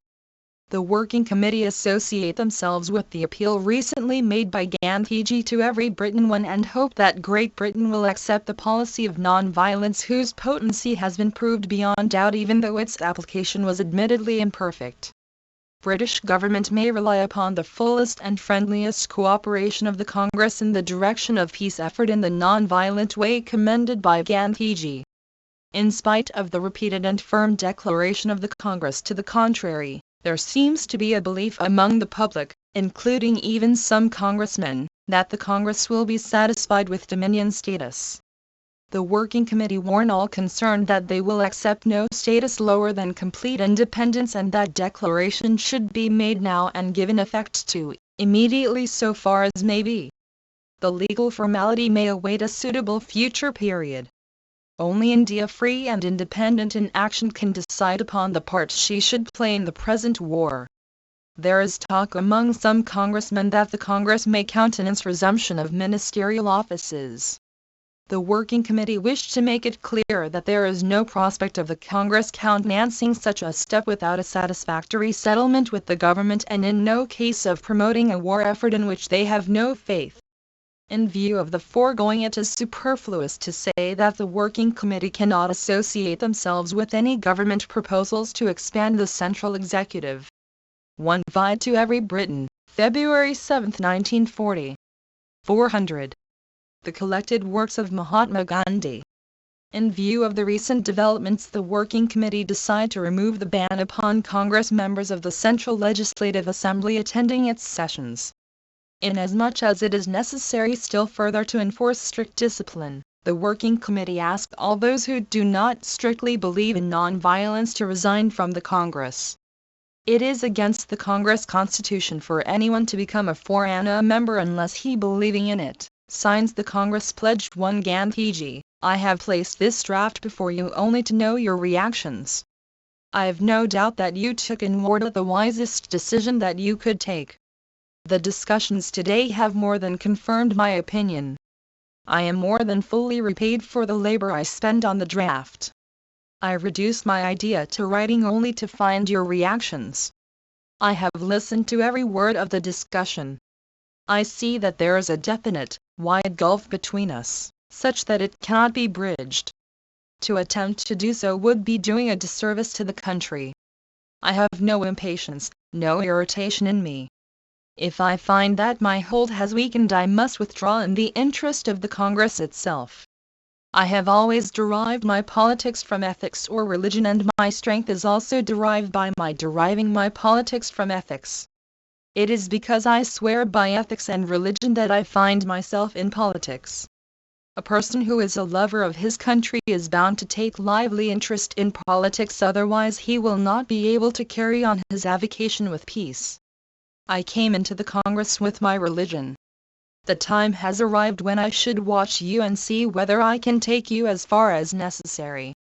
I had not in the past the slightest difficulty in carrying Rajaji with me, his intelligence as well as his heart, but since this office question cropped up, I saw that our thoughts were running in different directions.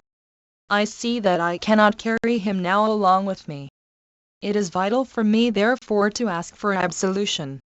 Internal dissensions are a small thing. We have now concentrated sufficiently on them. If you cannot come to a decision about external aggression, you cannot come to a decision about internal dissensions. My mind does not make a vital distinction between the two. I have deliberately put in the resolution the expression open mind. You have said that we can mount to power by non-violent means, but you doubt the ability to retain and won the meeting. Then discuss Gandhiji's draft. Volume 78, 23 February, 1940-15 July, 1940. 401. Consolidate it except through an army.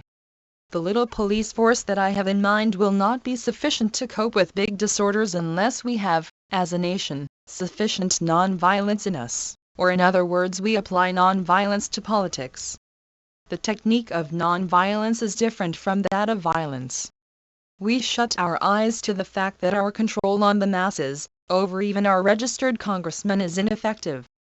The negative response is there. In positive response both fail. It is not our fault exactly. Millions are concerned. Even a military program could not have been complete in 20 years. We must therefore be patient. If the masses have won independence by non-violence, they can also retain it by non-violence. 20 years is nothing for the country. Our non-violence was restricted to capturing power. We are successful as against the British, but we failed against our own people. At several places we have had violent demonstrations by congressmen and Congress committee. Hence our difficulties and my insistence that we must develop non-violence. This is the time.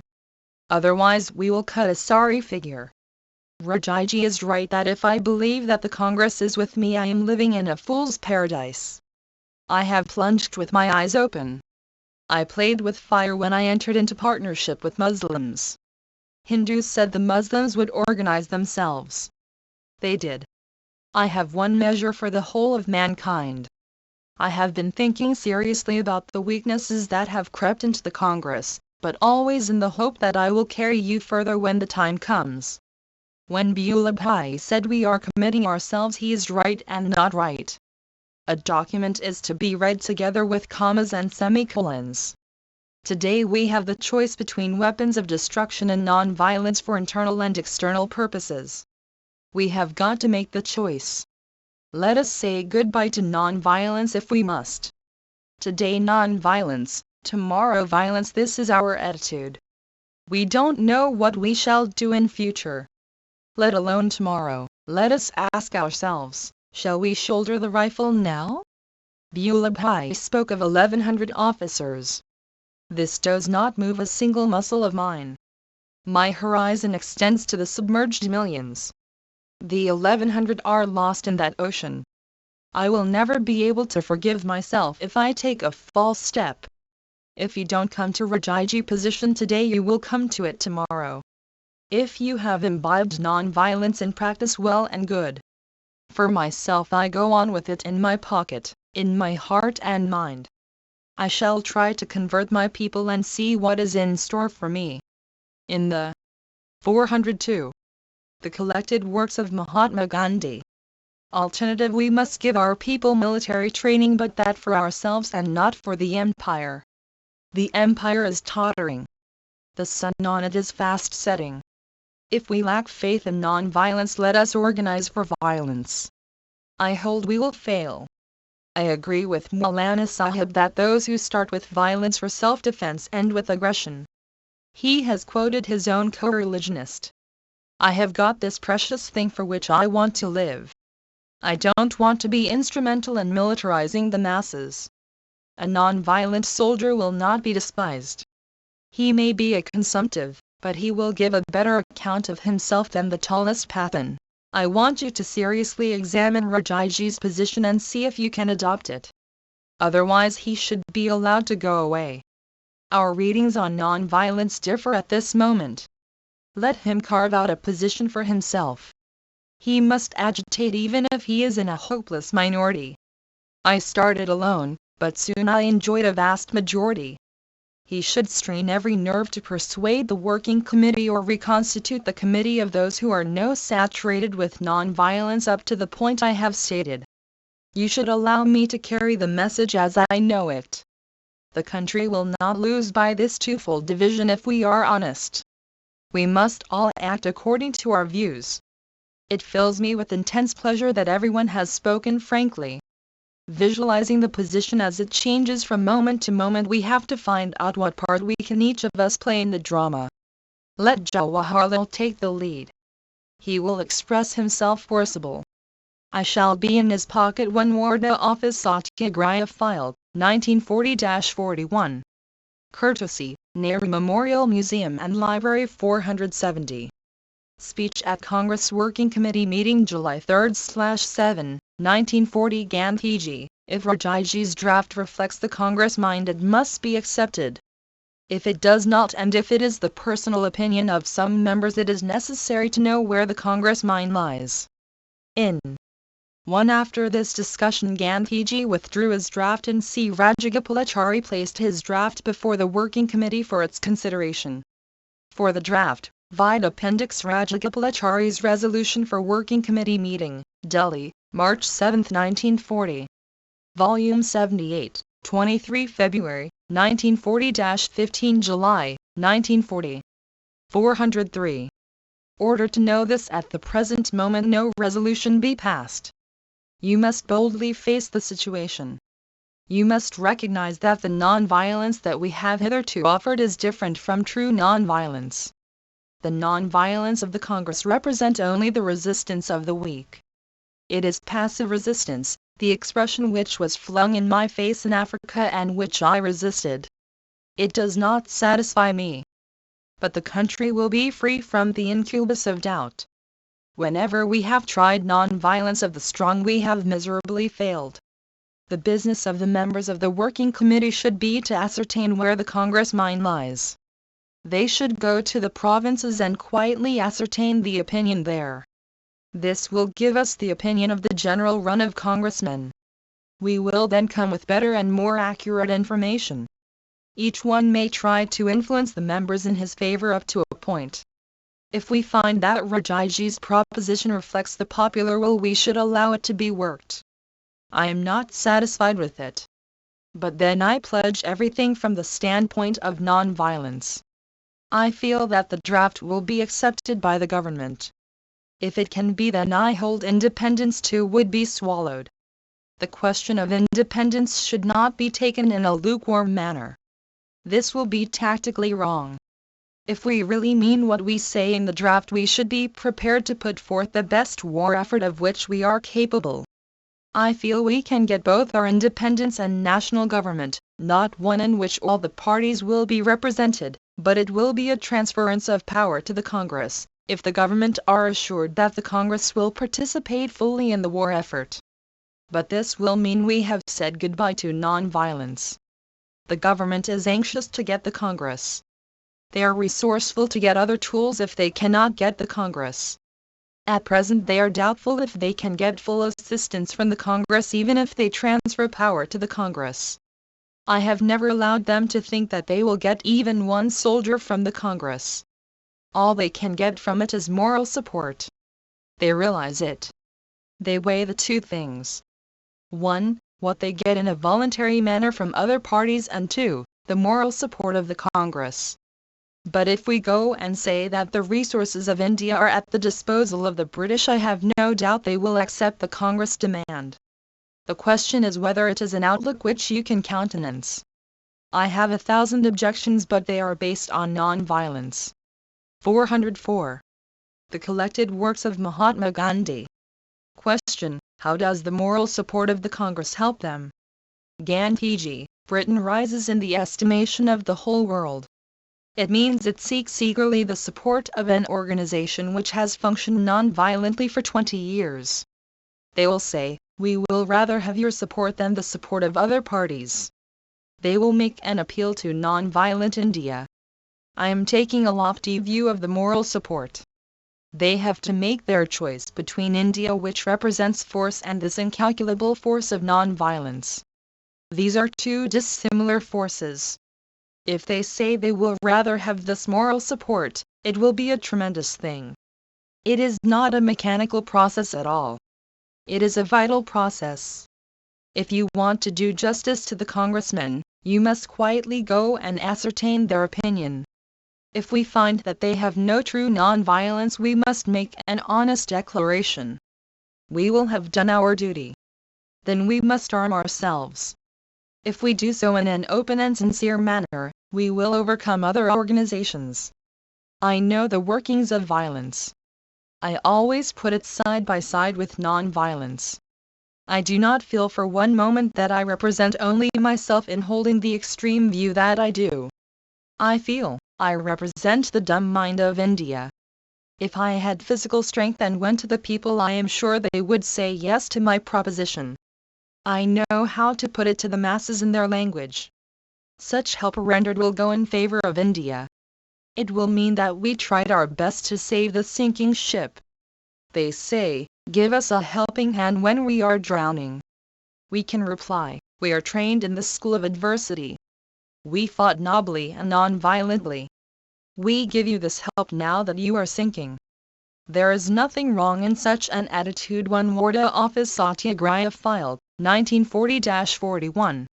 Courtesy, Nehru Memorial Museum and Library 471. Letter to Amrit Kaur, New Delhi, July 7, 2, 1940 CHI. Amrit, I got your letter. Your article will be published. It is good. I shall read the translation. I am reading the translations of other. 1. In the light of the discussion, C. Rajagopalachari recast his draft. For the draft as it emerged finally from the discussions, via Appendix Resolution asked at Congress Working Committee meeting at Delhi, July 7, 1942. The original has 8, but the postmark bears the date July 7.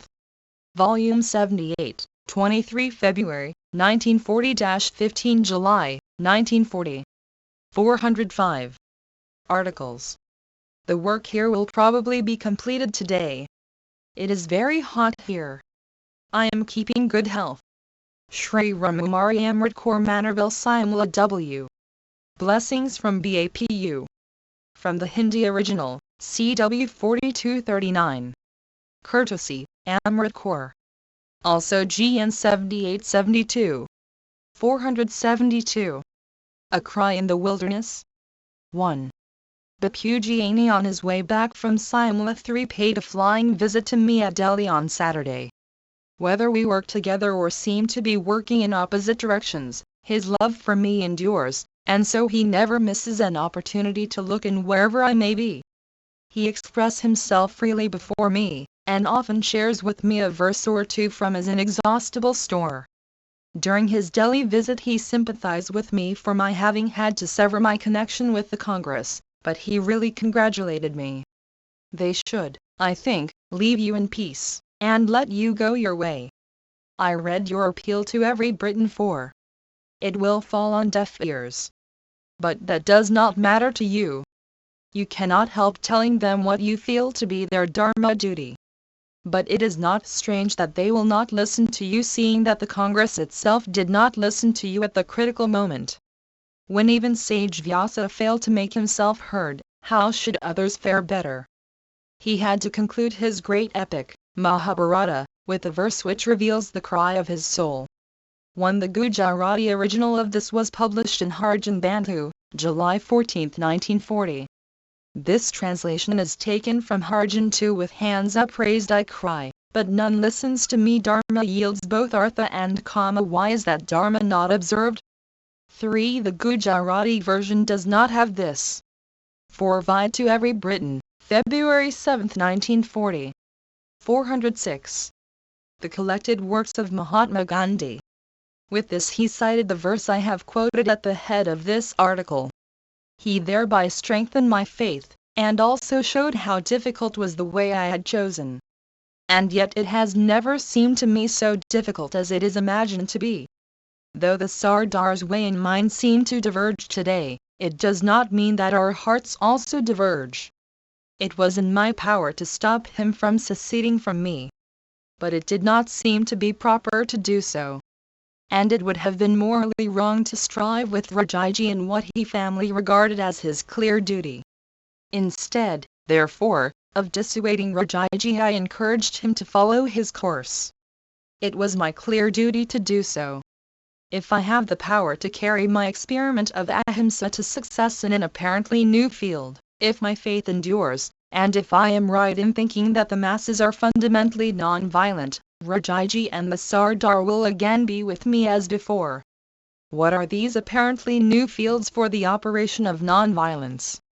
Those who have followed the Working Committee's resolutions and writings in Harjan are now familiar with these. Non-violence in its operation against constituted authority is one field.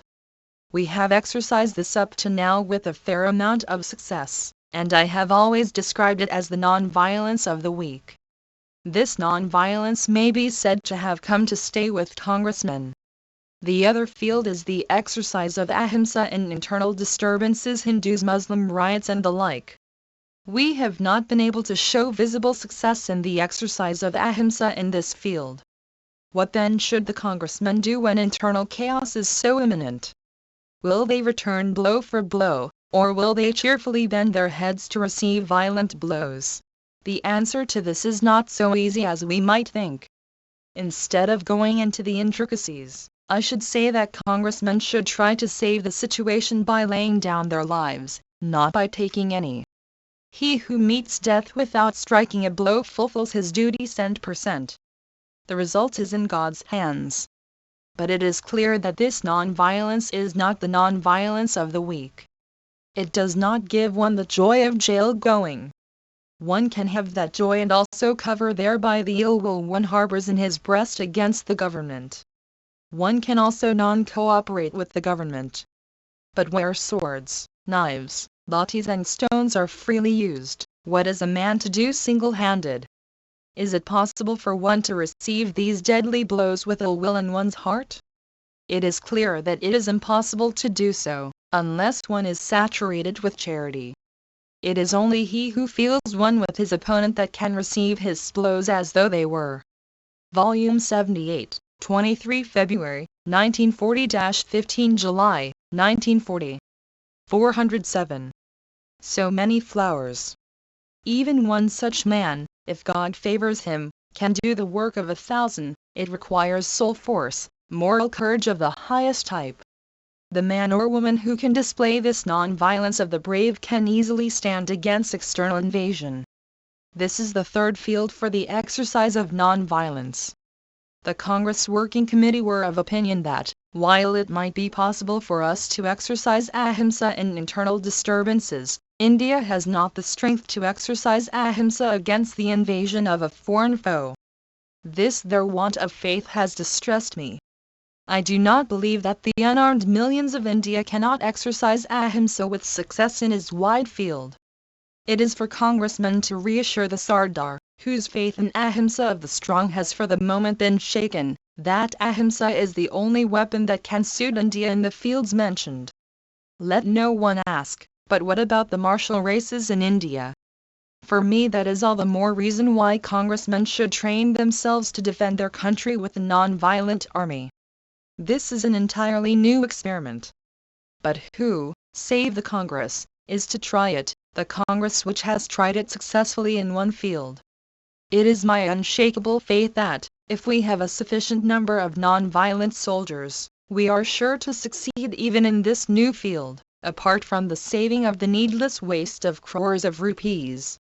I am therefore hoping that every Gujarati Congressite, man and woman, will declare their adherence to ahimsa and reassure the Sardar that they will never resort to violence. Even if there is sure hope of success in the exercise of violence, they will not prefer it to the exercise of non-violence. We are sure to learn by our mistakes. We fall to rise, are baffled to fight better, sleep to wake. On the train to Wardha, July 7, 1940. Harijan, July 13, 1940. 473. Copyright. It is strange that what I would not do in response to the advice of a correspondent when I have to do almost immediately after the refusal, though, I feel, for a very cogent reason. Since my main articles will henceforth be written in Gujarati, I would not like their unauthorized one Satish Kalkar. Vide notes, October 6, 1940. 408. The collected works of Mahatma Gandhi. Translations appearing in the press. I have suffered much from mistranslations when I used to write profusely in Gujarati and had no time myself to produce simultaneous English translation. I have arranged this time for such translation in English and Hindustani. I would therefore ask editors and publishers kindly to regard English and Hindustani translation rights as reserved. I have no doubt that my request will be respected. On the train to Wardha, July 8, 1940. Harijan, July 13, 1940. 474. Congress membership and non-violence. When a Punjabi congressman writes, can those who openly declare that they do not believe in non-violence be Congress members? Can they take part in Gulakara II celebrations? And what should one do if such men be in a majority in a Congress committee? Now that I am out of the Congress guidance, 3. My opinion has little weight.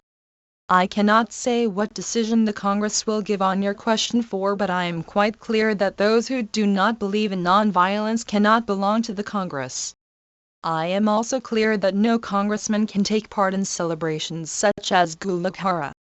If you find yourself in a minority, the non-violent way for you is to withdraw from the committee.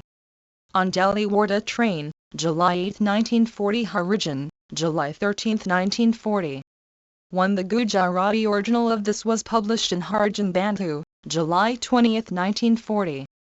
This translation is taken from Harijan to Ahmed Shah Abdali Day 3. The Gujarati original has, when the Congress is undergoing so many changes. For the Gujarati here adds, I also feel that congressmen should not ask me such questions and also that I ought not to answer them. I shall however answer this question since I must. VOL 78, 23 February, 1940-15 July, 1940. 409. 475. About the Waziris. One Waziristan is one of the regions on the border of the frontier province. Everybody knows that there are a number of tribes living on the northwestern frontier of India. The popular notion about them is that they are born only to rob and plunder and harass the British government. Both these notions are far removed from reality. These transborder two tribes are born and bred in extreme poverty. Life among their native hills is a tale of chronic hardship and internecine strife. India comes handy to them for satisfying their pecuniary need by raiding. Besides, there are not lacking people who in order to serve their own political ends are ready to misguide them and set them on the wrong path. Our knowledge about these tribes, therefore, is almost confined to their raiding activities. Khan Sahib has told me that these tribesmen are very simple and innocent by nature. Whenever I have visited the frontier province I have tried to go across and make acquaintance with these tribes. My first effort in this direction was made at the time of the Irwin-Gandhi Pact.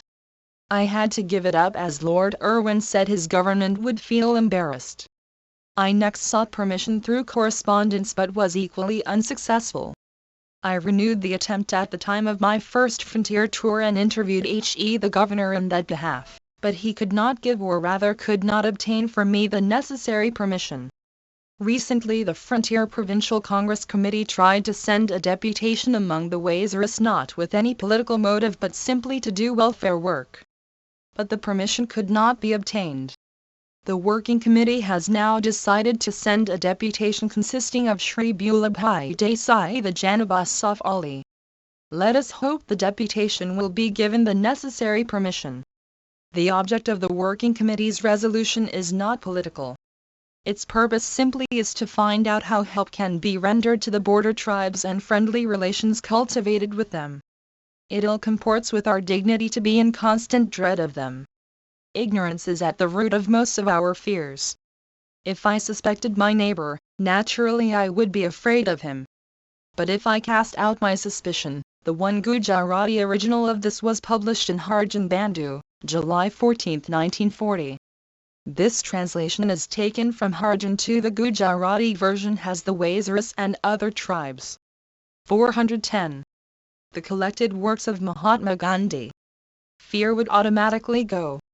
For years we have proceeded on the assumption that the authorities would under no circumstances allow us to cultivate friendly relations with the border tribes. The government, on their side, have, under the spell of their pet bogey one, spent crores of rupees on building forts and blockhouses and on sending out military expeditions into the tribal territory. It should be a duty of the Congress to try to cultivate sincere and friendly relations with these folk. The proposed step of the Working Committee is, therefore, to be welcomed. Let us hope that the Congress, having begun the effort, will pursue it to the end. On the train to Wardha, July 8, 1940 Harijan, July 13, 1940 476. Is Islam inspired? A writer in a Muslim paper has suggested that, if I regard Islam as an inspired religion and Muhammad as the prophet of God, I should declare my belief, so that Musalmans' doubts may be dispelled and Hindu-Muslim unity may possibly be more easily achieved. I read the suggestion about a month ago, but I did not think it necessary to respond to it. But as nowadays I read as many Muslim papers as I can, in order to acquaint myself with the Muslim mind, and as I find them so full of poison and conscious or unconscious untruths, I feel it necessary to declare my opinion about Islam, though I think it is well known. I certainly regard Islam as one of the inspired religions, and therefore the Holy Quran as an inspired book and Muhammad as one of the prophets. But even so I regard Hinduism, Christianity, Zoroastrianism as inspired religions. The names of many of them have been already forgotten, for the simple reason that those religions and those prophets related to the particular ages for which and peoples for whom they flourished. Some principal religions are still extant. After a study of those religions to the extent it was possible for me, I have come to the conclusion that, if it is proper and necessary to discover an underlying unity among all religions, a master key is needed. That master key is that of truth and non-violence. When I unlock the chest, 1. The Gujarati has out of fear. 2. The Gujarati original of this was published in Harjan Bandhu, July 14, 1940. This translation is taken from Harijan. Volume 78, 23 February, 1940-15 July, 1940. 411. Of a religion with this master key, I do not find it difficult to discover its likeness with other religions. When you look at these religions as so many leaves of a tree they seem so different, but at the trunk they are one. Unless and until we realize this fundamental unity, wars in the name of religion will not cease. These are not confined to Hindus and Mussulmans alone. The pages of world history are soiled with the bloody accounts of these religious wars. Religion can be defended only by the purity of its adherents and their good deeds, never by their quarrels with those of other faiths. On the train to Wardha, July 8, 1940 Harijan, July 13, 1940 477. Letter to Amrit Kaur on the train, July 8, 1940 CHI. AMRIT, here are 2 more translations corrected. Both are good. The Masnavi one captivated me. It had the force of the original. Of course it was easy. You have seen what happened at the WC Love. BAPU from the original, CW 3981. Courtesy, Amrit Kaur. Also GN 7290 478. Letter to Sushila Nayar on the way, July 8, 1940 Stupid girl, I cannot put you out of my mind. I shall certainly hope that you will arrive on the 24th or the 25th. Did you read what Bardhan wrote at the end of his letter? He was right. I wish you to come out only if you can do so with your mind at peace. That is your duty. Come only if you can come as Mahadov, Kanu and PRL came. My last sentence should be carefully considered. Devdas and Ramdas are my sons. But they are quite apart. You are a daughter, you will always be to me as they are. Though remaining staying away you will have with me same sweet relationship that Devdas and Ramdas have. But if you stay with me, you have to stay on my terms. Forget one Vide, what the Masnavi says, July 24, 1940. 412. The collected works of Mahatma Gandhi. The past. Think afresh, think with the calm mind. It does not behove you to lay down conditions. I cannot afford to keep you on conditions. The question is not whether you are deserving or undeserving. Surely Devdas and Ramdas are not undeserving? It is a matter of temperament. If you cannot come as Mahadov and others came, does it mean that you cannot come when you wish? Do not feel upset in any way. If you are definitely not coming, I do not intend keeping the dispensary in its present form. I have set it up for you. Unless I get another doctor to settle here, the dispensary will be of no use. I cannot afford to have another doctor here. I shall enclose with this the Gujarati matter that is ready. Other matters being got ready. I have myself made the thumb worse. It is now throbbing. I hope it does not become septic. I shall bandage it. You will keep writing to me. Make the Harjan Sevak beautiful. Do not feel unhappy. Blessings from BAPU from the Gujarati original, PRL papers. Nehru Memorial Museum and Library. Courtesy, Dr. Sushila Nayar. 479. Letter to Sushila Nayar. CHI. Sushila. July 8, 1940. One Gujarati article at least is going with this. I hope to send the rest from Wardha. The thumbnail keeps reminding me of my foolishness. It troubles me occasionally. Blessings from BAPU. From the Gujarati original, PRL papers. Nehru Memorial Museum and Library. Courtesy, Dr. Sushila Nayar. 480. The Delhi Resolution. I have just seen the news that the Working Committee's fateful Resolution 1 has been released to the press. It was passed in my pre-1. The resolution, passed on July 7, called for acknowledgement by Great Britain of the complete independence of India and as an immediate step in giving. Volume 78, 23 February, 1940-15 July, 1940. 413. Since, but I wanted to say nothing before it was actually released for publication. It will be a profound mistake to suppose that the members passed the 5 solid days in wrangling. They had to discharge a heavy responsibility. Though logically the resolution is no departure from the Ramgar Resolution 2, it is an undoubted departure from its spirit. The letter often remains constant, the spirit changes. Up to now, for one reason or another, the Congress policy was no participation in the war except for the moral influence that the Congress can exercise if the vital demand was satisfied of Britain's own free will. Such was not the position of all the members of the Working Committee. Hence at the critical moment every member had to make up his or her mind independently of the rest. The 5 days were days of tremendous heart-searching. I had produced a draft Resolution 3 which almost all thought was the best, if they could bring to bear a living belief in non-violence through and through, or if they could truthfully say that such was the belief of their constituencies. Some had neither and some had individually the required faith. Only Khan Sahib was clear so far as his own faith and that of his beloved Khuda makers were concerned. So he had decided even after the last Warda resolution that he had no place in the Congress. He had a special mission and a special duty to his followers. So the Working Committee gladly permitted him to retire from the Congress. By retiring he serves the Congress all the more, even as I hope to do. Who knows that those of us who retire may not be able to find our comrades the faith they seem, for the moment, to have lost. Rajaji was the framer of the resolution. He was as certain of his position as I was of mine. His persistency, courage and utter humility brought him converts. Sardar Patel was his greatest prize. He would not have even thought of bringing up his resolution if I had chosen to prevent him. But I give my comrades the same credit for earnestness and self-confidence that I claim for myself. I had long known that we effect to it, the Constitution at the center of a provisional national government.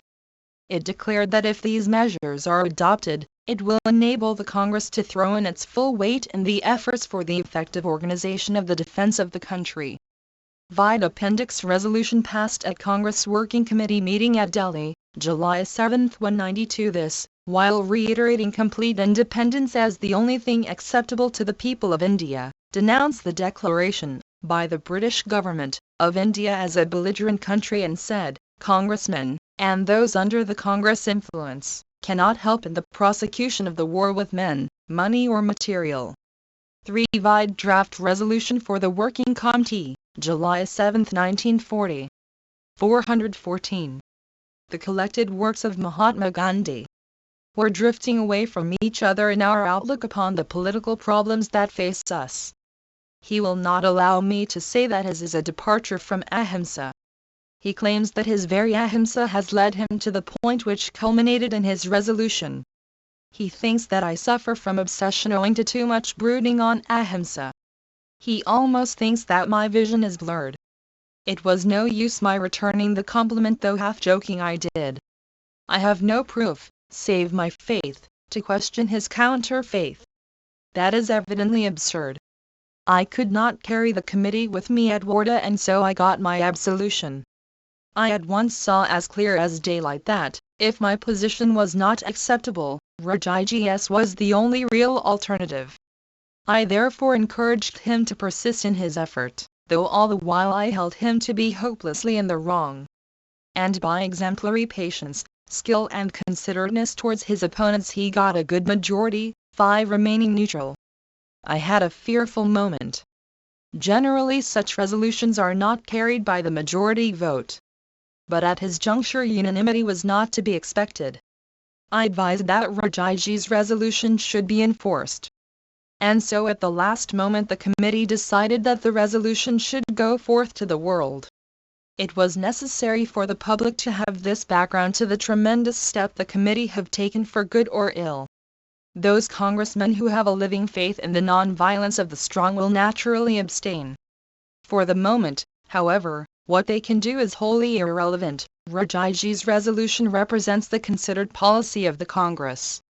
Non-congressmen, who were eager for the Congress to be free of my religious bias to adopt a purely political attitude, should welcome the resolution and support it wholeheartedly. So should the Muslim League, and even the princes who think of India more than their principalities. The British government have to make their choice. Independence they cannot withhold unless their wisdom is as much blurred as Rajaji claims that mine is. If independence is recognized, the acceptance of the other part of the resolution follows as a matter of course. The question is, do they want to impress help from India by virtue of their rulership over India, or will they have the help that a free and independent India can give? My individual advice has already gone. My help always has been promised. Acceptance of that advice can but enhance their heroism. But if they cannot accept it, I advise, as A. Volume 78, 23 February, 1940-15 July, 1940. 415. Disinterested but staunch friend, that the British government should not reject the hand of friendship offered by the Congress. Sevagram, July 8, 1940. Harijan, July 13, 1940. 481. Mysore lawyers. Several Mysore lawyers who had taken part in the Mysore Satyagraha struggle have been disbarred by the Mysore Chief Court. The last victim is Sri H.C. Dasapa, a most respected Mysorean and a practitioner of 20 years, standing. Serious as the despairing of a member belonging to a liberal profession must be, such cases have happened before now on insufficient or purely political grounds. Such injustices have to be borne with resignation and fortitude. But the order of the Chief Judge in Sri Dasapa's case as reported in the Hindu has made for me most painful reading. Sri Dasapa had the hardihood to defy a magistrate's order not to address meetings in the part to Mysore, and had the equal hardihood under my instructions to advise Satyagrahi prisoners to boycott the departmental inquiry by Justice Nageswar Iyer. For these grave offences Sri Dasapa has been disbarred forever. He will be reduced to penury, if the judges could help it, and, if their verdict has any potency beyond the paper on which it is written, Sri Dasapa becomes a man without a character, to be despised and shunned by society. I happen to know Sri Dasapa personally. I hold him to be a man of spotless character and unimpeachable honesty. He has been manfully striving to practice non-violence to the best of his ability. He has done what many patriots, lawyers or no lawyers, have done in British India. And nowadays the judges take no notice of their conduct, and the public have made of them heroes. Advocate Beulah Bhai has been Advocate General of the Bombay High Court. He has defied laws. So has Advocate Munshi, and so has Chakravarti Rajagopalachari. They have not been disbarred. 2 of them have been ministers in their provinces. Public inquiries have been boycotted before now with impunity. Neither the honor nor the character of those who have brought about such boycotts have been impugned. In my opinion, the judges of the Mysore court have forgotten themselves in delivering their 416. The collected works of Mahatma Gandhi. Judgment. Sri Dasapa has not suffered. He will rise in the estimation of the people of Mysore. But I make bold to say the Mysore judges have suffered by allowing themselves to be carried away by prejudice. Such travesty of justice has happened before now. A Durban magistrate who was carried away by some stupid prejudice had condemned an innocent man. His judgment was reversed and the Supreme Court condemned it in such scathing terms that the magistrate had to be removed. The judges of the martial law days in the Punjab were not removed, but many were thoroughly disgraced because they had pronounced judgments which could not be supported by evidence before them. This Mysore judgment is worse than the Punjab judgments. Then there was panic. Murders had been committed by the mob, and eminent men were tried not by ordinary courts but by martial law tribunals. In Missouri nothing of the kind has happened. The Chief Judge's order is a cool and calculated attack on the honor of a man who could not defend himself against reckless statements from the bench. Judges sometimes forget, as these miser gentlemen have done, that there is the bar of public opinion which is no respecter of persons. My condolence and pity go out to the judges who have delivered a judgment which, let me hope, in their cooler moments they will regret. For Sri de Sapa and his colleagues who have been disbarred I have nothing but congratulations. I would ask them to turn the punishment into a blessing. It is well that they cannot appear before judges who can be so grossly prejudiced as the Missouri judges have proved themselves to be. Let these lawyers be proud of their poverty, which will be probably their lot now. Let them remember Thoreau's saying that possession of riches is a crime and poverty a virtue under an unjust administration. This is an eternal maxim for satyagrahis. The disbarred lawyers have a rare opportunity of so remodeling their lives that they can always be above want. Let them remember that practice of law ought not to mean more taking daily than, say, a village carpenter's wage. Let them make redoubled efforts to produce such a state of affairs in Missouri that the travesty of the nature I have described may become impossible.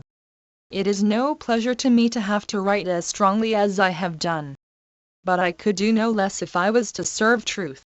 Sevagram, July 9, 1940. Origin, July 13, 1940.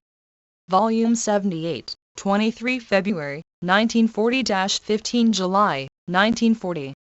417. 482. The late Changanakari Pillai. One the readers must have learnt about the death of Sri Changanakari K. Parameswaran Pillai of Travancore. He was one of the true and consistent Harijan Sevaks. He was a retired judge of the Travancore High Court. He was a member of the Executive Council of the Harijan Sevak Sanj. As a man he was most unassuming and lovable. His secretary sends me the following pathetic account of his death. To death prompted the feast 3, as the secretary truly says he ate to live. But God confounds our wisdom when he wants to take us unwary. None of us can boast that we would do better than the late Sevak. It will be creditable if we can close our lives as did this great Harijan Sevak. May God bless his spirit and give courage to his widow and family to bear their loss, and let me hope that they will follow in his footsteps. Sevagram, July 9, 1940. Origin, July 13, 1940. 483. Subhas Babu. On the return journey to Wardha, a young man at Nagpur station asked why the working committee had not taken any notice of Subhas Babu's arrest for. I was in silence and so gave no reply but took note of the reasonable question. I've no doubt that hundreds if not thousands must have asked themselves the question the young man put at Nagpur. It is true that Subhas Babu is an ex-Rashtrapati of the Congress, twice elected in succession. He has a record of great sacrifice to his credit. He is a leader born. All these qualities alone will not warrant a protest against the arrest. The working committee would be bound to take notice of it if it could be condemned on merit. Subhas Babu did not defy the law with the permission of the Congress. He has frankly and courageously defied even the working committee.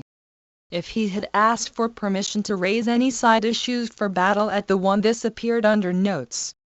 2. This is not reproduced here. 3. According to the secretary's account, the deceased had eaten a sumptuous feast a few hours before death. 4. Subhas Chandra Bose was arrested on July 2, 1940, in connection with his campaign for the removal of the Holwell Monument in Calcutta. 418. The collected works of Mahatma Gandhi. Present juncture, the committee would, I think, have refused it. Hundreds of issues of greater importance can be discovered. But the country's attention is for the moment riveted upon one single issue. Preparations are being made to take up direct action at the proper time on that issue. Therefore, if the working committee had taken any action, it would have been one of disapprobation. That the committee would not do. I might also have ignored the youth's remark. But I felt that no harm could occur by my putting this arrest in its proper setting. The arrest of a big man like Subhas is no small matter. But Subhas Babu has laid out his plan of battle with deliberateness and boldness. He thinks that his way is the best. He honestly thinks that the working committee's way is wrong, and that nothing good will come out of its procrastination. He told me in the friendliest manner that he would do what the working committee had failed to do. He was impatient of delay. I told him that, if at the end of his plan there was Swaraj during my lifetime, mine would be that first telegram of congratulation he would receive. If while he was conducting his campaign I became a convert, I should wholeheartedly acclaim him as my leader and enlist under his banner. But I warned him that his way was wrong. My opinion, however, matters little. As long as Subhas Babu considers a particular course of action to be correct, he has the right, and it is his duty, to pursue it whether the Congress likes it or not. I told him he would be more in the right if he resigned from the Congress altogether. My advice did not commend itself to him. Even so, if success attends his effort and India gains her freedom, it will justify his rebellion, and the Congress will not only not condemn his rebellion but welcome him as a savior. In Satyagraha accorded imprisonment carries its one praise. There can be no protest against an imprisonment for a breach of the current law of the land. On the contrary, the practice has been to congratulate arrested civil resistors and invite congressmen to imitate them. It is obvious that the committee could not do so in Subhas Babu's case. Let me remark in passing that the committee has taken no notice of the numerous arrests and imprisonments that have taken place even of prominent congressmen. It does not mean that the committee does not feel anything about them. But in life's battle there is such a thing as mute submission to many or wrong. If it is. Volume 78, 23 February, 1940-15 July, 1940. 419. Deliberate, it generates strength which, if the submission is well conceived, may well become irresistible. Sevagram, July 9, 1940 Harijan, July 13, 1940 484. Letter to V.S. Srinivasa Sastry Sevagram, July 9, 1940 DEAR Brother, have just read your letter. Your detachment 1 is simply wonderful.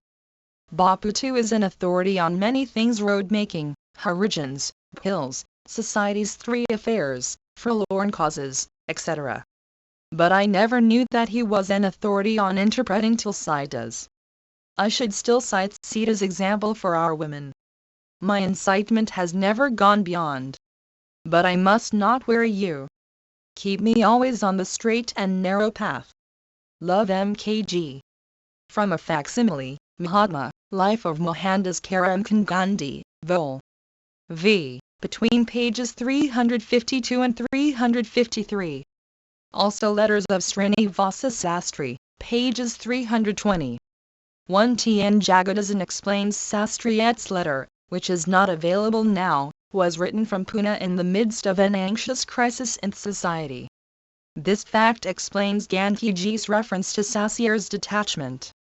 2 A. V. Thakur 3 Servants of India Society. 420. The collected works of Mahatma Gandhi. 485. Letter to Vijayabanam Pankoli Sevagram, July 9, 1940 CHI. Vijaya, we arrived yesterday evening and Ba gave me the news that you had bidden farewell to Narayan. I was very happy to hear that. He was released from pain and you all are released from worry. You are keeping up courage, but I can read your grief in your letter. But do not grieve. Run down here as soon as possible.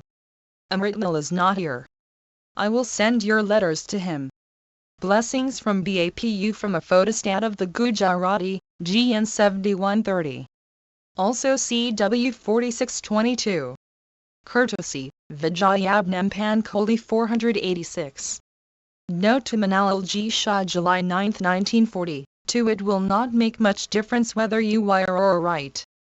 The proper thing would be to write a letter. It will certainly reach tomorrow. You may write and I also will write. Come and take away my letter.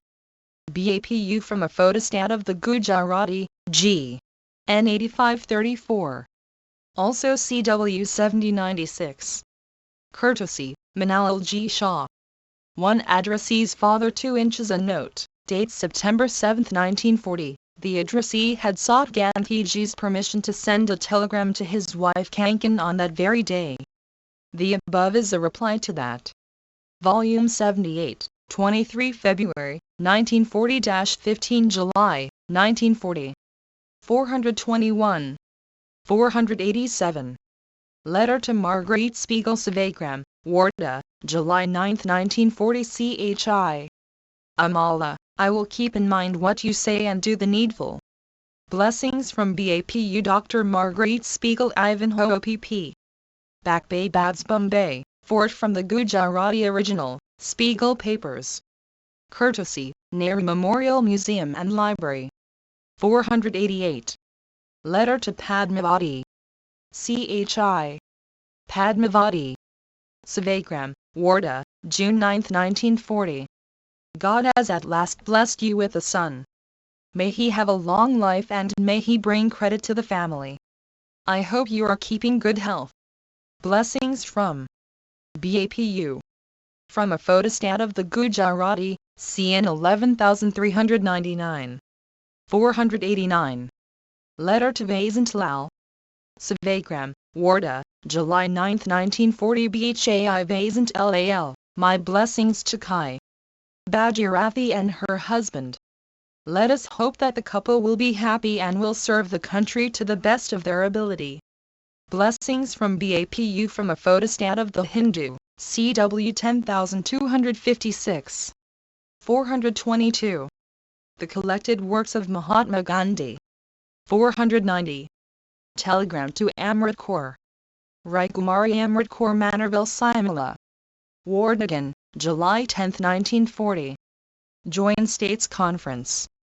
Executive. Love. BAPU. From the original, CW 3983. Courtesy, Amrit Kaur. Also GN 7292. 491.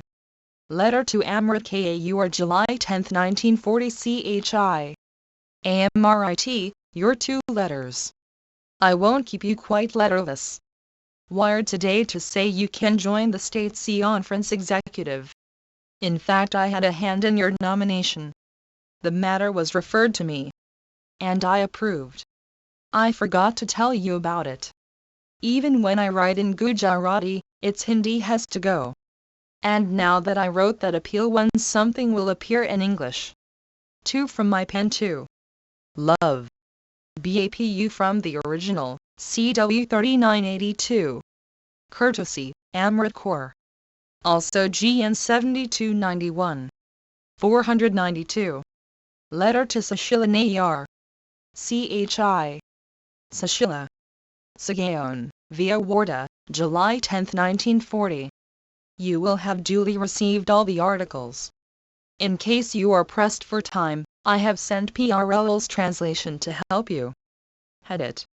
1 Vide letter to Amrit Kaur March 7, 1942 Vide also unrepentant, July 17, 1940. Volume 78, 23 February, 1940-15 July, 1940. 423. Been your translation. I would have corrected it more carefully because I want to teach you how to translate well. I went through PRL's translation to see if the meaning had been properly conveyed. I might have made the language simpler or better at places, but you can attend to that there. You are free to write to me anything you choose. That is also my demand. You were forbidden only for that particular day. What dreams! I shall not worry about you if you become hale and hearty. I shall take all possible care of myself. The weight today was 111 2 pounds. Blessings from BAPU from the Gujarati original, PRL Papers. Nehru Memorial Museum and Library. Courtesy, Dr. Sushila Nayar. 493. Letter to N.R. Malkani. Savagram, Warda, July 11, 1940. Dear Malkani. Nothing can be spared just now from AISA. I am trying to get some funds. You must do what you can there. Your I know is a difficult task. If the Hindi pracker work is too much for you, you should reject it. Love. Professor N. Malkani Tilak Congress Bhavan Hyderabad, Sindh. BAPU. From a photostat, GN 939. 424. The Collected Works of Mahatma Gandhi. 494. Letter to Margaret Jones 1 Savagram, Warda, July 11, 1940. My dear Kamala, I was delighted to have your letter. Point 2 here with 1 for Channel 3. I am glad you liked your stay here. You will come again when you wish. Love. Blessings from BAPU Bapu Conversations and Correspondence with Mahatma Gandhi 495. Letter to Chandal Savagram, Warda, July 11, 1940. Bhai Chandal, I was glad to have your very clear letter. If you can get away from Ketti, it would be better for you to work in your own village. But if you go there, you should go for good. However, the first thing to consider is whether you can leave the Ketti work in a healthy condition. It should not be ruined by your departure. You had better come and stay with me for some days to talk it all over. Blessings from BAPU Bapu Conversations and Correspondence with Mahatma Gandhi. 1. An English woman who was doing village uplift work in Ketti after F. Mary Barr left for South Africa. She adopted the Indian name Kamala. 2. Omission in the source. 3. Vide the following item. Volume 78, 23 February, 1940-15 July, 1940. 425. 496. Letter to S. R. Venkataraman Savagram, Warda, July 11, 1940. DEA R. Venkataraman, you should see Rajiji about the Tamil edition of Harijan. Yours sincerely, M.K. Gandhi Shri S. R. Venkataraman Servants of India Society Royapta Madras from a photostat, GN 10504 497. Letter to Puritan J. Butch Savagram, Warda, July 11, 1940. CHI. Puritan, you have given me terrible news. I did have some suspicion. What should be done about liquor? We must not give up. Blessings from BAPU Shri Puritan Butch Harijan Ashram Sabarmati BB. And CIRLY. From a photostat of the Gujarati, GN 9177. 426. The Collected Works of Mahatma Gandhi. 498. Letter to Prabhavati Savagram, Warda, July 11, 1940. CHI. Prabha, how lazy you are. And you want an immediate reply from me. If you have no work in Patna for the time being, and if Jayaprakash also wishes it, then take Rajan Babu's permission and come here and improve your health. What prevents you from coming? If you are not going to Hazarba either, we shall plan about the future if you come. Sushila is working in her own college hospital in Delhi at present. Vijaya's father has passed away. She will perhaps come here for a few days. Blessings from BAPU from a photostat of the Gujarati, GN 3545 499. Letter to Chakraya Sagaon, Warda, July 11, 1940. CHI. Chakraya, I got your letter. What you write about money is not correct. Money is no everything in the world. What can money do in a waterless desert? I refused you money out of a sense of duty. When you go home, it is your duty to eat at home. Why should you spend public money there? Whatever service is being rendered to you is not for money but for love. Am I paying any money to Sharmaji for his service to you? If we are healthy, we need less money. God has protected you till now and He will care for you in the future, too. Never lose courage and faith. I had gone to Delhi and there too I talked to people about you. It will be very good if homeopathy cures you. I hope we'll recover completely. Hand over to Sharmaji the letter meant for him. Blessings from BAPU from a photostat of the Hindi, GN 9111. Also CW 9181. Volume 78, 23 February, 1940-15 July, 1940. 427. 500. Letter to Manilal Gandhi Sevagram, Wardha, after July 11, 1940, 1 Chi. Manilal, Mary Barr is an excellent co-worker. Take her home. Give her help if she needs any. Blessings from BAPU from a photostat of the Gujarati, GN 4916 501. Letter to Radha Sevagram, Wardha, July 12, 1940 Chi. Radha, I hope mother's passing away has not filled you with despair. She lived quite long, and God fulfilled many aspirations of her. She has left you all in a happy state. Of course, however long a mother lives, the children are bound to miss her when she dies. One must bear the loss patiently. Blessings from BAPU from a microfilm of the Gujarati, MMU/XXII. 502. Letter to Premaben Kantik Sevagram, Wardha, July 12, 1940 Chi. Prema, I got your letter surrendering all. Nothing less could be expected of you. Do not worry about me. I know no such thing as despair. The Working Committee's resolution did not particularly shock me. Go on reading Harjan and Harjan Bandhu. I will of course have to start afresh. But I do not think myself too old for that. 1 Vide first footnote, Letter to Margaret Jones, November 7, 1940. 428. The collected works of Mahatma Gandhi. Accept a cartload of blessings for your birthday. A birthday means a year less, doesn't it? My going there is not at all certain. Blessings from BAPU from a photostat of Gujarati, GN 10409. Also CW 6848. Courtesy, Premaben Kantik 503. Letter to Narahari D. Parakh Sevagram, Wardha, July 12, 1940 Chi. Narahari, by Maganlal, Dr. Mata's son, is there. I am sending a letter one for him at the ashram address. Send it to him wherever he is staying. Give him whatever help he asks for. Introduce him to the leading citizens. Blessings from BAPU from a photostat of the Gujarati, SN 91 18 504. Letter to Maganlal P. Mehta Sevagram, Wardha, July 12, 1940 Chi. Megan, I had got your letter. I could not reply at once as I was visiting Delhi and other place. How is Radal too? How is his mind? Kampa 3 has come here today. She is unhappy. What should we do about her? You should get acquainted with the men there. I am writing to Narahari for he will introduce you. See Ambalal and others and meet the Congress leaders. Kampa told me that you had left the Lalwan vide the following item. 2 addressees brother 3 Radal met his wife or vide the preceding item. Volume 78, 23 February, 1940-15 July, 1940.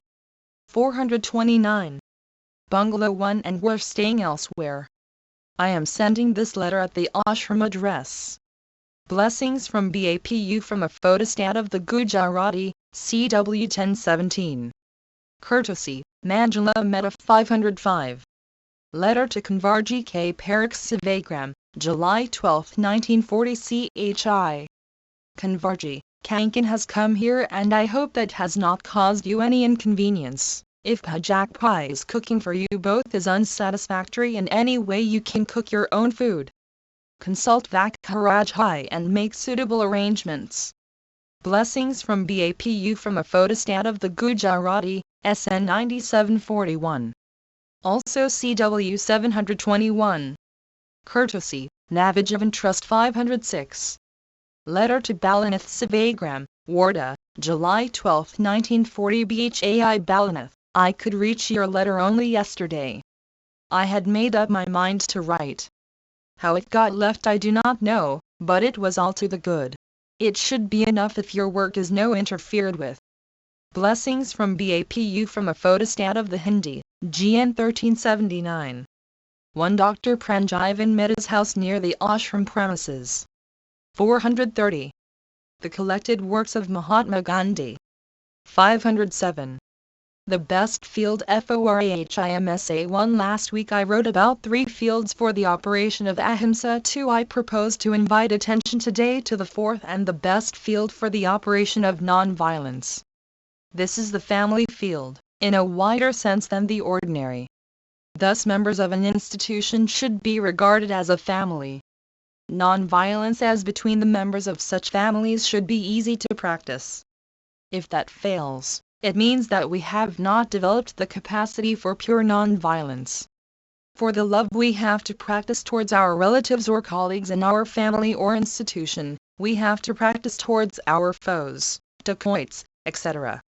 If we fail in one case, success in the other is a chimera.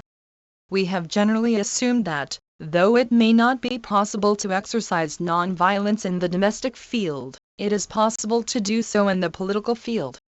This has proved a pure delusion. We have chosen to describe our methods adopted so far as non-violence, and thus caricatured non-violence itself. If non-violence it was such poor stuff that it proved useless at the critical moment. The alphabet of Ahimsa is best learnt in the domestic school, and I can say from experience that, if we secure success there, we are sure to do so everywhere else. For a non-violent person the whole world is one family. He will thus fear none, nor will others fear him. It will be retorted that those who satisfy such a test of non-violence will be few and far between. It is quite likely, but that is no reply to my proposition. Those who profess to believe in non-violence should know the implications of that belief. And if these scare them away, they are welcome to give up the belief. Now that the Congress Working Committee has made the position clear, it is necessary that those who claim to believe in non-violence should know what is expected to them. If, as a result, the ranks of the non-violent army thin down, it should not matter. An army, however small, of truly non-violent soldiers is likely someday to multiply itself.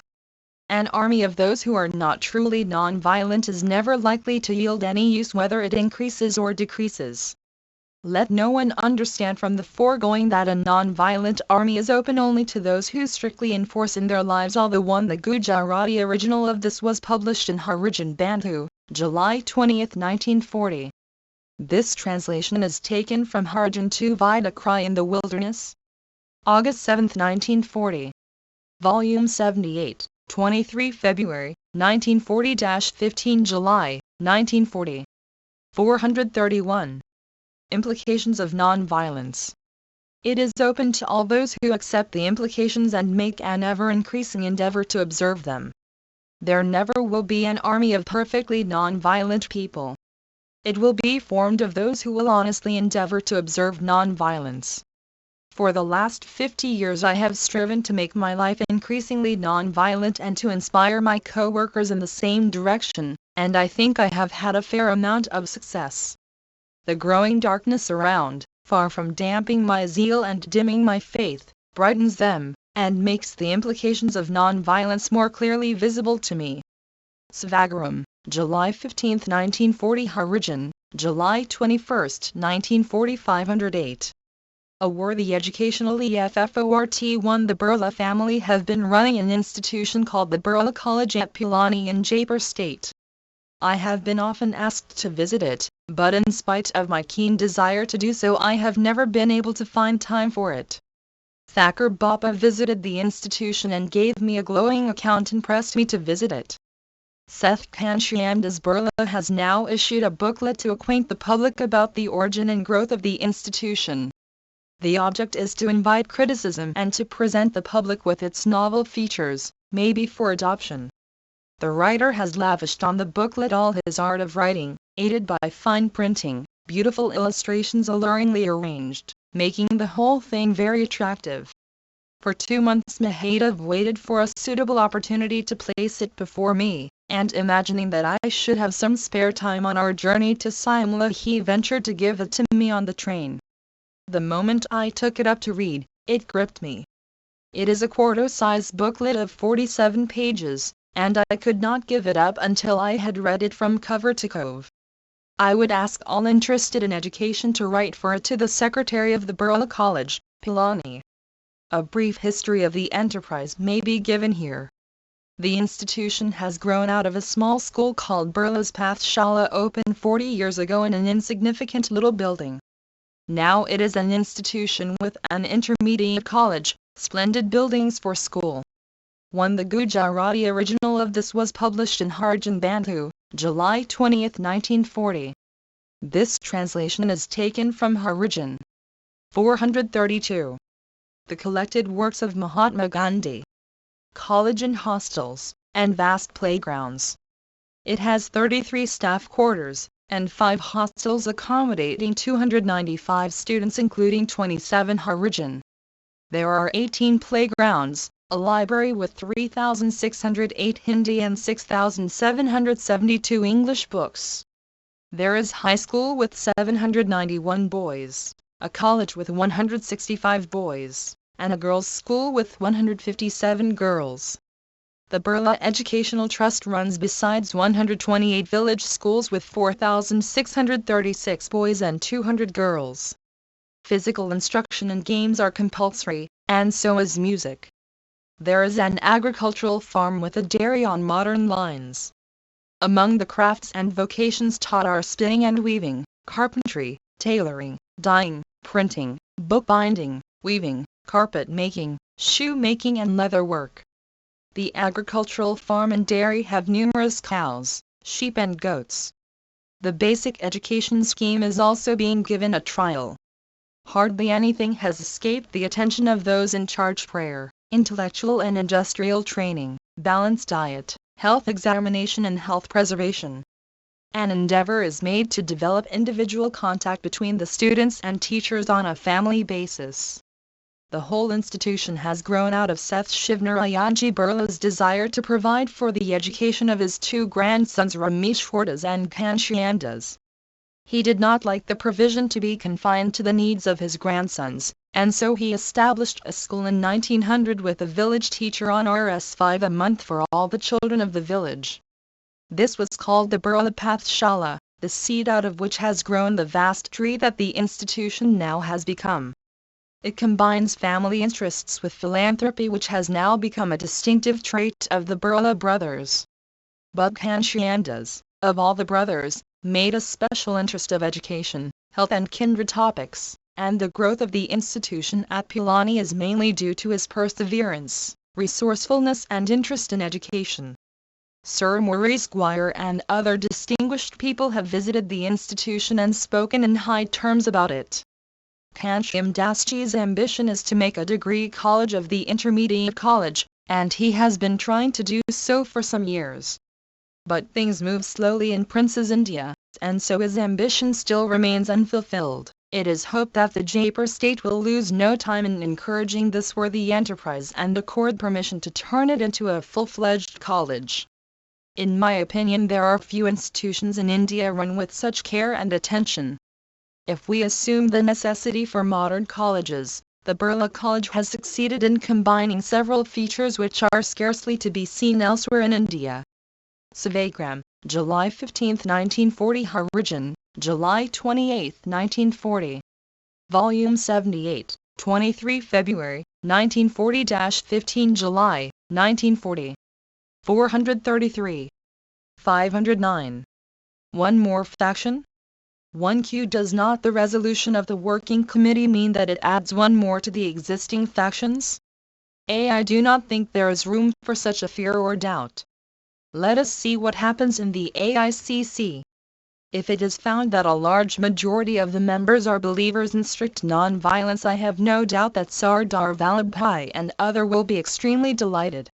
It was no pleasure to them to arrive at the decision they did, and they acted in their representative capacity. They acted in the belief that there were very few congressmen with a genuine faith in non-violence, and they had sufficient reasons for their belief. Had it been a question of their individual belief, I am sure they would have unhesitatingly voted for non-violence. Assuming, therefore, that the truly non-violent are in a minority, it will be their duty to leave the Congress and thus serve the Congress all the better. Their continuance in the Congress would lead to friction, for the majority would, in carrying out their policy, have to adopt many resolutions which the followers of out-and-out non-violence could not accept. That would lead to clashes which should be anything but non-violence. The out-and-out non-violent, therefore, will gladly retire and devote themselves exclusively to constructive work. They will also cooperate with the Congress wherever they can do so without a clash, and yet they will not think of being in any committee. I am firmly of opinion that, if we can bring into being an army of truly non-violent persons, the working committee's decision will be found to be a blessing in disguise. If every province has its band of truly non-violent soldiers, they will not only add to the glory of the Congress but contribute effectively to bringing the Congress nearer to non-violence than ever before. Sevagram, July 15, 1940. Harijan, July 28, 1940.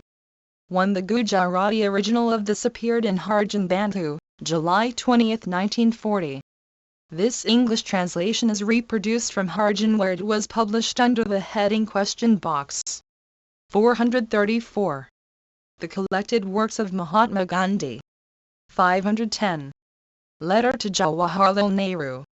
Sevagram, Wardha, July 15, 1940. My dear Jawaharlal, the idea about Urdu is good. You shall have a review of the Urdu writings by Hindus and of Urdu periodicals and books. There should be an Urdu weekly giving a dispassionate reply to the lies. It is uphill work to overtake deliberate lies, but it is worth trying. Love. Shri Jawaharlal Nehru, Lucknow, UP.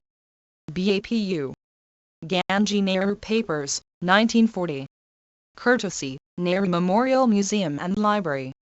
511. Letter to Valabram Vidya, July 15, 1940. Bhai Valabram, I understand. If your needs were within my means to meet, I would give you a place at Sevagram. I should like you to settle in a village and teach Ayurveda. But I know it will be difficult.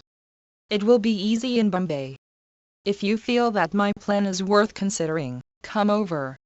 You can come any day except Monday, Tuesday and Wednesday.